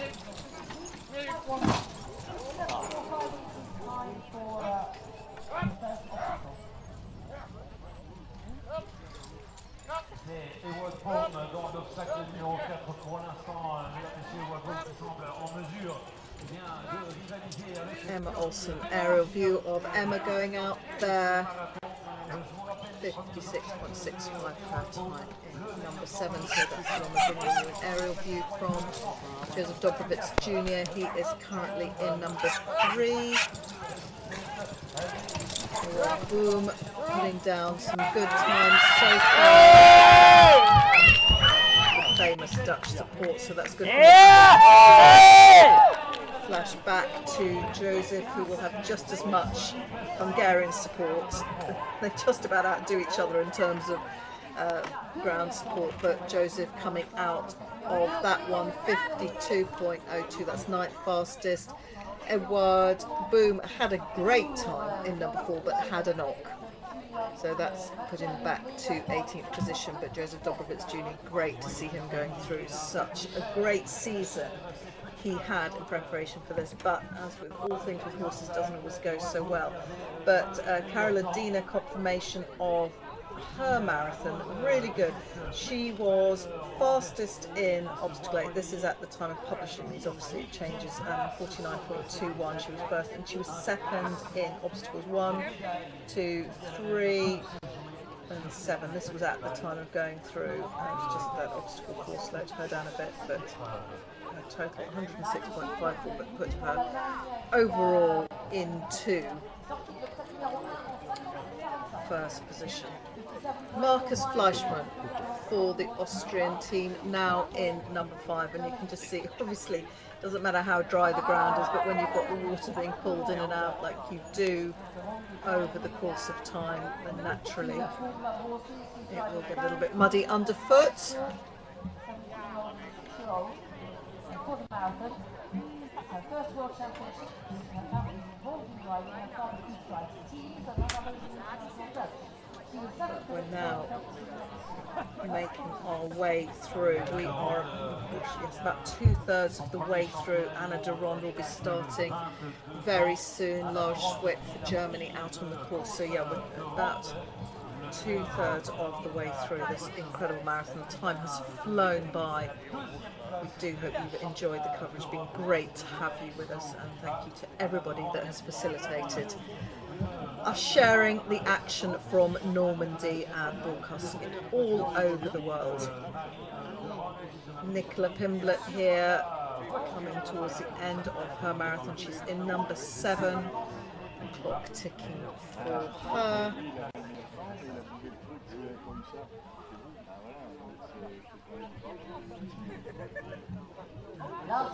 Great systems of live scoring, which is brilliant to be able to share all the action with you as it happens. And out goes Nicola in 61.54. So currently 3 people in obstacles: Amanda Lars and Anna de Ronde. Marco Freund as well, showing him in this number 6, the second of the waters, the 2 ponds with this raised section in the middle. Real commitment from him and his horses. Marco Freund there out in 46.52. Best result for him so far was through number 2, 3rd fastest. Joseph Dobrovits Jr. about to come into number 4. And Amanda for Sweden on the team currently in number 3.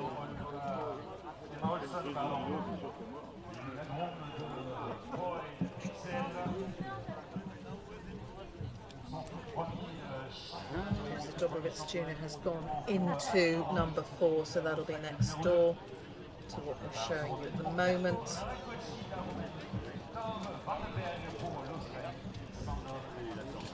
There we have it. Has been a gold medal winner himself on the Hungarian team. He was a member of really goes for it on the marathon. So he won gold with the team in 2015, again in 2019 and in 2021. His father has been driving internationally with the horse force for many years as well.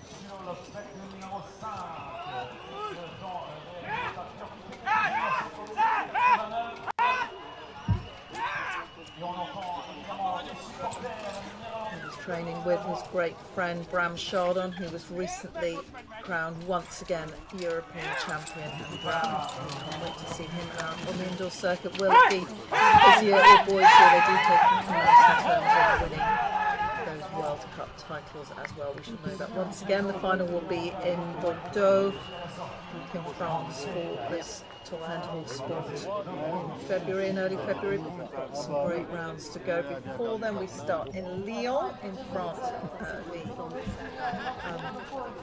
November. We go to places like Maastricht, Mechelen, Stockholm, Geneva, London, Leipzig, and then we have the final in Bordeaux. But that is great, and if you get the chance to come along to one of those brilliant indoor events, there's all sorts going on. They're great sort of festive shows, huge indoor shows. We have the jumping, the World Cup jumping, dressage as well, sometimes the vaulting too, so lots to see. Great family days out if you get a chance to come along to one of our brilliant qualifying rounds, and then perhaps even the final in Bordeaux in early February, to be recommended.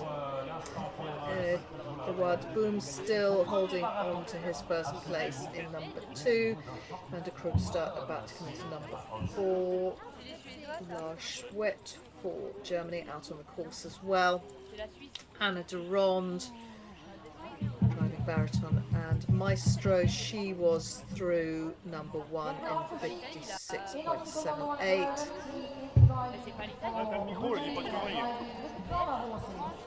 Marcus Fleischmann for Austria in the second of the waters. Whilst the Austrian team is currently sitting in 6th position, but absolutely at their heels Australia and Great Britain. And Poland, Belgium not too far behind either, very little between the teams.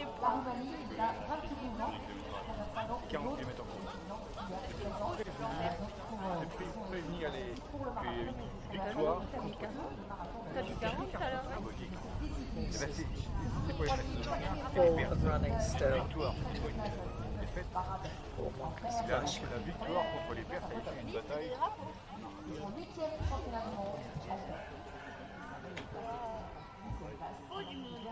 And an aerial view of number 7. Marco Freund out of there in 54.36. One more to go for. That was 7th fastest in the context of what has happened today. It was also 7th fastest in number 1, 3rd fastest in number 2, had that knock in number 3, put him out of contention. 5th fastest in number 4, 16th in number 5. The first of the waters, not such a strong hand for him. 20th in number 6 and 7th again. In the meantime, we are focusing on number 3. Coming into that shortly will be Anna de Ronde. She's just come out of number 2 in 18th place.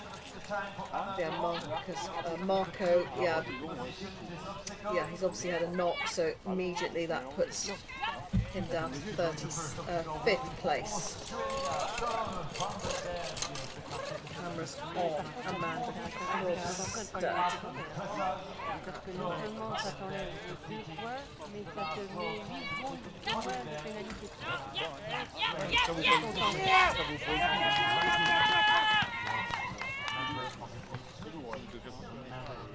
Ouais, tu vois, mais bon, écoute. Thor Handelberg qui mène pour l'Australie, qui mène chevaux catégorie PNB aussi. Ils mènent Cambry Estate Chino et si, c'était eux. Cambry Estate Cato. Le groupe Cambry Estate Cato Chino pour le marathon donc des deux juments âgés de 11 ans. Le remporteur cette année.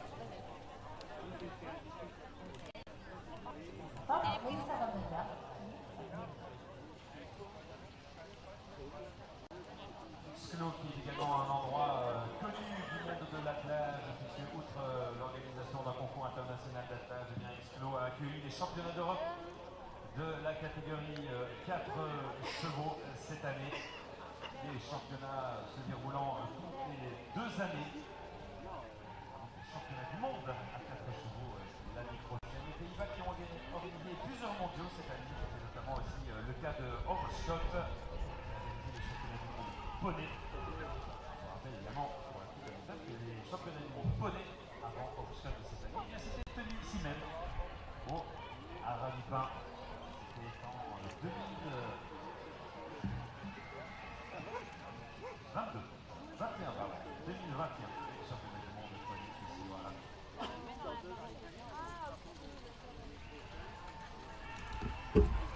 Joseph Dobrovets Jr. just exiting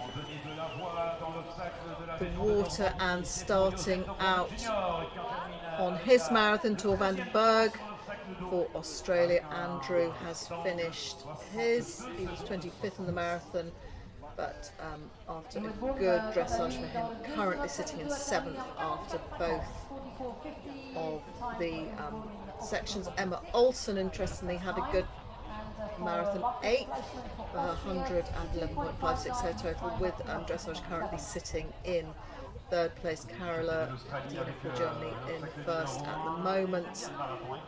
Tor van den Berg, for those of you following the Australian interest, was out of number 1 in 52.60. That's 9th fastest. In the meantime, we have drivers in 2, 3 and 4. Gogo Radotsky, Lars Sweat, we're bringing you here at the moment in number 4, and Anna de Ronde for the Netherlands as an individual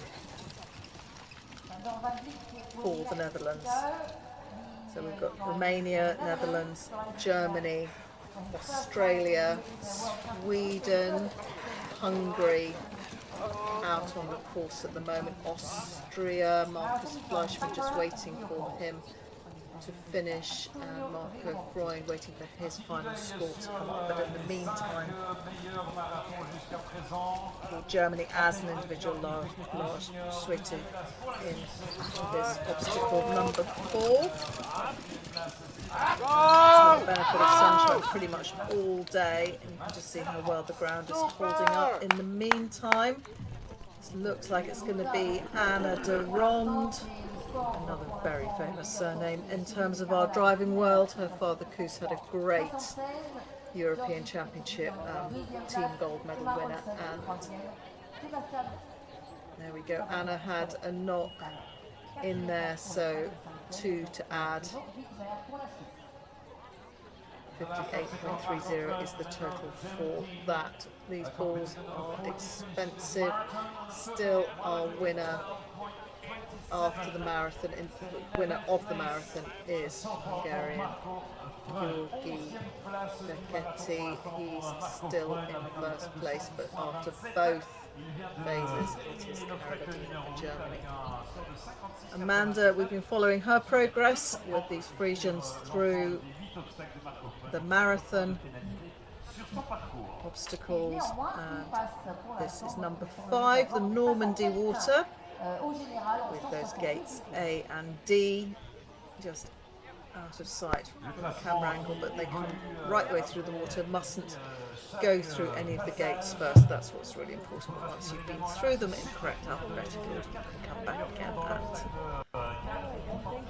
and wet legs for whoever is on the back of these carriages. Yep, coming back goes through A after the D gate.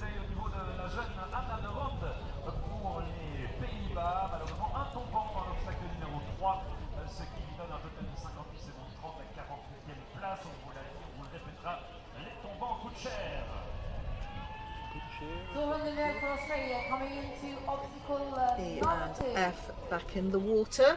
And Sandor Van Vliet. So Anna Durand about to go into number 4, currently in number 2. Tor van den Berg has a good water, and Sandor Van Vliet for the Netherlands has just gone out. He's driving Cara and Leopold. Next out will be Beat Schenk, followed by Diana Countess Lindsay, who is driving Maliki and Niall. I know some of you fans are out there listening. Indeed, somebody who owned Niall at the end of it all, so good to have you with us.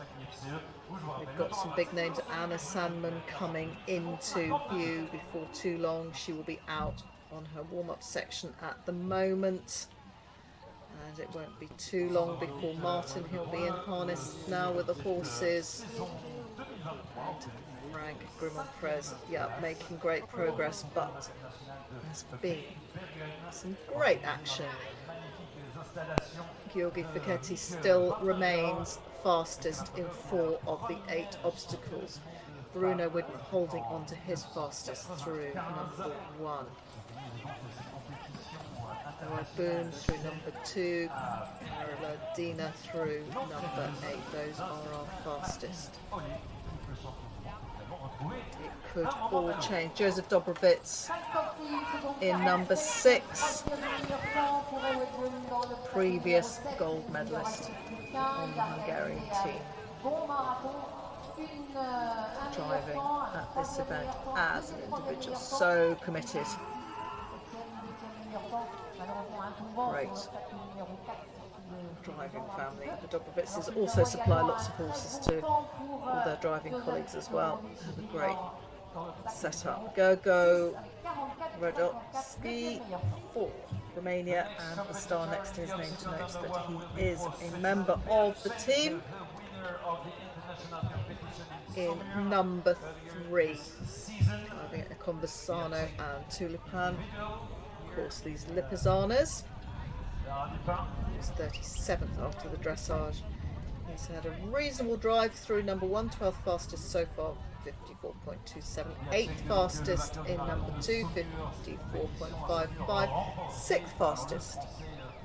He's about to be. Just got slightly ahead of myself. When he leaves, I shall tell you again. There he goes. You're about to see that he has indeed been 6th fastest, 51.00. Just the live feed on the scores has just come through. Anna Durand currently in number 4. That's number 3 we've just watched.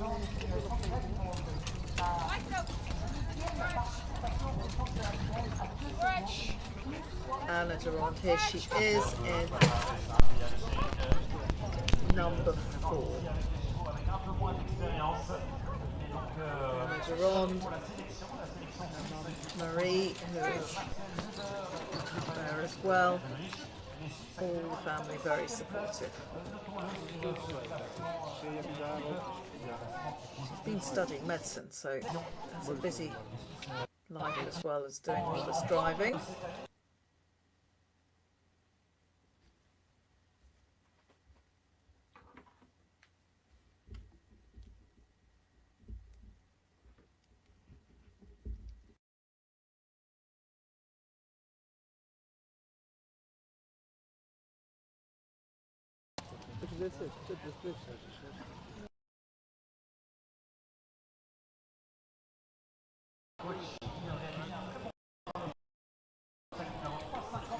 Anna was out of there in 65.95. Beat Schenk for Switzerland is now out on the course. He's in number 1. He has also been a medalist in the past. And Lars Schwitt for Germany, they're 9th after dressage. Good dressage for him. Beat Schenk last won a medal in Lipica in 2017, where he won bronze, won a silver in Hungary in 2009. Former medalist individually. Les résultats de l'obstacle qui est à venir avec 53-71 pour Becek pour la Suisse dans l'obstacle numéro 1. L'obstacle numéro 2. Sandor van Vleet out of number 1 in 57.80. Becek was through that in 53.71. That's the 11th fastest. Good. Number 3 for Tor Vandenberg for Australia. That was the second fastest for him. At the moment, it's got a blue box around it, so obviously just waiting to check. There's nothing else to add to that, but 49.31 at the moment. He's also 4th fastest through number 2. Tor Vandenberg having a good marathon so far for Australia. Diogo Radotsky for the Romanian team is about to come into number 4. We've got cameras at the moment currently out on the course. Anna Duron, she had another ball at number 4, so that's knocked her time down in standings a little bit. And towards the end of the course, great for the Dutch Ewout Boom. He has recorded a new fastest time in number 8, 48.78. So that fastest time that was held onto for ever such a long time. Gosh, going scrolling back and back, but I'm moving it for a bit. But now, in number 8, we have a new fastest time from Ewout Boom, 48.78. In the meantime, for Romania, Gogo Radotsky.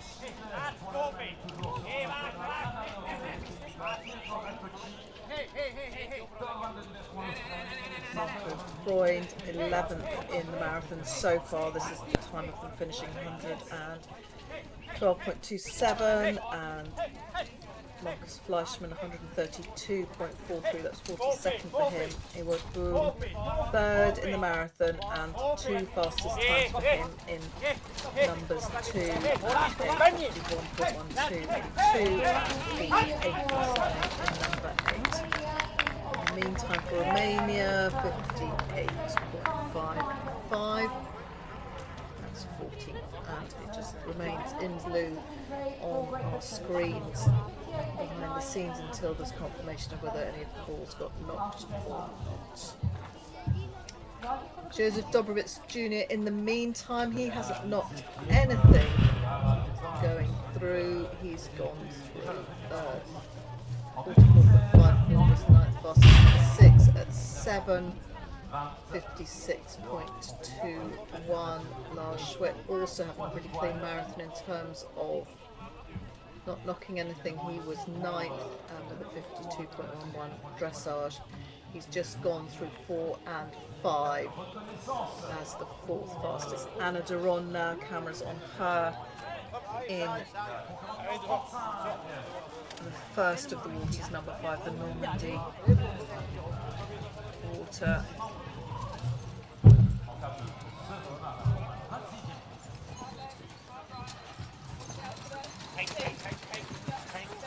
Her father, Christian, who is absolutely brilliant on the marathons, by far his strongest zone, and that's what really pulls him up the rankings. We've got Beat Schenk out here, Lars Schweit, who's had a good marathon, as an individual for Germany. He's had some 2 4 fastest times at the moment. He is in number 6. Water with the 2 ponds and the hillock.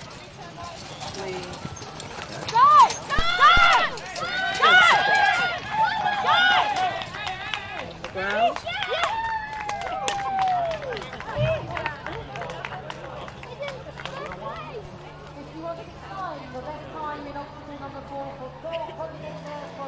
Now that's sounding like, if you heard the English voices or English speaking voices, a new fastest time, and this is great for Tor Vandenberg in number 4, a fastest time for him, 2nd fastest in number 3, but fastest so far, 51.69.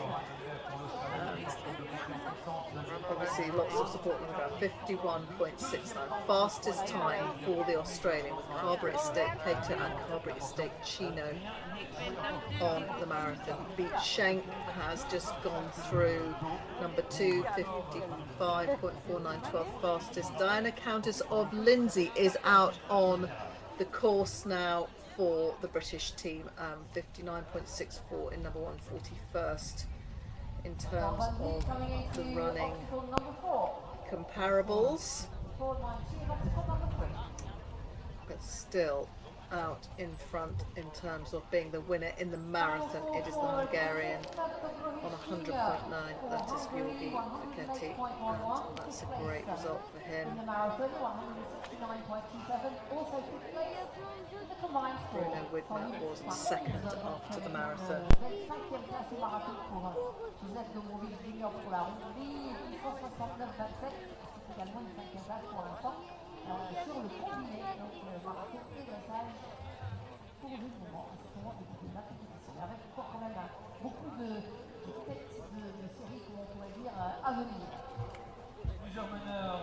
So those are the running results at the moment.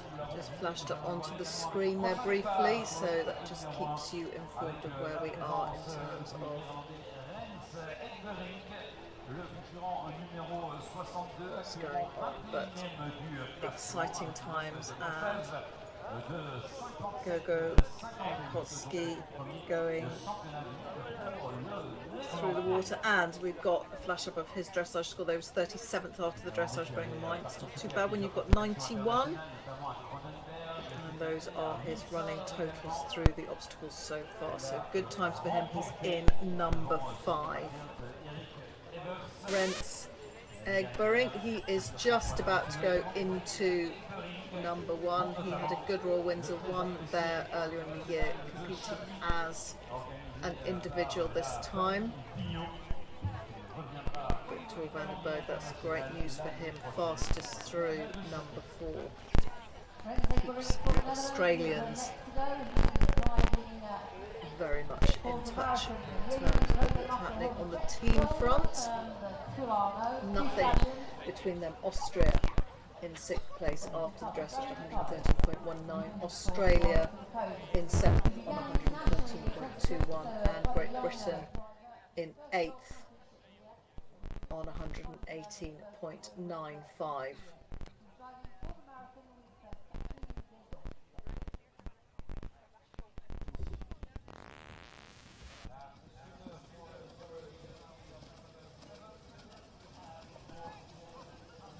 Anna de Ronde now for the Netherlands as an individual.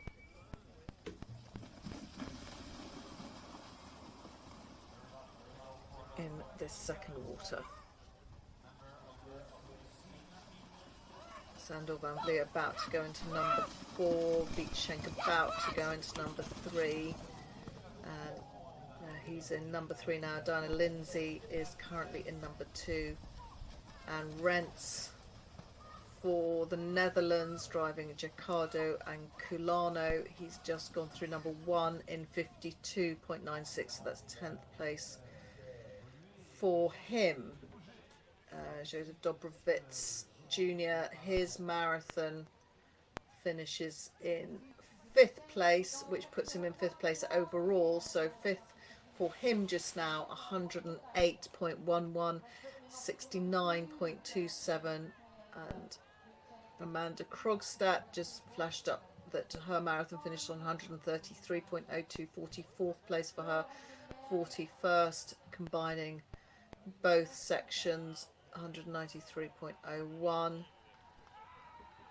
Diana Lindsay, we think, through number 2 in 61.34. In the meantime, Australia was showing you number 3, Beat Schenk in number 4. Australia in number, that's tour will be coming into, number 5, number 6 next for him. Sandor van Vliet for the Netherlands, driving as an individual. Number 4 this is.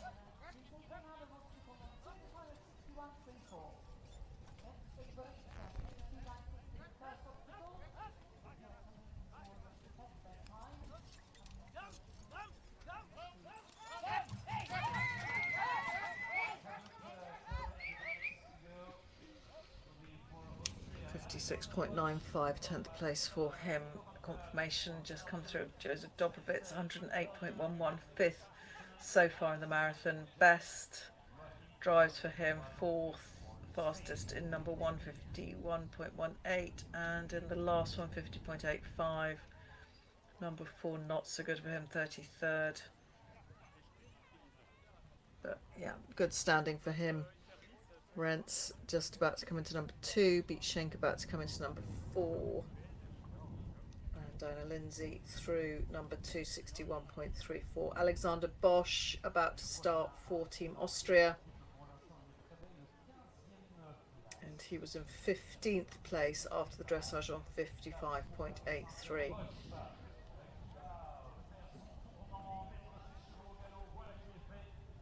Not long now, out on the course will be Anna Sandman soon, followed by Martin Holler. So those top placed athletes, Werner Ulrich, Jacob Arnold, Dennis Schneiders, Christoph Ostertag for the Hungarian team, Eric Evers for the Dutch, Frank Grimont-Prez. Do expect big support for him going round for the French. We are in the final swathe. Gogo Radotsky here for Romania on the team.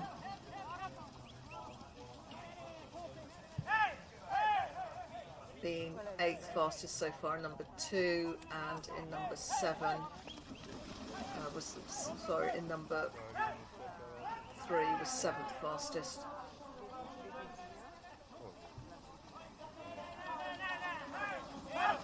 Tor van der Berg remains the fastest in number 4. He's gone through number 5, the first of the waters, 58.52, 4th fastest for him.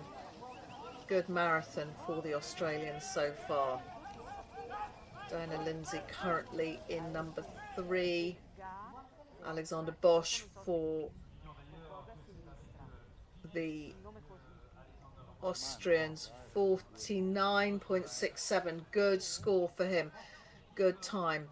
7th for, no, it's not 7th, it's 2nd even. It's 49.67, that's what I'm looking at. And then it's 2nd. Really good. Beat Schenk in number 4. We've got Diana Lindsay. Clock ticking for her. This is number 3. Missed a turn by the looks of things.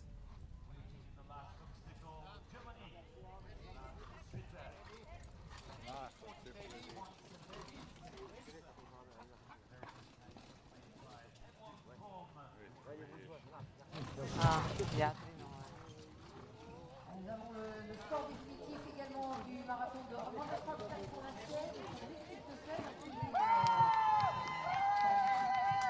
Brits are out and clock stops for Diana Lindsay at 63.59.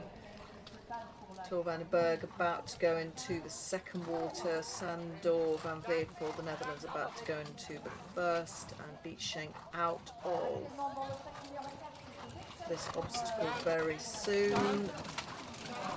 Having a good marathon. And that was 9th fastest coming out of there in 56.79. Here we go for Australia, keeping Australia's team hopes very much alive. There we go, he's 14th after the dressage, always strong for him. Great times for Tor van der Berg. And where's he going to be in this second water? This is where you need your really fit horses with plenty of running. Yeah, still going for it. Fit horses.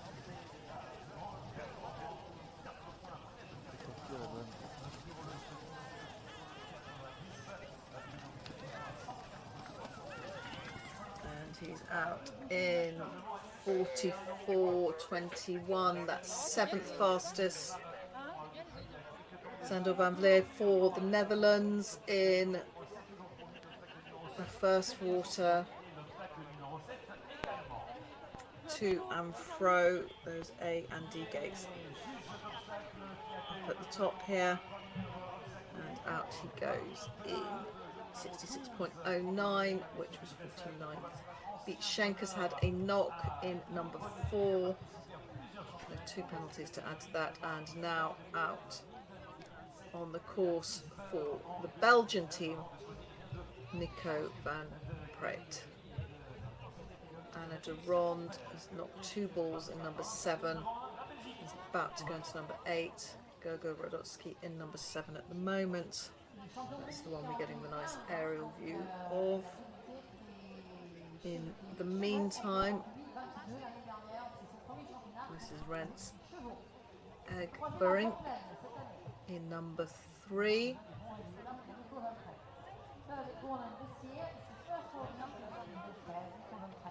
Alexander Bosch is next door in number 2 at the moment, and Diana Lindsay is about to go into number 4. Anna Duron currently in the last one. Plenty of action out there on the course. We have raced through all our competitors today, and there's been some great action, some brilliant times, and there's more to come. Those at the top of the leaderboard. Out on the course, Anna Sandman, very shortly Martin Holler, Francois Dutilleux for the French. We've got Christoph Ostertag, who is currently 3rd, Dennis Schneiders for Germany, and Frank Grimmel-Prez. We've got an awful lot to keep you hooked, and we have a new fastest time in number 2 for Alexander Bosch for Austria, 2nd fastest in the first and fastest in the second, so he certainly means business out there on the marathon at the moment. Anna Duron just waiting for the box round her name and time to turn grey, which means she's been signed off on her marathon. Diana Lindsay now in number 4. Had a really good dressage, been working hard behind the scenes at Riant.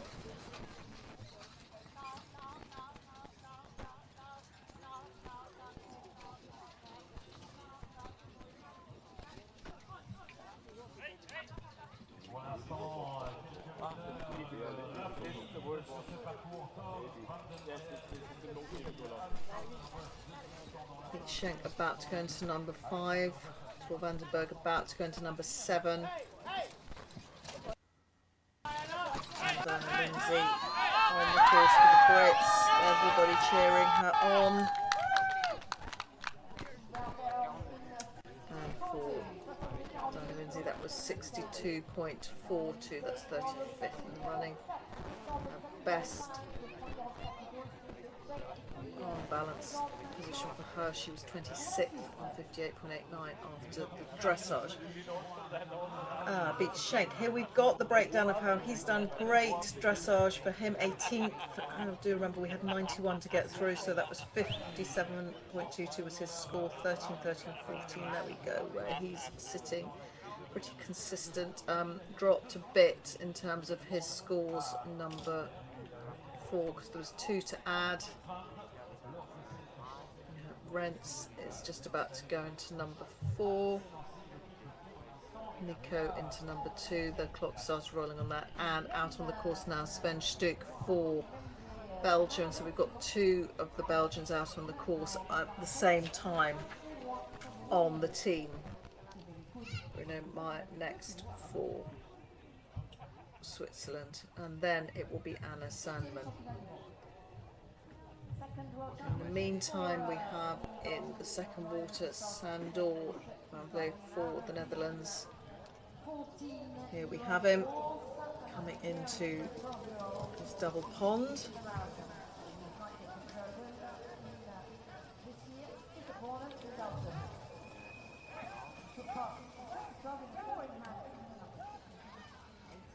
confirmation of the times and placings for Amanda Krogstad from Sweden. She finishes the marathon 47th place, 135.02. Her best obstacle was that 41st fastest, which was through number 1. And Lars Schwett, he's had a good marathon, 112.25, 13th at the time of this being finalised. He was 5th fastest in 4 and 5.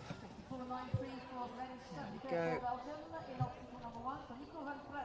So that looked like 46.04 for Sandor, 20th fastest in number 6.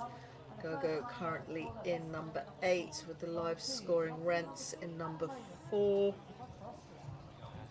And in number 3, I can reveal now, you're about to have a very fast time. You can reveal now. That was 47.11, which is a fastest time for Alexander Bosch. In the meantime, we focused on what we were trying to number 4, Rens Egerbeck, but so that, oh no, and Alexander Bosch went for a little bit too much. Disappointing, 2 to add. So that adds another 2. It's not just 2, well, it's not just 2 seconds, it's 2 penalty points. So it is expensive. It's he's now dropped from 1st to 32nd. So that's why you really do want to leave those balls on top, because you're not, well, you're adding effectively 8 seconds to the time. It's not just a straight 2, you're adding 8. So it's 2 to the penalties. They are expensive. Nico van Prik for Team Belgium. He's gone through the first in 17th, 54.61. His compatriot Sven Stuk has gone through in 54.93, 19th. So pretty much of a muchness. Susanna Lindsay, looking at her now in number 5. Das ist halt schon richtig geil. 26th, as you can see that after. Und du musst sagen, wenn der jetzt da dressage.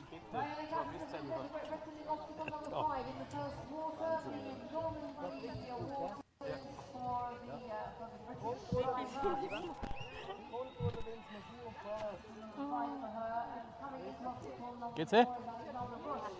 Fährst du noch nicht um? Jetzt stehen wir da um, ne? Da kann ich viel reintragen.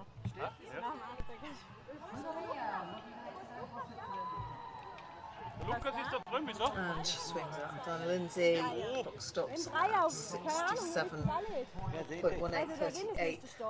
Time for Alexander Bosch. Annoyingly for him, had those balls. Bruno Meyer now out on the course, currently in number 1, but in the meantime having a great marathon. Let's hope he keeps it up right to the end. Tor van den Berg for Australia. He's had 1 fastest time in number 4. Otherwise, he was 2nd in 3 and 7. 4th in number 5, 5th in number 2, 10th in number 1, 7th in number 6. So could have a new leader after this when that clock stops. Looks like a good time provisionally for Tor in number 8. Got a blue box round at the moment. As soon as that goes grey, looked like that was 3rd fastest. Just waiting for confirmation of that. You won't get ahead of Georgi in terms of the marathon total, but all being well, provisionally at the moment 102.01, which puts him into 2nd place in the marathon. Yeah, it's gone grey. Confirmation for Australia that Tor van den Berg has had a great marathon. 2nd place, 102.01, which puts him into 1st place overall. Georgi for Hungary still winning the marathon. 5th place for him after adding his dressage up at the moment. Sandor 22nd, we think, through number 7. Beat Schenk 3rd in number 3. Cameras on Alexander Bosch at the moment. Had a good start, second fastest in number 1, fastest in number 2, 49.88. That great time. Had a great time in number 3, but not those balls, which is expensive.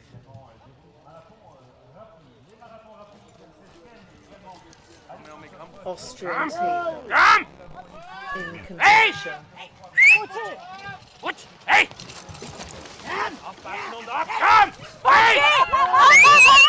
Go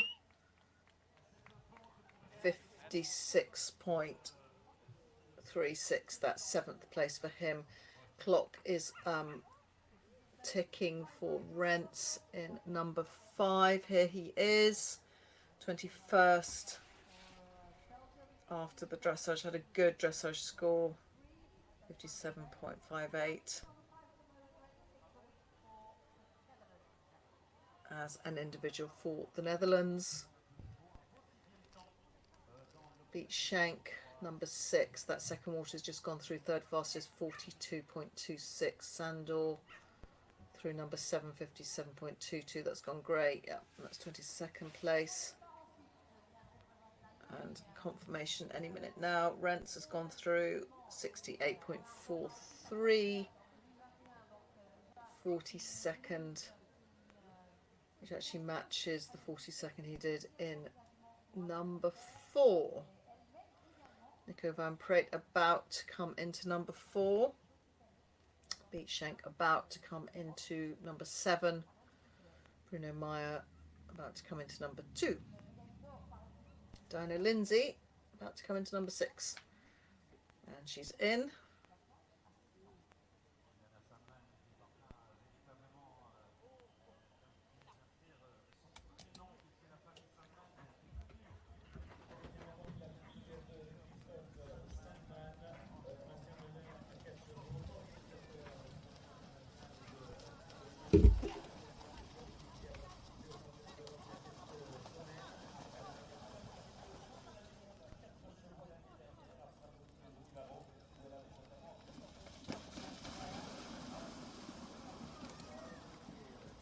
Dinah Lindsay through the second water, obstacle number 6, confirmation now through for Tor van den Berg for Australia.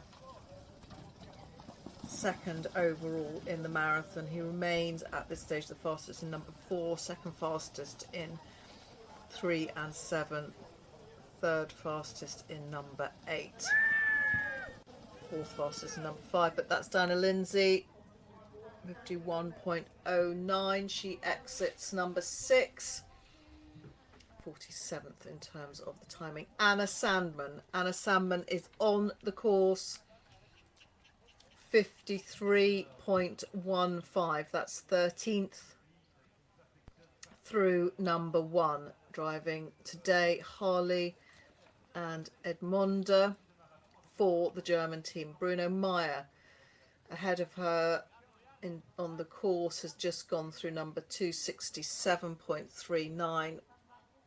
Pictures of Nico van Praet for Team Belgian. He and Sven Stuck also for the Belgian team on the course at exactly the same time.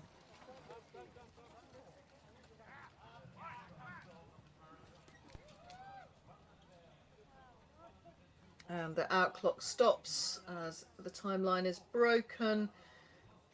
61.02 for him. Sven Stuck also for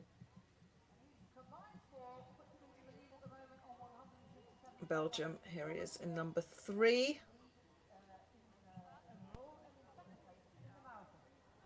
Bruno Meyer in the meantime out of number 2. He's driving as an individual for the Swiss.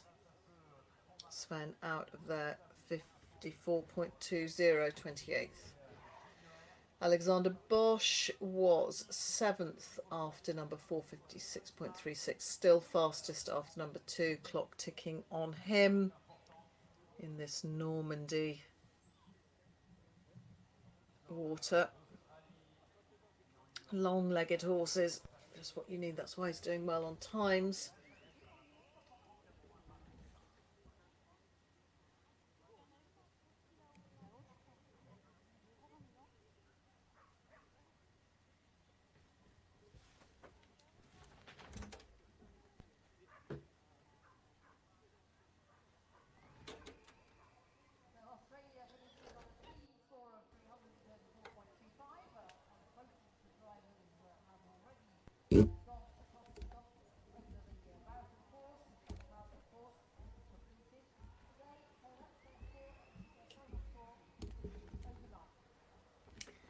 out he goes. 62.20, 14th at the moment.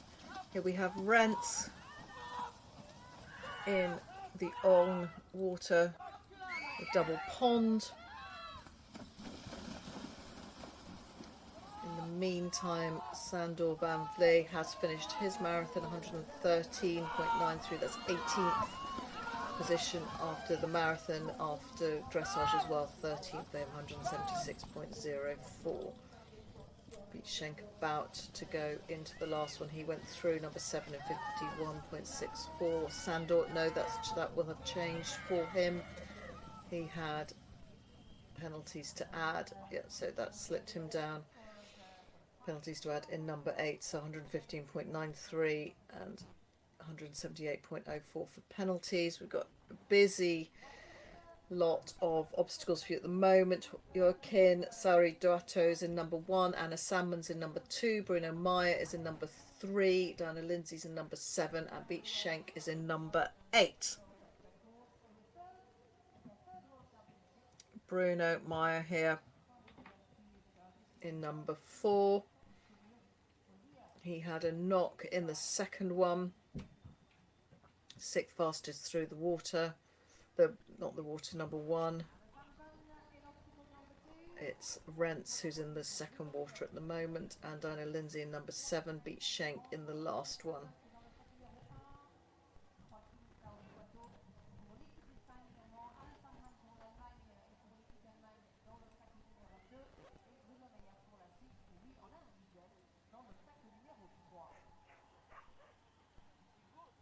There we go. 56.5.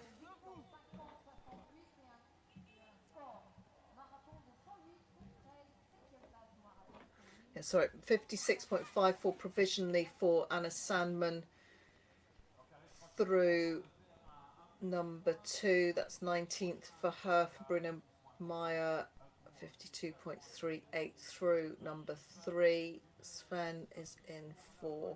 Nico in 5, and Joaquin a good time through number 1 for the Spanish team member. The Spaniards currently joint 11th in the team positioning with America, on both teams on 121.37, very close at that end of it all. He's just gone through the water in 49.60, so that's second fastest. We have a new second fastest time through the water. Who remains our fastest? Bruno Widmer's still fastest through there from some time ago, 48.52. Nico van Pret here for Belgium in the first water, backwards through A. That's all right, he's done his D gate. You'll notice he's wearing his back protector on the outside of his clothes there. It is compulsory, they do all have to wear the hard hats and body protectors. Elimination if they don't. Safety, safety, and out he goes. 66.09, 35th position. Anna Sandman due to come in soon to number 3. Now we've got the marathon results. Georgi Fekete Jr. still in front after that great marathon for the Hungarian team, 100.9. Tor van den Berg, he's just finished, 102.01, has put himself into first position currently. Bruno Widmer for Switzerland in 3rd place. And Bruno, another Bruno. We've had Josephs and Bruno. So results at the moment for A and B. A good dressage helping there for Tor van den Berg and Marco Freund. But don't forget, we've still got Martin Holler to come. Frank Grimond-Prez and Christoph Oz to tag on the course at the moment. Anna Sandman, Hubert Sitowski for the Polish team is in number 1. Martin Holler up next. Martin Holler is just about to start, so he is the next one on the course, followed by, for the Brits, John Ripley.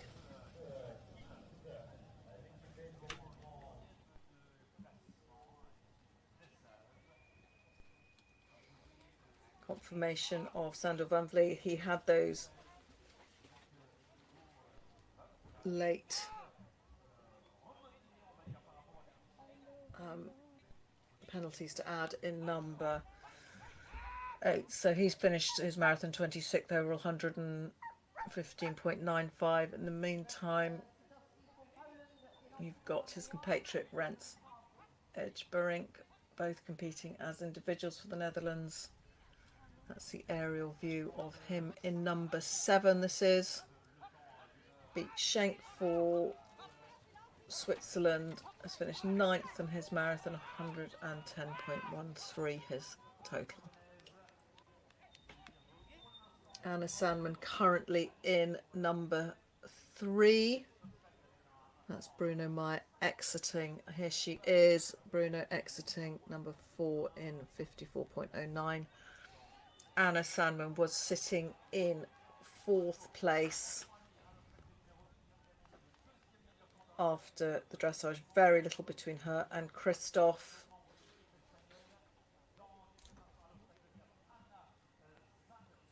.03.01, that's 25th in terms of overall speeds. Bruno Meyer 3rd in terms of the time, 54.09 in number 4.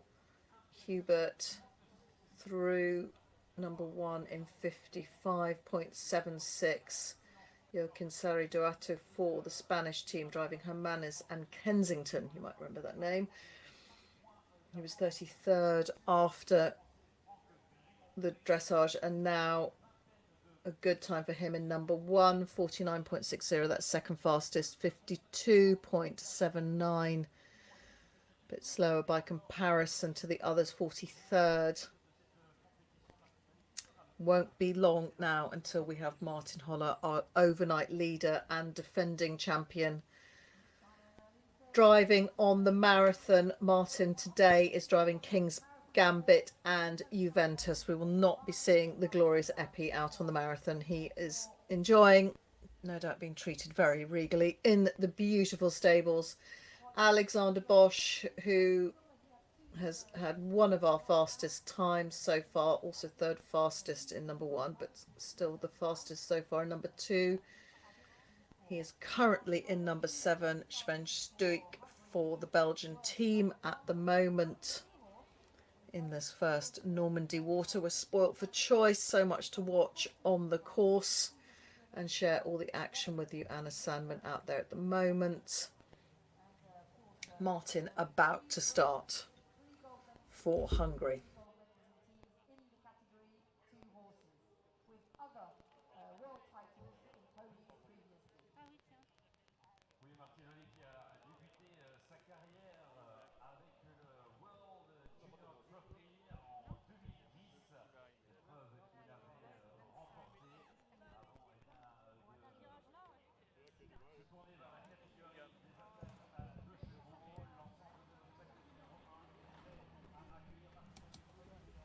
Aerial view of Alexander Bosch for the Austrian team in the penultimate obstacle, number 755.53, 14th. Hasn't quite matched the brilliance of his first couple of obstacles. Nico van Pret in number 6, the second water. Anna Sandman about to come into number 4.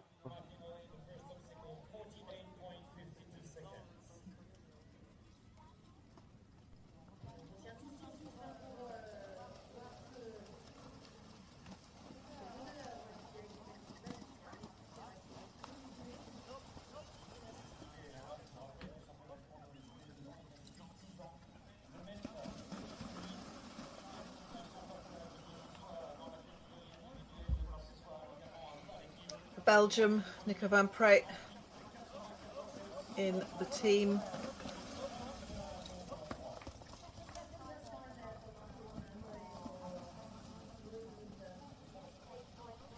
Rents Egberink also in an obstacle. He's a number 8. Diana Lindsay has finished her marathon, 120.31. That's 38th place. Overall, she has put herself into 20th. That's 179.20. Beat Schenk is in 7th overall after both. And Anna Sandman not just bidding for another medal. Don't forget, she was bronze medalist with this 2 years ago. Anna Sandman, who was bronze medalist behind Martin and Frank, and had a great dressage.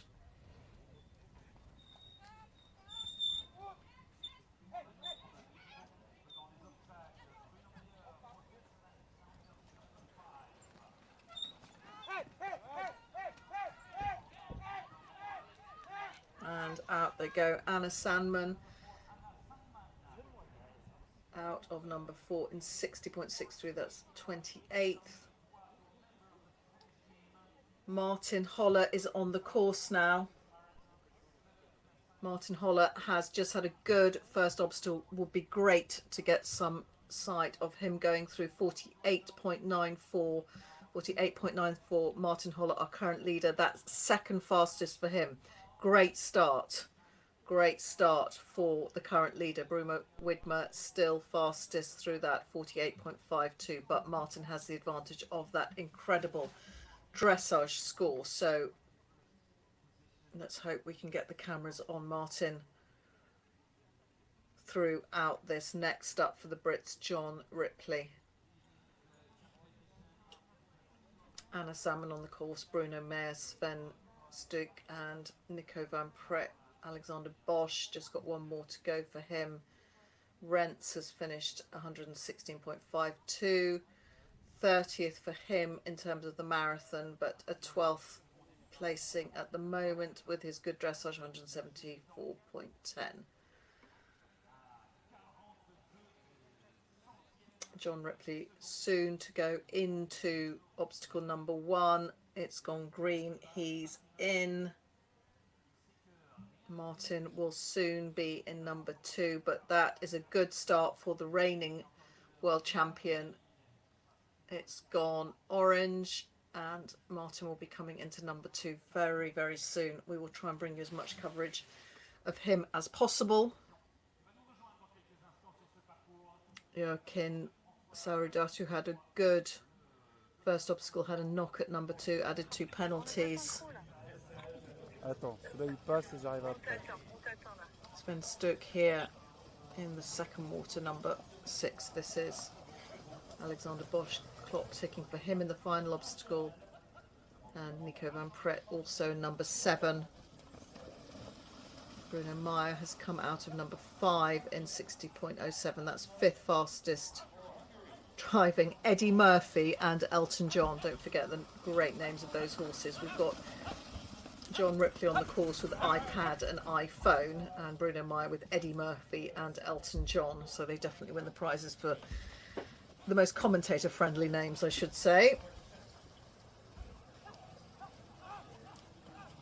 Martin Holler currently in number 2. The clock is ticking for him. John is out of number 1, 69.48. That's 66th. For him, 69.48. Sven Stug out of number 6 and 51.04.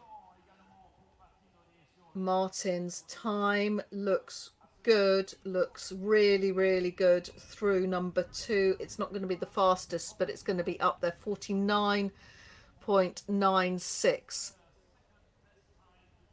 49.96, hoping that that turns grey. It's got a blue box around it at the moment. The fastest time through there was Alexander Bosch on 49.88. 49.96. Yes, that's confirming Martin is second fastest. This is really consistent with 2 down, 6 to go for Martin Holler. In the meantime, Hubert Savdowski for Poland. In number 3, it would be good if we can keep the cameras on this for Martin coming in next. Anna Sandman in number 5, the first of the waters at the moment, and Joaquin Saridato in number 4.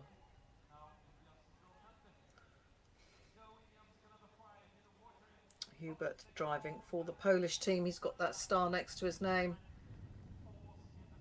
Next into this obstacle, the current world champion, Martin Holler, and out goes Hubert.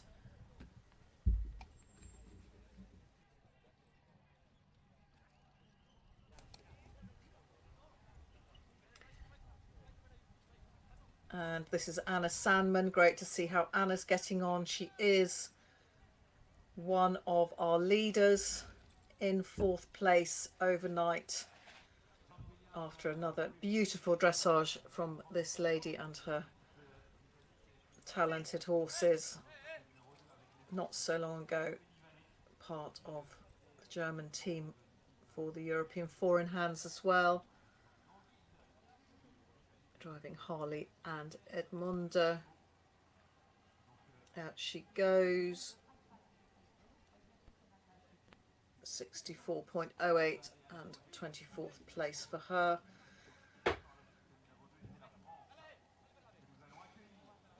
In number 4, Joaquin Saridato, and it won't be long before Martin comes into number 3. Francois Dutouloy for the French team is in number 1, and this is important in terms of where the French want to be. Bruno Meyer in number 6, Sven in number 7, Hubert about to drop into number 4.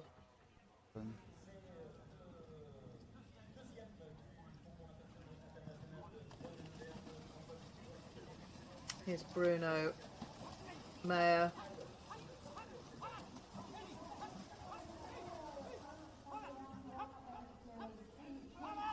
Number 6, this is obstacle.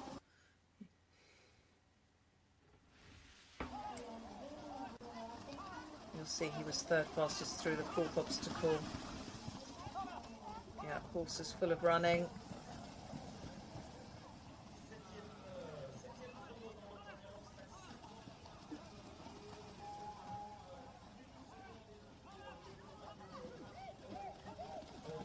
Out they go. 45.95, that's 22nd place for him. Nico van Pret from Belgium, and Martin Holler is currently in number 3.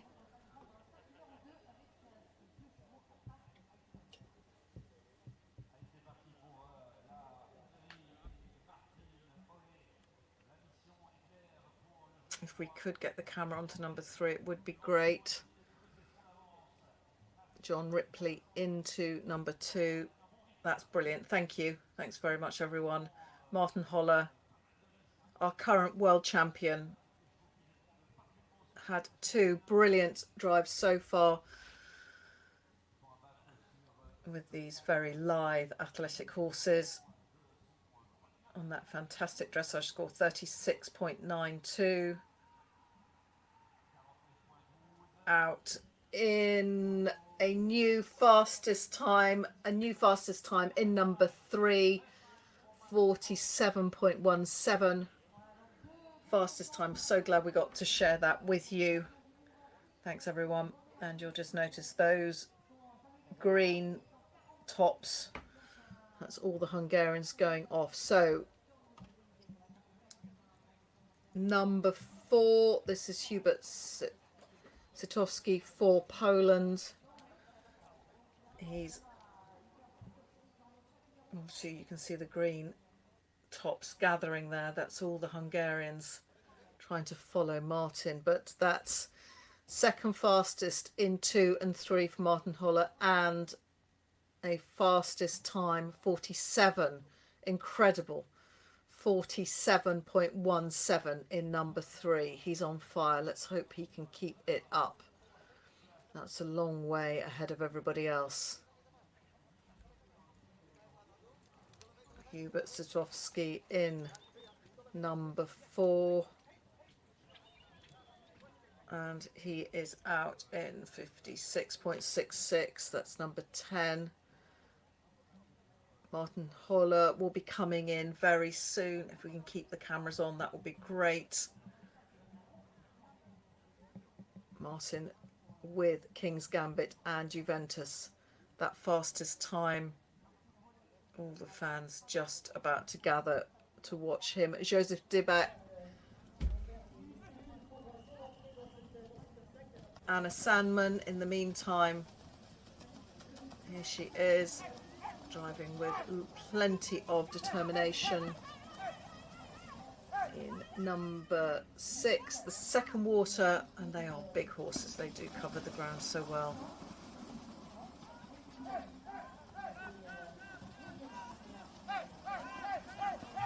And those stopwatches down her arms are her checkpoints, just to make sure they get in those allotted times overall.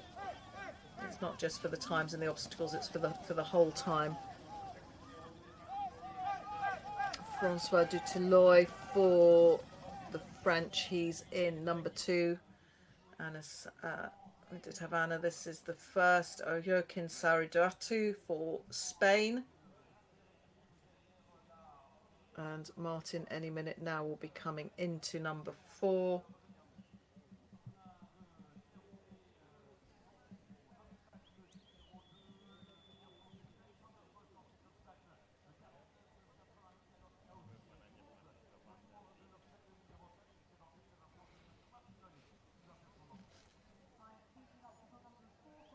Francois Dutilleux out of number 2 in 54.31. Bruno Meyer out of number 7 in 51.07. And any moment now, thank you team, keep the cameras on there if you can. We're waiting for Martin to come on.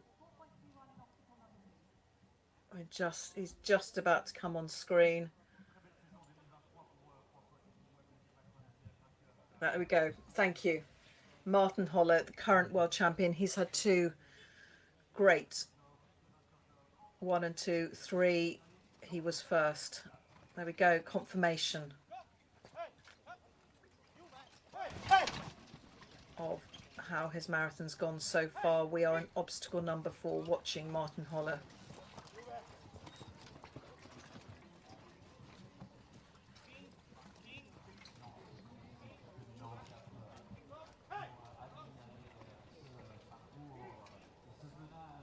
John Ripley for the Brits in number 3 at the same time.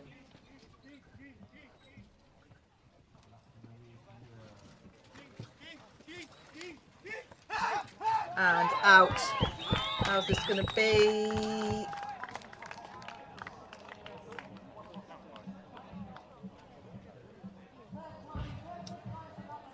.71, that's third fastest, still pretty good in terms of where Martin will want to be. So that's brilliant. Thanks for showing that, everybody. And John Ripley here for the Brits in number 3. So to confirm, Martin Holler first in terms of the time in number 3. Don't forget, we've still got some pretty fast people to come. We've got his teammate Christoph Ostertag. He will be through soon. And Frank Grandprez, who also put in such a great dressage. So good to be following these top end drivers. John Ripley is out of number 361.69. Hubert, as we are seeing for Poland, on the team in this water at number 5.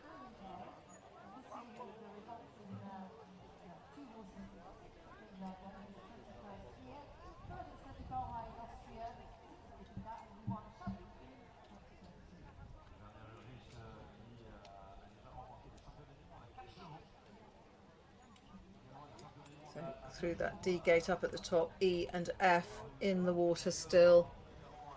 Anna Sandman in number 7, 48.27. She was 36th at number 6. Clock ticking for her. Hubert, as we've got in front of us. Here's Anna. That's great. Thanks, everyone. Anna Sandman going through.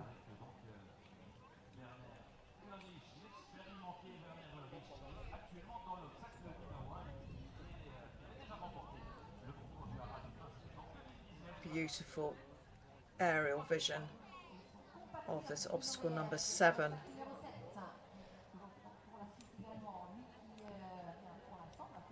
And it's got big horses to get around these turns, and clock stops for her on 60.26, that's 40th, but there's been no balls or anything for her. She's having a clean marathon. John Ripley about to come into number 4, Francois Dutillot. Oh, thank you everyone. Isn't that wonderful? Now that just gives you, they look like a load of corrals. Wonderful sight, wonderful sight. Just that aerial view there. And for Spain, the Spanish team, Joaquin Sarriatu, and he had a great first obstacle. Averaged out a little bit since then, 33rd after the dressage.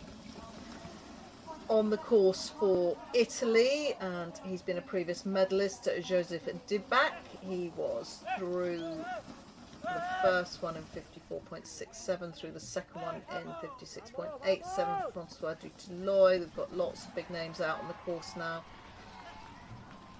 50.56, and Werner Ulrich for Switzerland. He was 6th after the dressage. Good initial score for him. 54.24 in the water, that's 20th. Martin will be coming shortly into number 5. Martin shortly into number 5, the first of the waters. Anna Sandman out of number 7, 60.26, as we've said. Bruno Meyer out of number 8, a 7th time for him. 51.20. And the clock is ticking on Martin in the water. Don't know if there's any way we can get down to that. Clock ticking for Martin in number 5, the first water.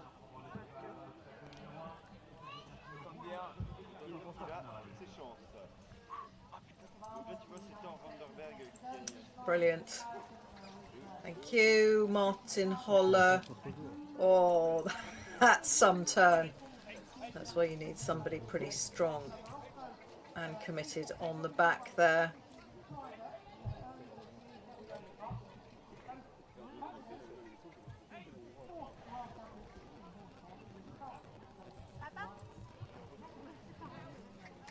Brilliant to be following the progress of our world champion, who's here to have another gold round his neck, but it is what he does so well, and he has a big team around him to keep him here. He's absolutely the first to pay tribute to his family, all the crew, to Claudio and to Mika, and to his beautiful horses. And Martin goes out, the clock stops at 60.28, that's a 6th for him, but he's giving himself every chance. Still that fastest time through, number 3 for him. Second fastest in 1 and 2, third fastest in 4, going well and according to plan for Martin Holler. Just finishing his 4th obstacle, but with 1 knock. That's John Ripley driving iPad and iPhone. Ike and Paddy, as they're known in the stables. For the French, Francois Dutillot, he has come through. Number 1 in 7th, number 2 in 10th, number 3 in 7th, and shortly will be dropping into number 4. Joseph Dibac on the course. He's done 2 obstacles at the moment. Werner Ulrich for the Swiss team in number 2, and Jacob Arnold for the American team, the final American to go forward for their team. Don't forget, it is really tight. They're tying with Spain at the moment. He's gone through number 1 in 54.42, 23rd for him. So So Martin looking good at the moment. He's got 3 more to go. The 6th, the second of Waters, that number 7 that we've got the aerial view from. We're not getting cameras on 8, but we can certainly share that with you as and when it arises.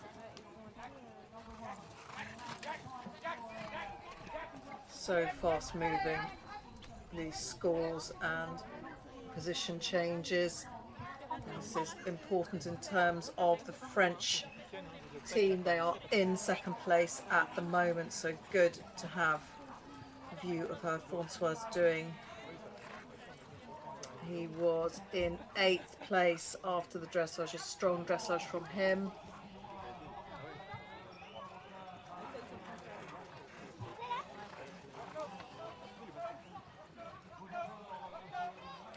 Devac just out of number 3 and 52.55.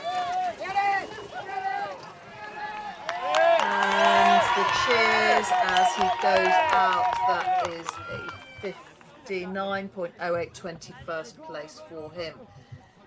So 7th in terms of time so far in 1 and 3, and 10th for number 2, 21st for number 4. And Joseph Debac for the Italian team will soon be dropping into number 4. It'll be long before Martin is in number 6, the second of those Waters. Anna Sandman has finished her marathon.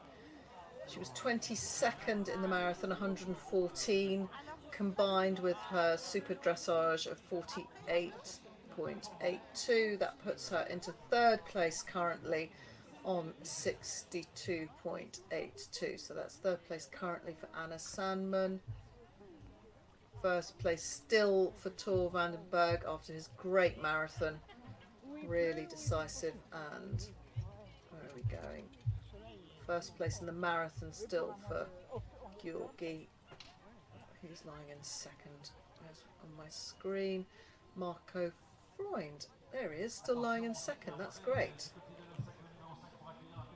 for the Germans. Yeah, that's good for their team effort. Oh, lots going on. Lots has gone, lots to come. Jacob Arnold currently in number 2. Joseph Debac about to go into number 4. Martin won't be long. Here he is. Oh, slip there, but that's okay. Recovered well. It's getting slippy with all that water. Good horses. Good horses. Back on their feet.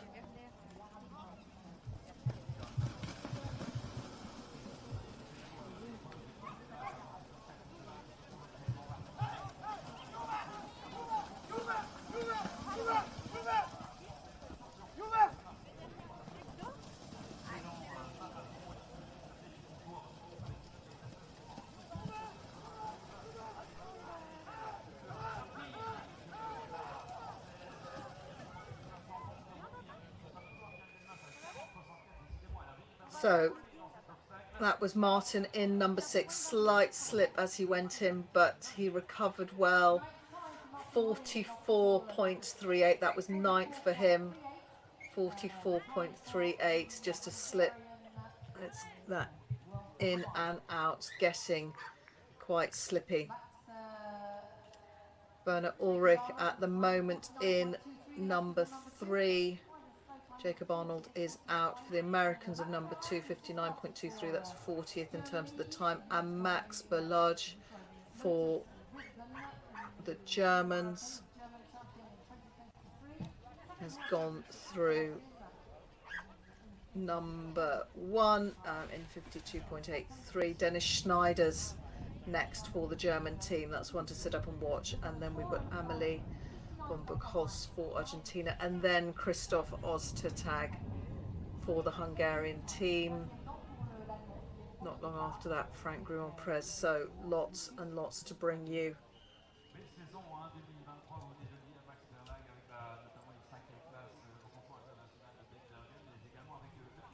confirmation. Bruno Meyer had a good marathon for the Swiss, 110.36, 11th place. Anna Sandman, these are just the marathon only results, 114 for her, 22nd place in the marathon. Francois here for the French team. This is important for them in number 5, this Normandy water, the 2 waters, numbers 5 and 6.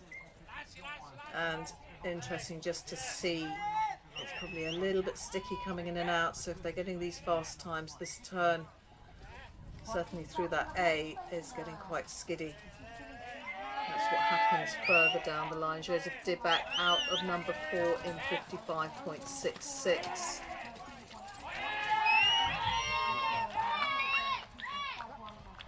So Martin going well at the moment. A slight slip there, loss of momentum going into number 6, but he recovered well. We might get an aerial shot of him in number 7. Bernard Ulrich about to enter number 4. Max Berlage for Germany on the course now, as is Jacob Arnold. Dennis Schneider's next for Germany. Max out of number 1, 52.83. That's 15th place for him. Great to have you with us wherever you are. A brilliant day of horse sport from Haras Pan in Normandy in France. Beautiful weather, perfect conditions. Don't forget we've got lots more to bring you for the cones. The final phase tomorrow, which is jeopardy. You have to leave those balls on top. You have to get in the time. Getting a double clear in the cones is so much easier than it sounds. We have our current and defending world champion on the course at the moment, Martin Holler for Germany. For Hungary, he's up against the Germans. Dennis Schneider's out on the course now. Should I say put the teeth back in. Max Berlage, 2 Germans out on the course, 1 Hungarian. We've got a Brit, French, Joseph Dibak for Italy, Werner Ulrich on the course for the Swiss team. We're about to have Argentina out. We've got America. It's really international. Spain have finished with Joaquin Sari de Atto. He had 22nd placing for him, 113.81, 173 the total, 0.51. That's 15th place for him. Hubert, we also have Poland out there. We're giving you a geography lesson today. It's great if you need to learn about your flags for the pub quiz because they're all flying. Jacob Arnold now for the Stars and Stripes. Obstacle number 3 in the French sunshine. Nearly 3 o'clock local time. 62.98 for him. John Ripley with these horses that he loves more than life itself. He wanted that to be shared with everybody who was watching and listening. These lovely horses that he just adores. iPad and iPhone. Ike and Paddy in the stables. He's got Diane, who actually lives very near me here in Hampshire. She's on the back there. She's in France at the moment. Diane Phillips helping him for the marathon. Dennis Schneider's for the German team. Good start for him in number 1. 50.90, that's 8th. Max Berlage through number 2 and 53.87. Werner Ulrich out of number 4 in 56.86. Martin, he's gone through number 7. If you're following our current world champion, 50.17. He's back on track in terms of that being the second fastest. So Martin Holler, news is hot off the press, second fastest through number 7. 1 more to go for him. It's looking good for our reigning world champion. John out of that second water in 51.53.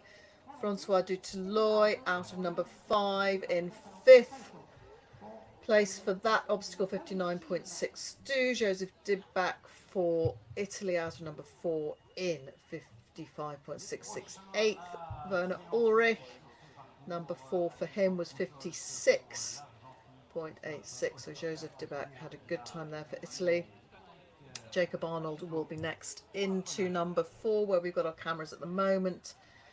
2 Germans out on the course as well. Next on the course for Argentina will be Baroness Amelie von Buchholz. She competed over in England at Royal Windsor. There's some skid on that now through A.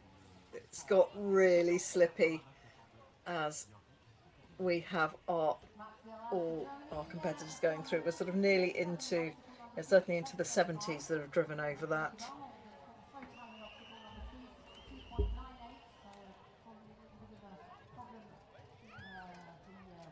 It doesn't seem to be quite so slippy coming back through D, but certainly that A, where there's probably quite a lot of water being carried up on the bottom of the carriage and in the wheels and on those legs. So that is slippy, so a very committed backstepper. Amelie for Argentina is currently in number 1. And Francois Dutilleux, this is important for the French. They are sitting in silver at the moment after some lovely dressage from them. And Francois out of there in 44.29. There we go. That was number 6. The second water, 44.29 for him. Martin Holler was just waiting for his last time, number 8.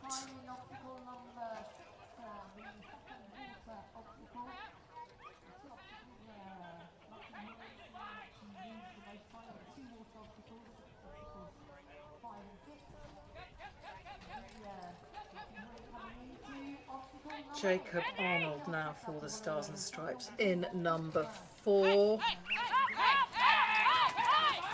Had a lovely dressage. He ended in 7th after the dressage. That was in the company.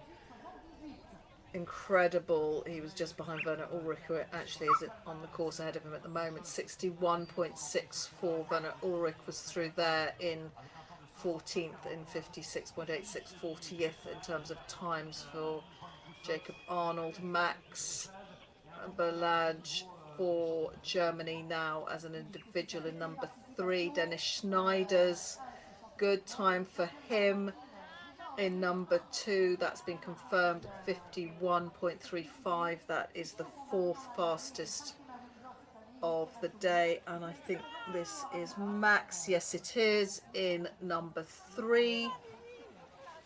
And that's it. That's it. Martin Holler is home and dry, job done. He's retained his lead. He's second in the marathon, so 49.49. I'm sorry if the Germans are watching, just need to keep you up to date with what's happening with our current leader. 49.49. That was a 4th fastest time through number 8. Second in the marathon behind his teammate Gorgi. So Hungarians should be delighted. Hungary 1 and 2 in the marathon. 101.03 for Martin. The winning marathon 100.90. Brilliant marathon driving from the Hungarians, but Martin at the moment, and will he be beaten? It seems highly unlikely. 137.95. So that is the collective score in front at the moment for our defending world champion. 137.95. Yeah, he's got a massive margin. Tor van den Berg is 157.18 in second place. So there's 30, yeah, where are we? 20 points between them. Yeah, they're not on the same screen, just having to scroll up and down. But Ulrich, who is keeping Swiss hopes very much alive, 6th after his dressage yesterday, and he was out of that number 5. 65.56. Joseph Dubak just in front of him. We're just about neck and neck on time, 65.62, 37 and 38 respectively. There we go. Those are the current marathon results. Great to share them with you. Thanks, team. Georgi in front there. And Martin, brilliant, brilliant marathons. Now, We have one more marathon to bring back, and confirmation. You can see just that enormous margin that Martin has given himself, but brilliant result for the Australian Tor Vandenberg. Congratulations to him for putting himself into second place at the moment. Did everything right in terms of his marathon.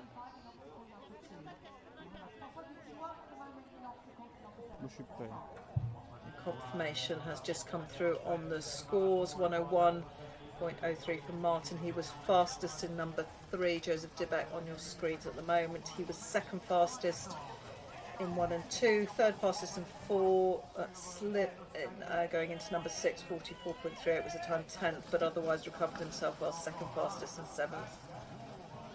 Yeah, pretty good from the world champion. That is why he has a cabinet full of gold medals. It's driving like that, but it isn't just driving like that. It's preparation, it's training. You start with the right horses and you put the right team around you, you get the right kit, and you have the right mindset. There's a huge amount that goes into it, not least the funding of it as well. And Martin is the first to say thank you to his family for enabling him to do this. Back to it, and Christophe Oztertag is out on the course. We bring you all this action.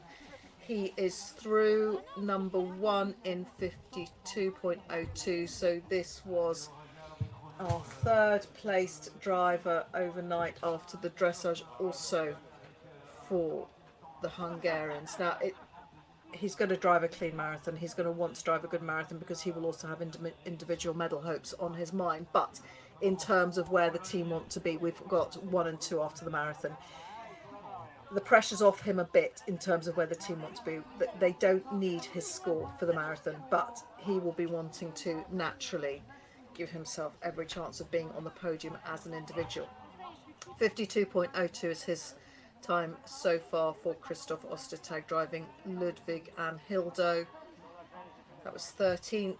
Amelie has gone through for Argentina. She's out of number 2. In the meantime, we've got Dennis Schneiders. This is important, not just for individuals, but in terms of the German team. He's been through there in 49.60, which is 4th fastest. He was also 4th fastest through number 2 in 51.35, 8th fastest through number 1, 50.90. So Dennis Schneiders, who was 24th after the dressage, it was his score that didn't count for the team, but Marco Freund and Anna Sandman. Marco's had a good marathon. Max Ballage here for the Germans, driving as an individual. At these glorious conditions here in Le Pen in Normandy.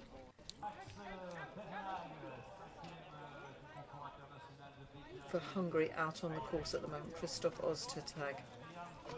Keeping Hungarian hopes alive will be Marek Bariloko next for Poland as an individual, and then we get back onto the teams. Stan van Eyck for the Netherlands and Frank Grimont-Prez. This is going to be really important, driving Calais 97 and Da Vinci for the French team. He could well be in the mix and would have every intention of being so after that beautiful dressage test. Werner Ulrich, how's he doing? Another one in the mix. He was out of number 5, the first water, 35, 65.56, 38th position. Jacob Arnold, fastest still through their 63.52. Yeah, ball.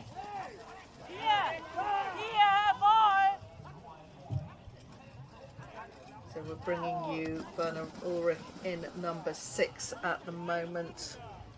This is Werner Ulrich, who had that lovely dressage yesterday, and he's been a medal winner on many occasions at this competition, the World Championship.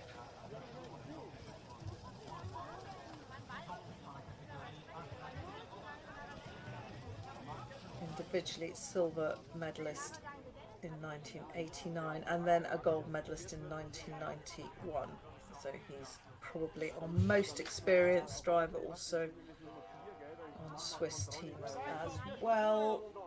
Was he in 1985, back then in Sandringham. And the Swiss won the gold. Mainstay of Swiss driving internationally for a long time.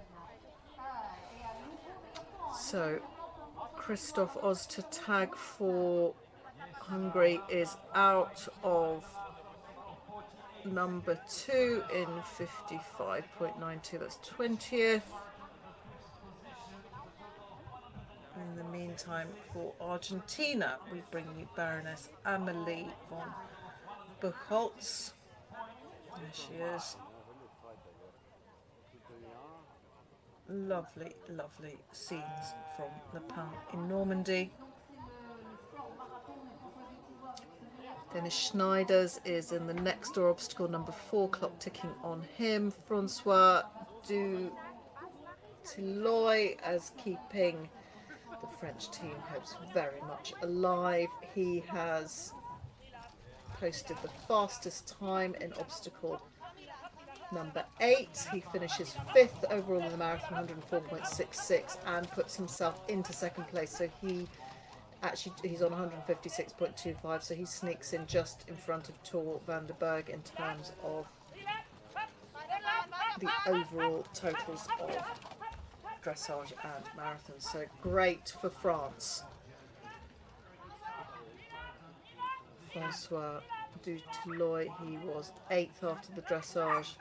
Really solid marathon for him, and ended with a flourish, first in number 8. But in the meantime, we go back to Germany with Dennis Schneiders, and he's brought the fan club with him.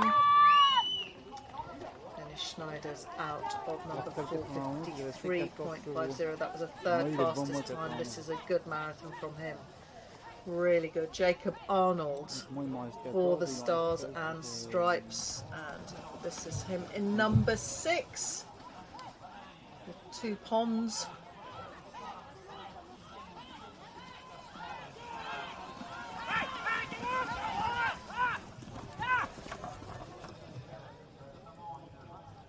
Looks like that would be what we call a sort of skinny triangular brush that no doubt they had to jump for the ridden event here not so long ago. That was a European. We bring you a World Championships in driving. Not trumping anybody, but just saying. It's been fabulous. Max Berlage for Germany, driving as an individual through number 5. Here's his split time so far through all the obstacles, 28th after the dressage.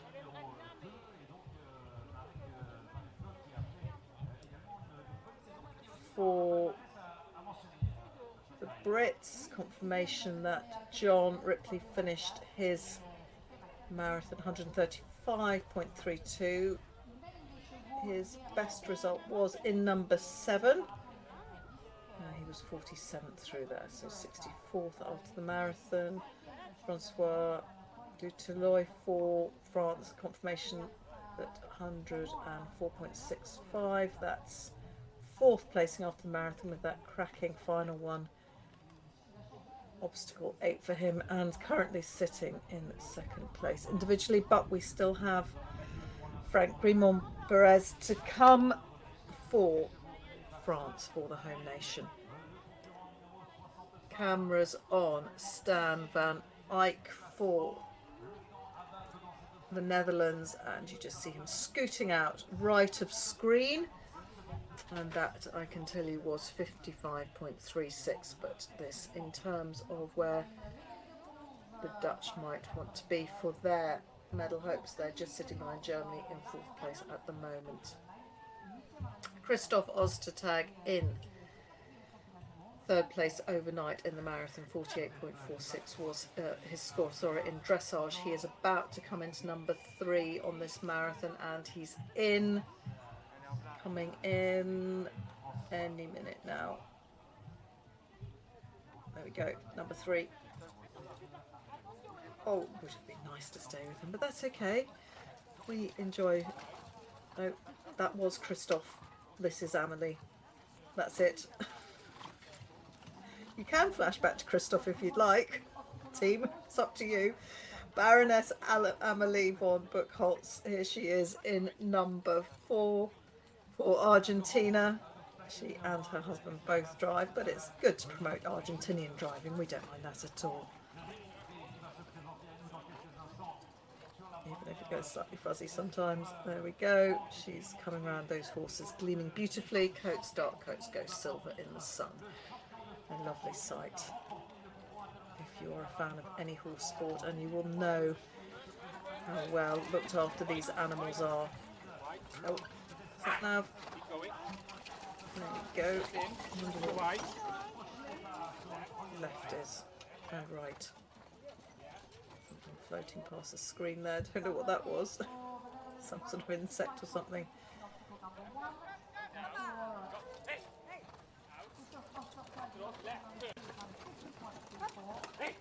Up and hay, that's universal, isn't it?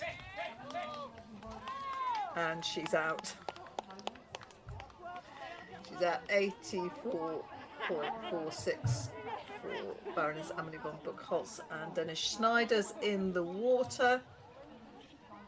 Showing how he's done good. Number 4 for him, 53.50 as you can see, and out on the course as well we have Marek Bariluk on the end there.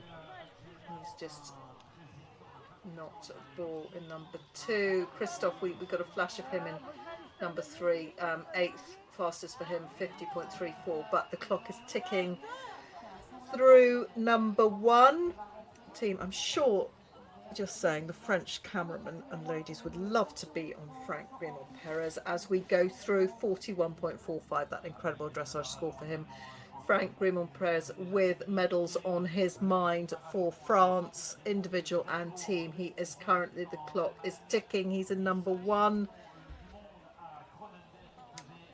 And Christoph Ostertag sitting behind him in terms of the dressage scores, quite a gap, 7 points between them. Christoph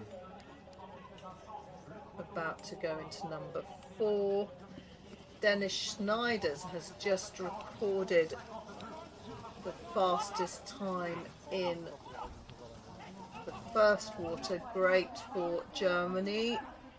So Dennis Schneiders 57.44, new fastest time in the water, but his compatriot Max here going over the hill.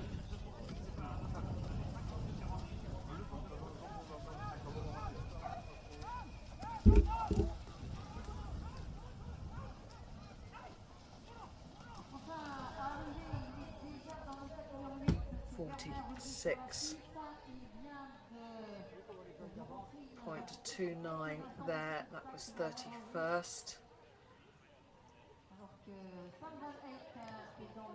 Who have we got now in number 3? This is Marek Bariloko.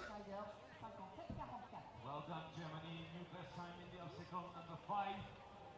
In the water obstacle, 57.44 seconds for Dennis Schneiders, member of the German team.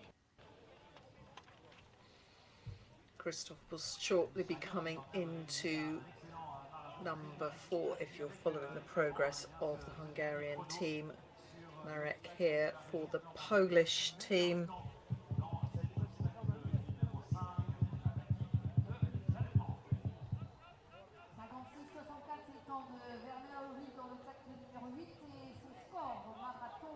In this number 3, where you have those 3 F gates, squiggle out there. He had a ball knock in number 2 and out of that one in 59.44. Christoph is currently in number 4. Clock ticking on that one. And that's great. That's great. Thanks, Christoph Oz, to tag for the Hungarian team at the moment. Super dressage yesterday, 48.46. And lots of encouragement to these horses.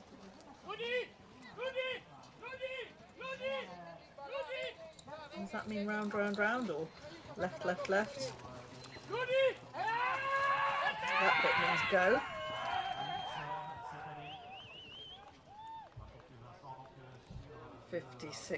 .05 for Christoph in number 4. That's 11th place at the moment. Marek will shortly be going into number 4. Eric Evers for the Dutch. He's now in number 1. Frank Grimont-Prez for the hosts is about to go into number 2. And Marek there out of number 3. Oh, now that would look very speedy from Amelie just for a moment there. She's coming back through D. There was a moment when she was about to get... Oh, she's got some very fast times. Interesting. Oh dear. Live events. It's a joy to be bringing it to you. We do hope you've enjoyed the coverage. Dennis Schneider's for Germany having a good marathon. You'll see there he's just got a fastest time through the first water, so let's see if he's going to get another fastest one through the second water. Number 6, this is where the stamina and the fitness and all the training at home, the miles and miles that are done, the conditioning, the muscles, the physio, the feeding, the feet, the teeth, the reading your horses morning, noon and night when you're around them. And third fastest through there, 41.24, but absolutely brilliant in terms of the German team. Great marathon for him. Frank has just come out of number 2 in 58.31. Yeah, slower by his standards, 58.31, that's 41st. Eric Evers for the Dutch team, 53.02, that's 20th.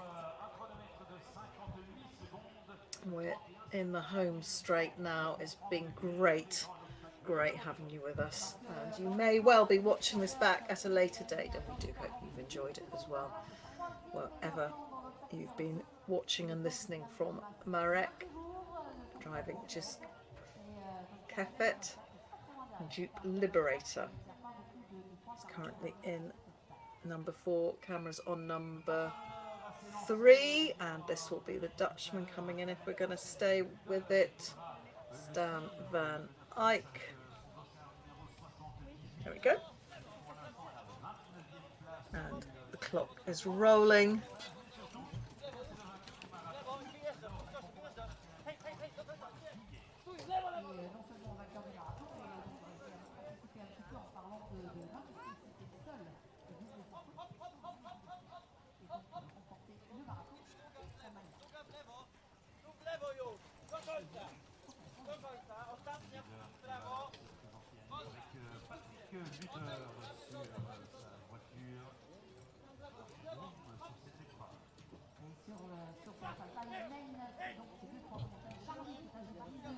Tenth place for him after the dressage on that 52.76.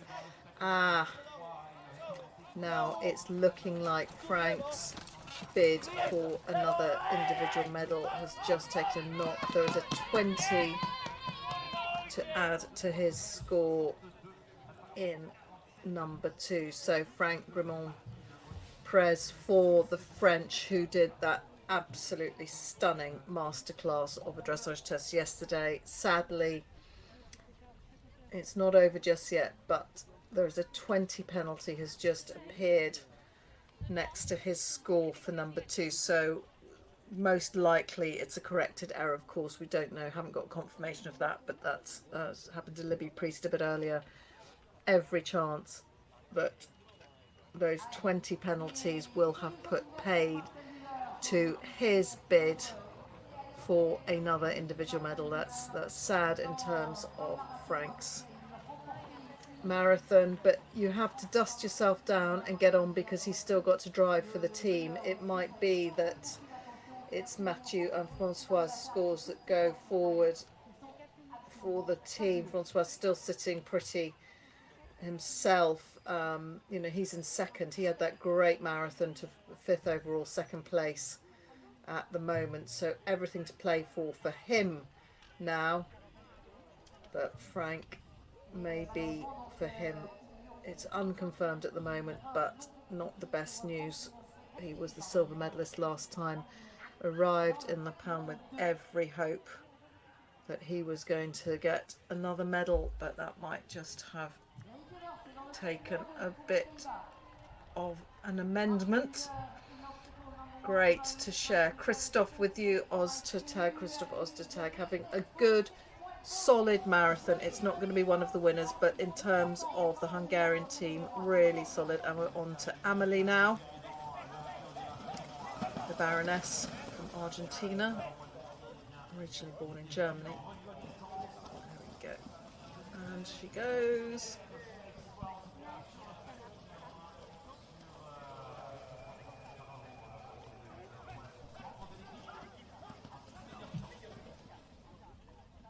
And out. So what's her time? Number 6, that was 55.19. 70th, she's around about 70th, between 70 and 80th for her times, but she's here, which is great. Christoph through number 5, yeah, fairly modest time by their standards, 65.22, that's 40th, sort of just above the halfway mark. Frank now in number 3, good to share it with you. Not quite sure what happened to him in number 2, but he'll be wanting to have some good competitive scores now to keep his nation's hopes very much alive. But Francois, his teammate, has done a great job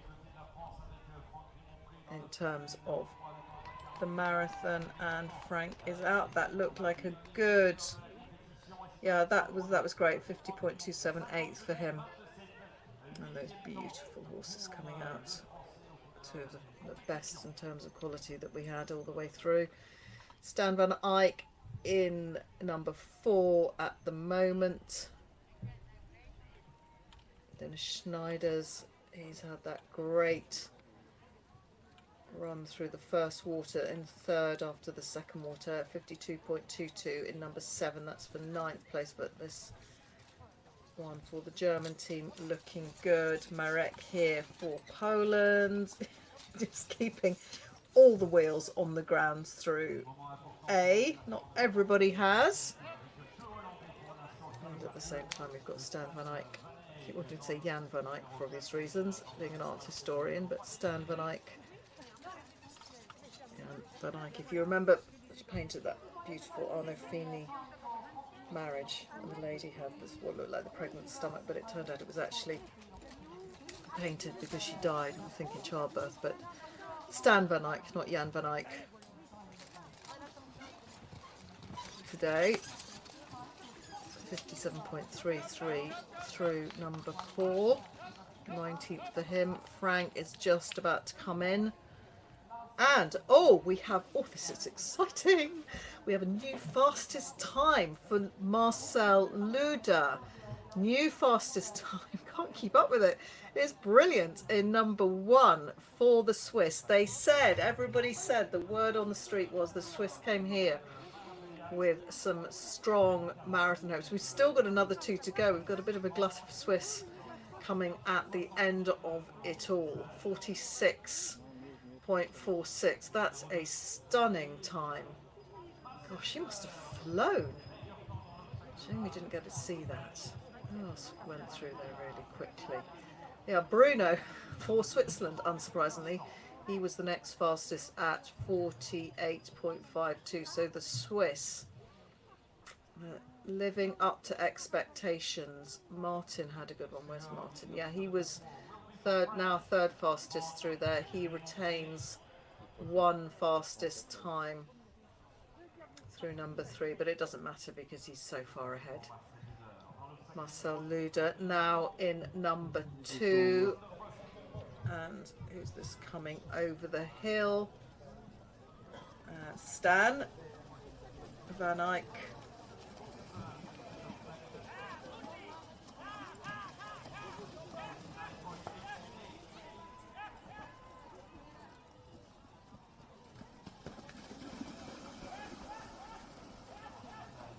Through C.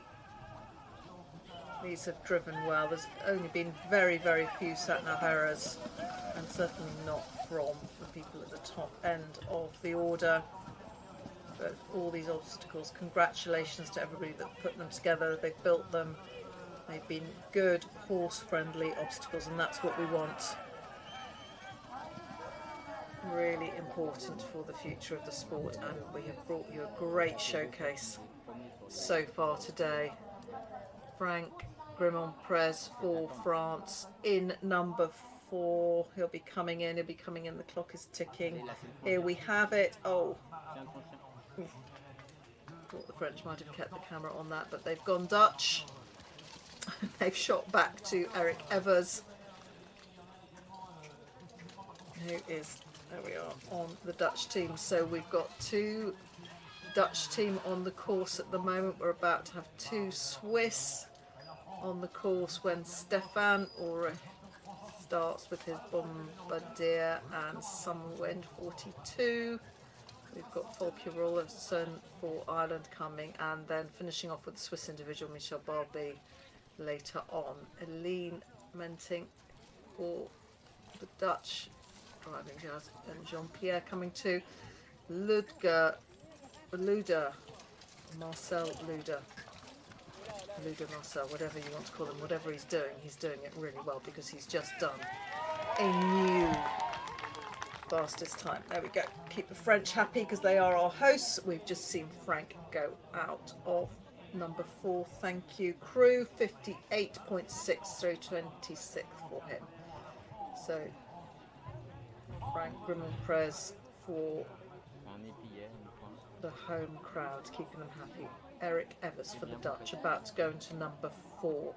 But Marcel Luder would be good to watch him. He's just clocked 2 of the fastest times, driving Charlie and Mushoff Leica.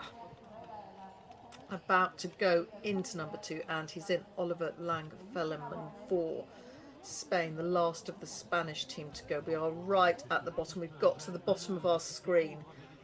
We started a long, long way up the screen earlier on today.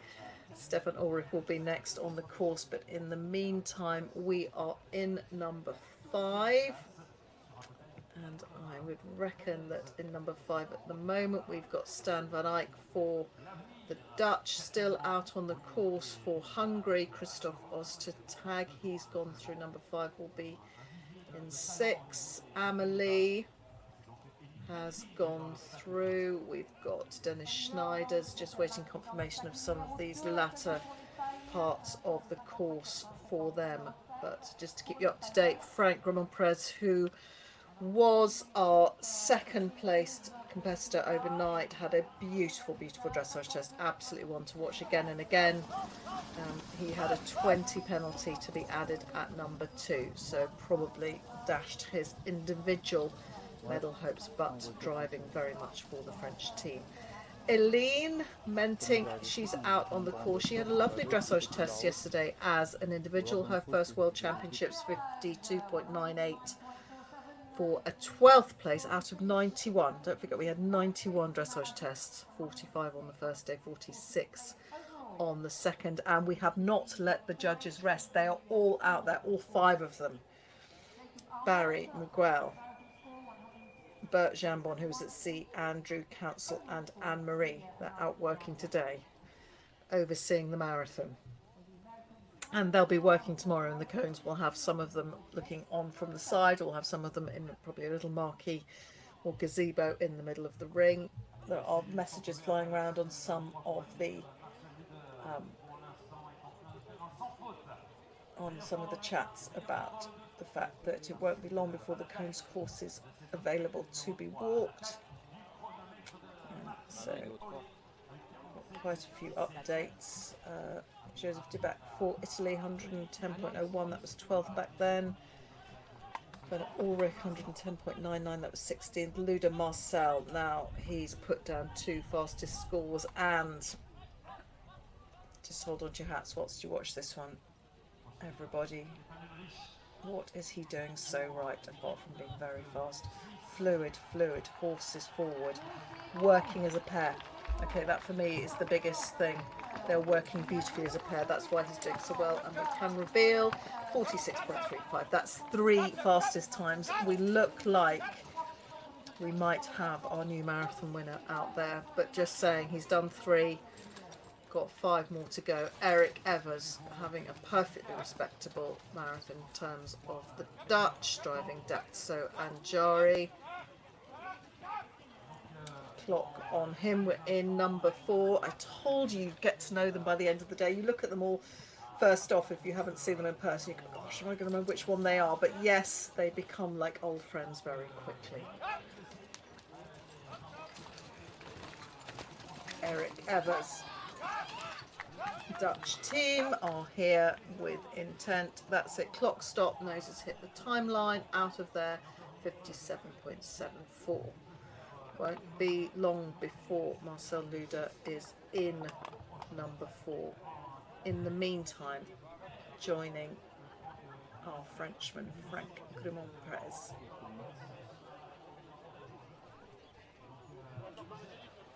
Was second overnight after that beautiful dressage test. Had a bit of a shocker in number 2 by the looks of things. Just look at that.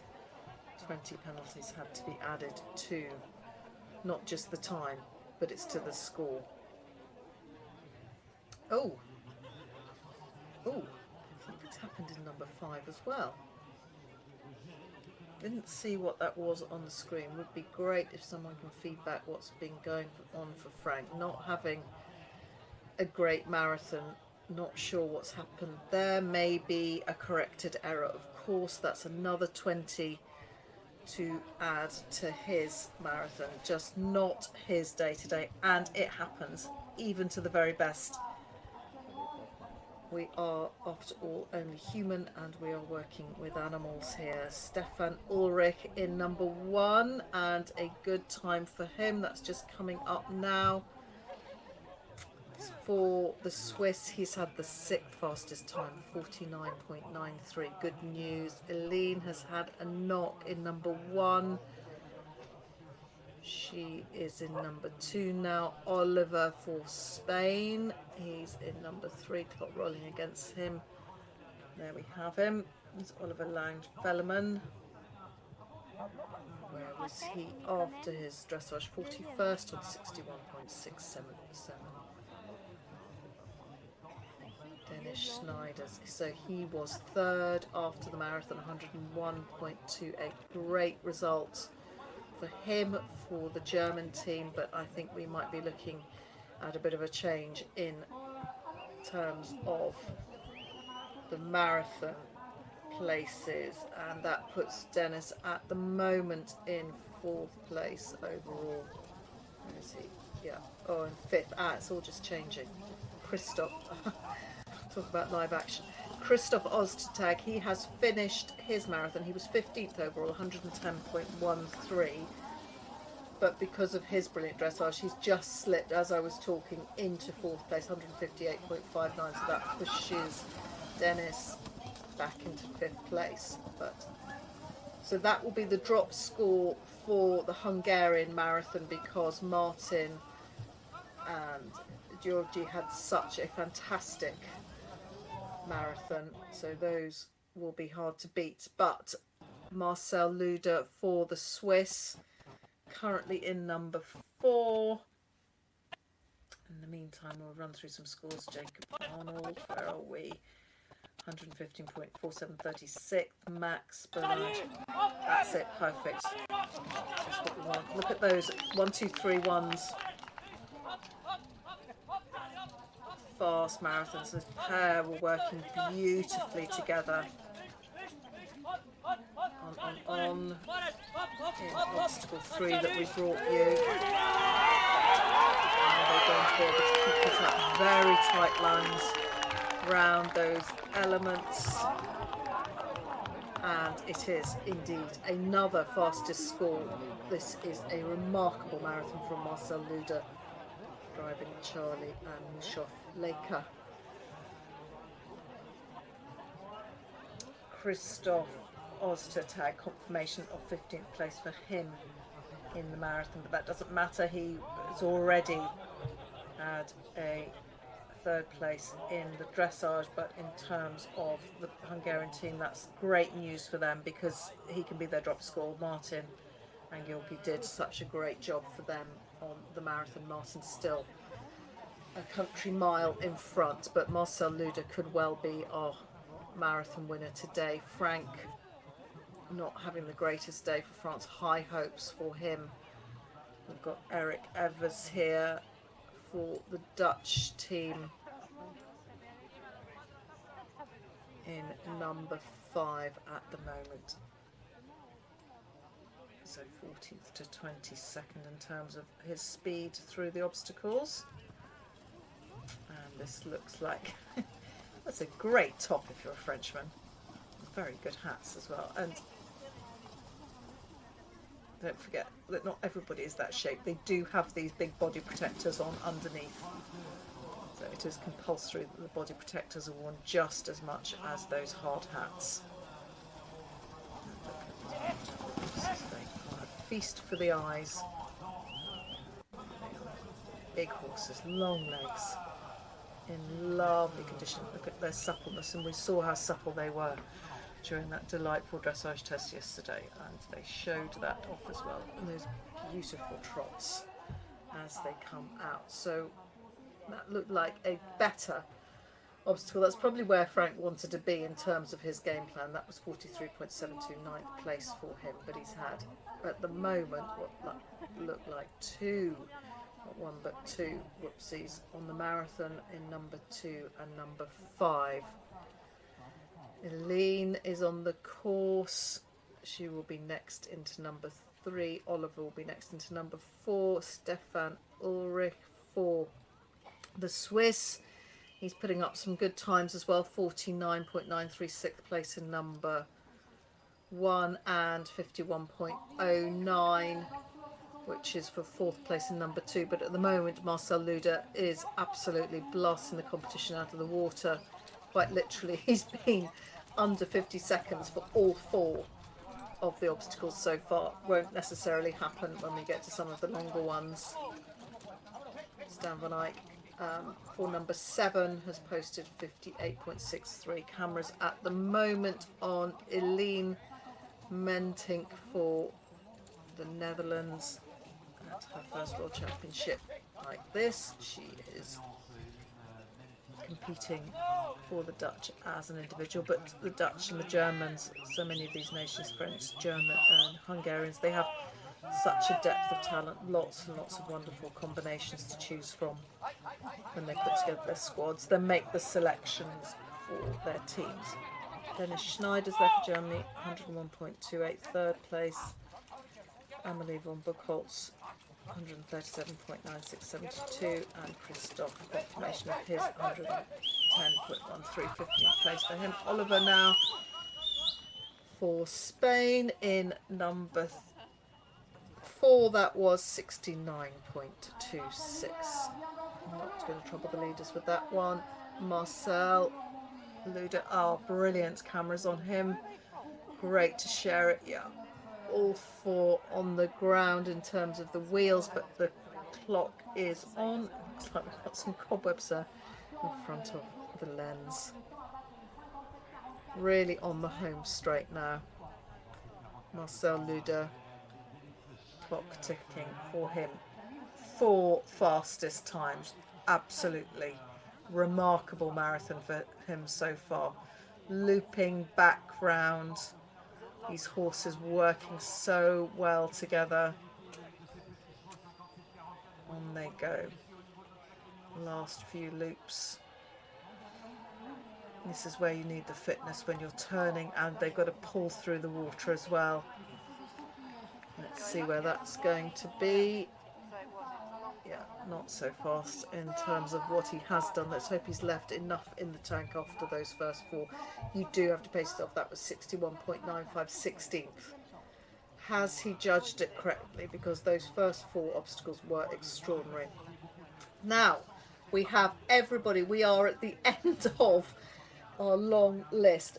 Everybody who has to be out on the course has either been or is on it. So we've got Stefan Ulrich in number 3. Here he is for the Swiss team. And he was in 22nd place on 57.87 after his dressage. Folke Rawson for Ireland. As an individual, he's done the first two obstacles, 58.31, that's 56 after number 1, 59.04, 48th. Eric Evers in number 6 at the moment. And we've got Stefan Ulrich on the screens at the moment in number 3. That was 50.55. No, that's not Stefan. That will be Eric Evers. That's better. Good dressage for him. 52.84 for an 11th place for the Dutch team.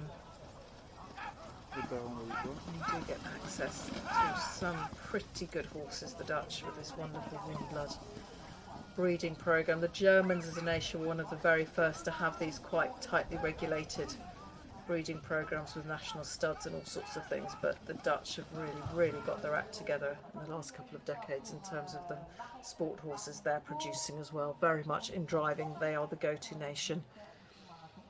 As we have seen all through this, Eline, talking of the Dutch, driving Jazz and Jean-Pierre. She is currently in number 4. She will be, we're waiting for a number 3. Stefan's gone through. And beautiful aerial shot of these, well, they're not strictly circles, but these corrals that have our marathon. That's super. There'll be some poor soul standing on the top of that elevated yellow tower. That's somebody who they've got to like their heights. This will be drone footage we're bringing you now, but there will be somebody standing up there operating the camera. Don't look down. Lovely shots. Thank you, crew, for this. And all the spectators lined up round there, and those inimitable Dutch tops, the orange, or orange and sort of navy blue as they are sometimes, with white piping, but distinctive when you're following around an event like this. And that's a well-trodden path, as you can see by the stage in the day. And Eline is out of there in 61.37. And Oliver for Spain, 41st after the dressage, and currently the clock rolling for him in number 5.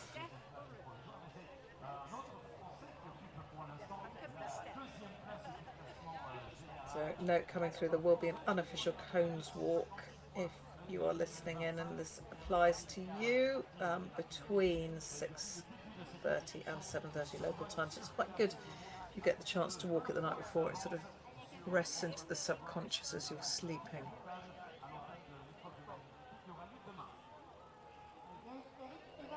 Let's start trotting out well these horses for the Spaniard.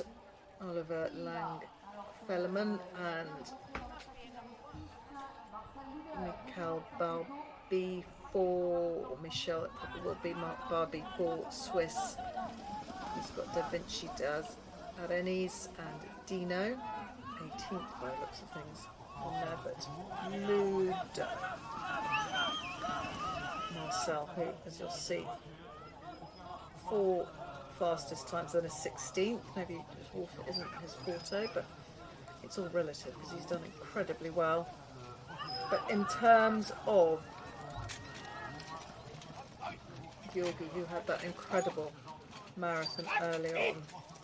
Will that 16th, that slightly slower time through the water, yeah, maybe he's just used up too much of the fuel in the tank. 44.85, that's 19th in that second water. I mean, it's still a brilliant time out of 91, but let's just wait and see how he does in these last two obstacles. Might have gone a little bit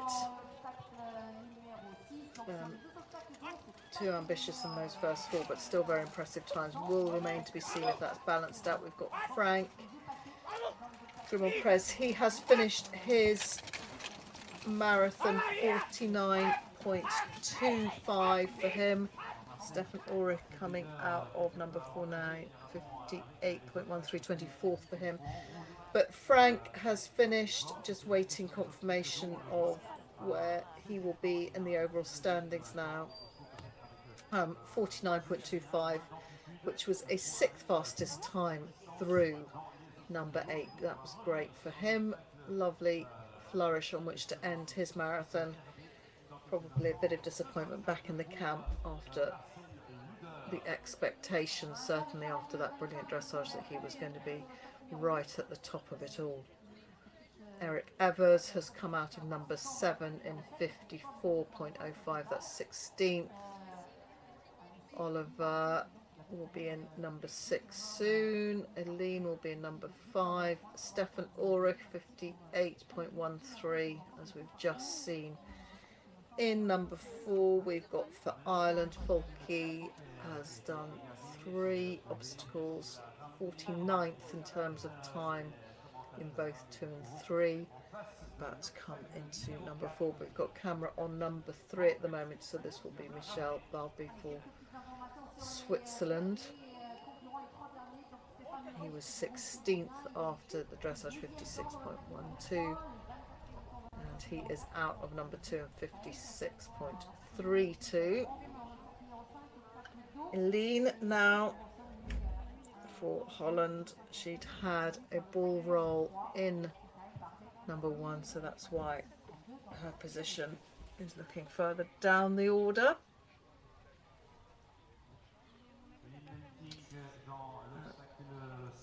These other confirmation of scores, they're coming to you from Philippe Lenart, who's managing the scores on site. Marek Bariloko for Poland, 124.98, that's 64th place. This is just at the time of publishing. It all has to be verified in due course. And Stan Van Eyck, 107.51, that's a good result for the Dutch team, 9th place.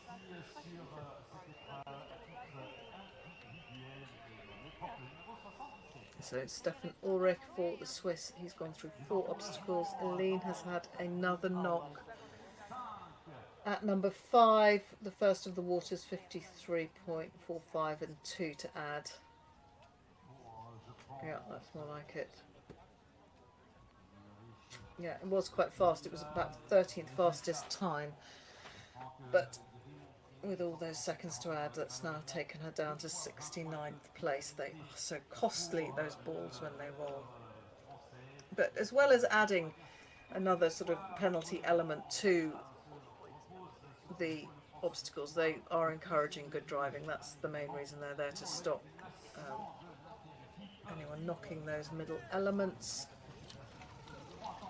That was Marcel Luder. Yeah, getting back on track now on the flat. He was leaving number 7, that's who we had a shot of there, 50.54, so that's 4th placing for him. Will be really interesting to see after those 2 relatively slow waters if that early promise carries him through to a marathon placing overall. But in the meantime, we are looking at one of our Spanish teams, the Spaniard, Oliver. Patriotic carriage there. You want to say to backsteppers that it's all very well pointing. It's very helpful, but you can't see it when you're driving.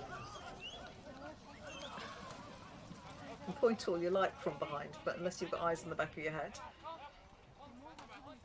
Anyway, it's a pressurised situation. Folke in obstacle number 4 for Ireland. There we go. He was out in 66.19. He's had a long wait, as have these last few. I heard your voice there, Araminta, because she's actually Irish, although she's managing the British team. She's just come back from Ireland, so that's why she's following the Irish competitor. That's a voice I know very well.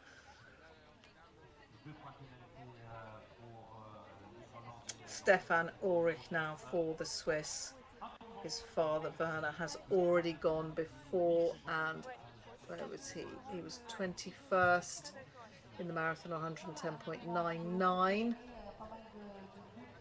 It just goes to show how close, because Joseph Dibak, who's sitting in front of him, was 16th on the marathon at 110.08. Look how many, 5 places difference in less than a point. That's a fact for you. So Joseph Dibak, who went through 110.08, they're just sitting next to each other on the scores, which is why I can share this with you, is in 16th. And Werner Ulrich, 110.99 in 21st. So 0.91 between them, but 5 places. That's how tight it is. However, Werner Ulrich for the Swiss had that great 6th placing dressage, so that puts him in 8th place at the moment. Stan van Eyck is in 6th. This is after the 2 phases. Christoph is in 4th for Hungary. So he had that lovely dressage which really put his nose in front of everybody. Eric Evers is currently sitting in 7th after his marathon. Now, interestingly, Paul Frank Grandprez has dropped. He was 80th after the marathon, and that's pulled him all the way down from 7th to 63rd. So back to the drawing board for them. Not 1 but 2 20 penalties to add. Stan van Eyck just in front of him in 6th. But yeah, disappointing day for the Frenchman. And really remains to be seen where this early enormous speed from Marcel Luder for the Swiss team, where that's going to keep him overall. He was in 29th after the dressage. Slower relatively through those 2 water obstacles. 4th in number 7. We'll just wait to see after his number 8 where he's going to be, but in the meantime we're watching Eline Mentink, and who's this going through number 7, sharing with you? Could well be Oliver. There we go. Not always so easy to identify from the top view like this. Flags flying all around these beautiful obstacles. And they've given us some brilliant horse sport today at these FEI World Championships, the 20th of them. We did have a sort of test event 2 years beforehand in 98, God, feels like it was 1983 in Italy, and then the first formal one as such in 1985 in Sandringham at the Royal Estate in North Norfolk, where the late great Prince Philip did so much of his driving, and we have everything to thank the great man for in terms of the sport we do now. He introduced things like the shapes of the cones. He introduced from his sailing days the quick release clips that we now use. He was the one that introduced these standardised widths. He was one of the first to put his horses, British horses, into breast collars. He was one of the first to have a bespoke competition carriage made. He drew up the original rules, and he went on to amend and promote the sport like no other. And I hope he's watching us from above, because we thank you so much. Folke Rolson there driving for Ireland under the Irish flag, and he's had 2 to add from number 4, currently in number 5, the Normandy Water. Interestingly, the design of the modern cones were totally inspired because Prince Philip was friends with the Chief of Police. Of course he would be, but if you think about all the security he had, and back in the day He came back as Michel Barbie coming out of number 4, and the story behind the design of the modern cones was basically what a traffic cone was shaped like, because at the very early events in the late 60s and early 70s they used wooden triangular structures, and if you bear in mind that everyone at that point was still driving traditional carriages, and one of the features of traditional carriages is not just that they have wooden wheels and bodies, but they have really protruding hubcaps, and it was the hubcaps that used to get caught all the time and tip people over in the marathons. And if you drove over one of these sort of wooden built triangles, it would make a terrible clatter and it'd probably break your wheel as well. So having decided that this wasn't the best way for the final phase to proceed, because they kept having to replace them and rebuild them if somebody drove over them, was to have these plastic cones. So the first thing was to have something that was plastic that basically was going to be a bit more robust and not actually break. And in terms of the shape and the dimensions, it was all due to Prince Philip going back to the Chief of Police in Britain and designing the modern cone. It's had a few amendments over the years, but in terms of the height, and you can have this lip at the bottom that raises up, and we had that for many years until we got rid of the protruding hubcaps. It took a long time for that to happen in relative terms, but look at the flatness of those wheels, nothing protruding from the modern carriage wheel. Stefan Ulrich, people like Auguste Dubé, he was around in those early days as well, and he did so much for Swiss driving. So all these forefathers and godfathers, and there were some ladies there as well. The early days of the sport, the late great Cynthia Hayden as well. She had a strong hand in the modern sport. Now, Marcel Luder, he has ended, oh, he's done so well. He's ended as he began, with the fastest time through obstacle number 8, 46.90, blasting out the competition. So he has done enough to finish sub 100. That's quite incredible. Sub 100.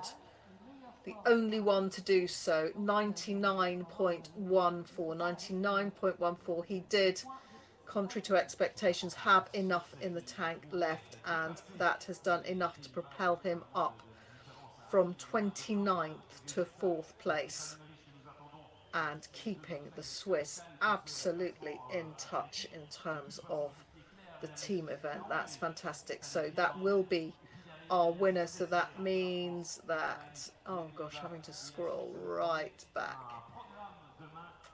to pretty much the early scores of the day. Yeah, Georgi Facchetti for Hungary and Martin will both slip a place from first and second down to second and third. Martin remains in front, so he is now in third for the marathon with his 101.03, but that doesn't matter because he's got such a good dressage score. And yes, Georgi still, after all this time, and there's been a lot of people come after him, he still was fastest through number 7, so congratulations to him for keeping that pace. He is now in second at 100.90, but congratulations to the Swiss team member Marcel Luder. Looks like he has sealed his position in front of all the other competition. 90 people behind him. That's incredible. And so far, I don't want to tempt fate, no eliminations. We've had 3 lots of 20 to be added. 1 to Libby Priest, and sadly for Frank Grandprez for France, he had 2 lots of 20 to add. So not a great day for him, but French, after Francois Dutoulier, he's had a good marathon, as did Mathieu.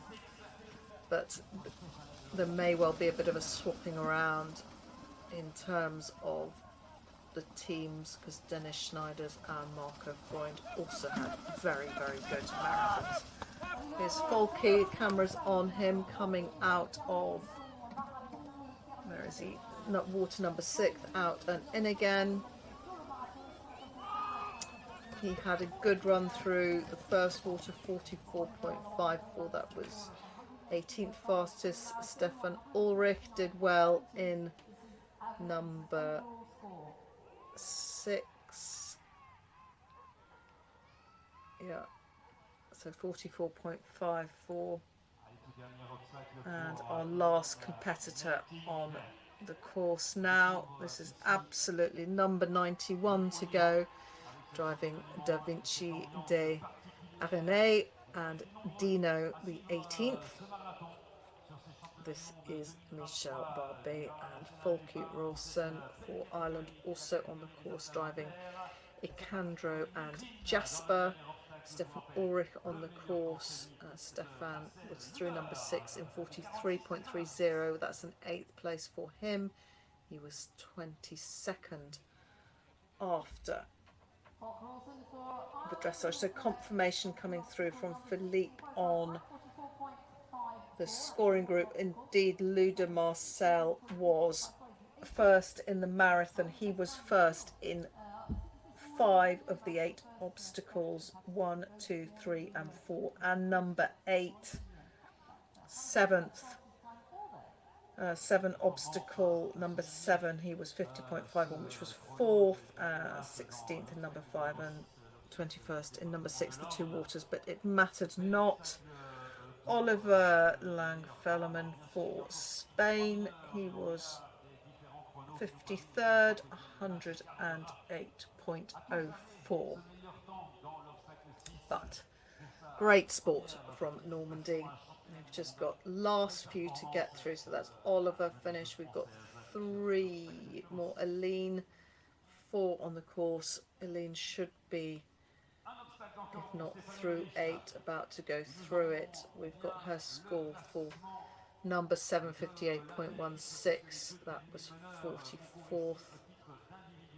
Stefan Ulrich, in terms of the team positions, important for the Swiss. They're sitting in 5th, but there's very little between them and the Dutch, who are in 4th. I think they'll be quite even, but Luda has done, Marcel Luda has done a great job for their cause. Incredible marathon from him, driving Charlie and Moshoff Laker, and just the last few to go. But thank you so much for tuning in. If you have been with us all the way through, we have a lot to get through tomorrow again with the cones. We will be starting bright and early, but wherever you are in the world, this has been an absolute honour, joy and pleasure to share all the action with you. It's fast moving in so many ways, in terms of times, results, positions, all sorts going on, and we will keep the live links out on social media and all the scoring. If you are fans, which I know you are, if you stuck with us from the beginning, then you will know that Martin Holler put down a tremendous marathon. It was 3rd overall in terms of the marathon, but he was so far in front, had such a cushion, such a margin, that he remains in 1st place after that marathon.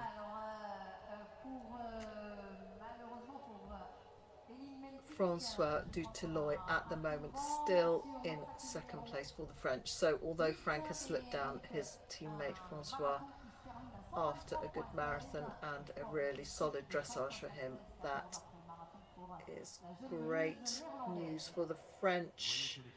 Dennis Schneider's currently sitting in 4th. In 3rd at the moment for the Dutch. This is good news for them. Yeah, it's all good news for everybody. Where are we going? Just go over a column. That's some of the individual times I've been giving you. Needed to push my screen over one more. Yeah, that will all be confirmed. I'm looking at so many hundreds and hundreds of numbers here, if not thousands. So Marcel Luda, just to confirm, he's put himself into 4th place after that brilliant marathon. Who else have we got? Christophe Oztertag is in 5th. In 6th, Dennis Schneider's. Yes, Dennis Schneider's 4th in the marathon. 6th, Francois Dutilleux. That's right, he is in 2nd. So a bit of a change in the order apart from Martin. who remains some way in front in third, and they will be absolutely delighted in the Australian count. Remember, this is unofficial. We will have to get the final numbers for you. Tor Vandenberg, he was out some time ago, but an absolutely storming marathon after a good dressage. 14th in the dressage, 5th in the marathon. So we have an Aussie flag up there at the top as well. Great sport. Thank you to the horses, because without you we wouldn't be doing any of this. So we will pay great tribute and salute our equine friends who enable us to participate in these wonderful sports and travel all over the world. We're like a big roving community in driving, and it's why many people take the sport up, because it is, we consider, one of the friendliest areas of the horse world. Everybody helps each other out. It's just the very nature. It has to be quite social. You have people on the carriage, you have to have big crews around you, you need family support, and there's nothing solitary about driving. There just can't be. Even if you're tuned into what's happening to your horses, you've probably got somebody standing behind you or next to you. So we love in driving how very social, convivial, friendly and helpful it is. And we really hope you have enjoyed this stunning coverage. Thank you so much to the crew on the ground in France. We've got teams in Germany, from all over the place, bringing you this live coverage. Everyone working really hard, lots of early starts to make sure that this coverage was shared with you all over the world. So thank you to the crew, the local cameramen, the producers who have been managing, hopping between the obstacles. And I might have been saying, I want to see Martin, and they're going, no, but we're still on one of the Dutchmen. So it's been a great team effort, and we are so nearly at the end. We've got Folky, he's gone through number 7, 57 seconds, 37th for him. We haven't had cameras on number 8, so you'll just have to be patient. I can give you those results as they come out, and I'm sure at the end of it all, we hope that from the technical team we can get a flash up of confirmation of those results. Just 2 more on the course now. Michelle Barbie,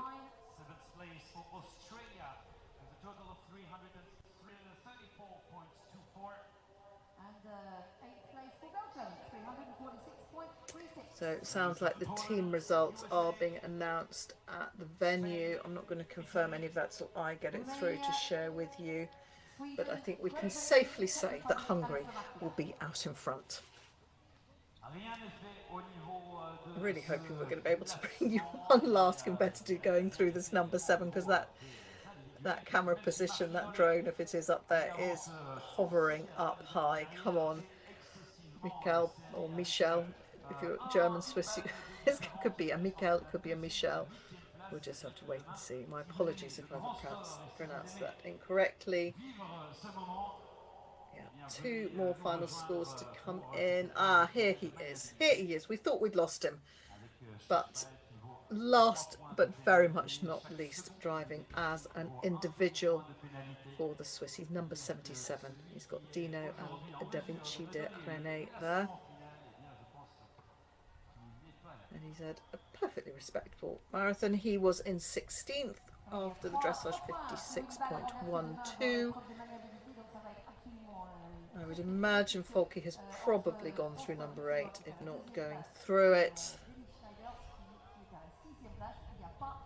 And I'll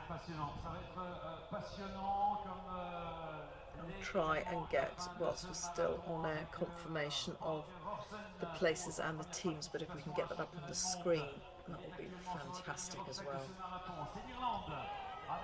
Ah! We have an Irishman coming out of number 8. Somebody's obviously sprinted off with a camera. Well done. Thank you, crew. That was brilliant. Thank you so much. Whomever's been on the early obstacles has gone across the field. Yeah, there was number 4. We finished with you now. Thank you. But thank you so much to whomever went over there to give us Folky coming out of number 8. That's some quick thinking on the ground. 54.91. So 34th in terms of coming out. Well done to him. He is in 50th place after the marathon. 116.54. 41st overall after his dressage as well, 179.16. We've just got one more. I don't know if we're able to get our Swiss gentleman on there. Looks like somebody's got really weary feet. Now they've got lanyards on, so they've probably been judging times or adjudicating or keeping a note of the routes. What they have to do is you have your stewards on each obstacle, drawing the route on a plan as each person goes through, and that's a lot of pen holding and a lot of mental agility. And so those weary legs look like they're taking them back, hopefully, to the cafe. Is it nearly time for something a bit stronger? Yes, it probably is. We don't tend to drink tea in France. We would have tea in the UK, but it might well be a little glass of something nice. Don't normally associate Normandy with wine, but when you go to the events in Bordeaux, I would commend it to the floor that you go, because the wine in Bordeaux is superb for obvious reasons. It's by far the best press and media centre that any of us go to. The food and the wine is wonderful. We've got one more to bring you, one more in all these many marathon schools that we have brought you today. How many have we brought you? We've had 91 times 8. We have brought you 728.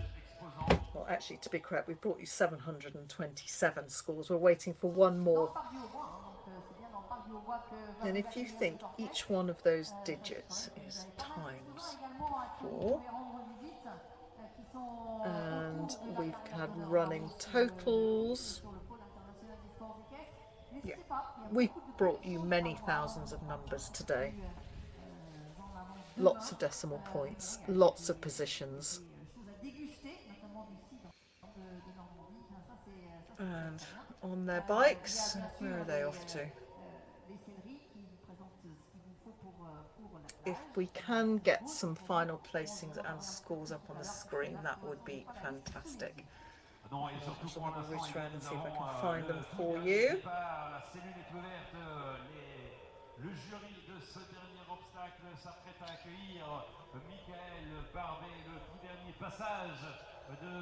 It sounds like from the local commentators that we still have Michel Barbie on the course. Let's have a look at this. There we have him. You don't want to forget about him, even though he's going into 8. Thank you so much to the camera that has brought us that. So this is number 8. We've got a really good, they've got 2 carriages up there. Brilliant. The 2 carriages sitting with their shafts in the air. Those are the sorts of vehicles that once upon a time people were driving with singles and tandems. Don't forget you have the configuration of tandem that we don't have in the FEI, but quite a few of us drive tandem, which is one in front of the other. And yeah, that's those 2 carriages sitting up there. Hard to think that once upon a time they would have been driven around these obstacles. And bang, bang, bang from the side as he gallops out. The clock stops at 55.22. That is the last individual time we are bringing you today, 55.22. So we have 117.14. That's 54 from the marathon and a 27th overall for. There we go. Brilliant. That's great to share with you. Thanks. Marcel Luder. There we go. That brilliant score for him. Only one sub 100. Georgi Felki. There we go. You've seen it. You've seen it. And we're running through all the different scores. I'll leave you to take that in once I see if I can get the team scores up. It would be really good to just have confirmation of where the teams are as well.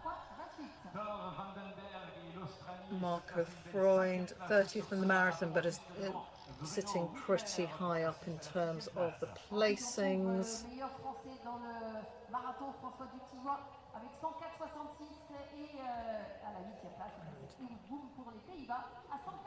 Je vous propose de jeter un petit coup d'œil sur le classement général. Have we got the teams after the marathon? That's not loaded yet.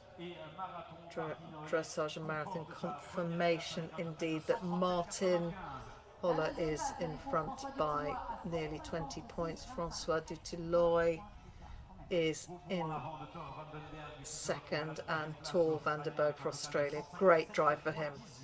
They'll be celebrating tonight. That brilliant drive from Marcel Luder, that's put him into fourth place. Christoph Ostertag, he's only slipped 2 places after his marathon. Great for him. Dennis Schneider's sitting in 6th. Stan van Eyck for the Dutch in 7th. In 8th, also for Holland, Eric Evers. Werner Ulrich, the great Werner Ulrich, still top 10, still after all these years. What a man he is. 6th in the dressage, 23rd in the marathon, and Marco Freund was still running through all these. Marco Freund for Germany, and it's 3 Germans all together. He's in 10th, Anna Sandman is in 11th, and Carola Dina is in 12th. Stefan Ulrich is behind his dad still, is in 13th. Second placed in the marathon, Georgi Fiketti for Hungary. He was 51st in his dressage. He's sitting in 15th. But Alexander Bosch for the Austrians. Top placed American is Jacob Arnold. And there we have a beautiful, beautiful view of the Chateau Haras. And so anyway, have a look online. You will find all your results. They are out there, top placed for the British, and it has been an absolute pleasure and joy to be with you. Do not miss the cones tomorrow. Set your alarms wherever you may be. Stay up late, because we will bringing you the very best that we can in terms of this wonderful FEI Driving World Championship for horse pairs. It's been the most brilliant day. I thank you for joining us. I thank the team behind the scenes for bringing you this coverage, and everybody involved in this fantastic event. Take care, stay safe.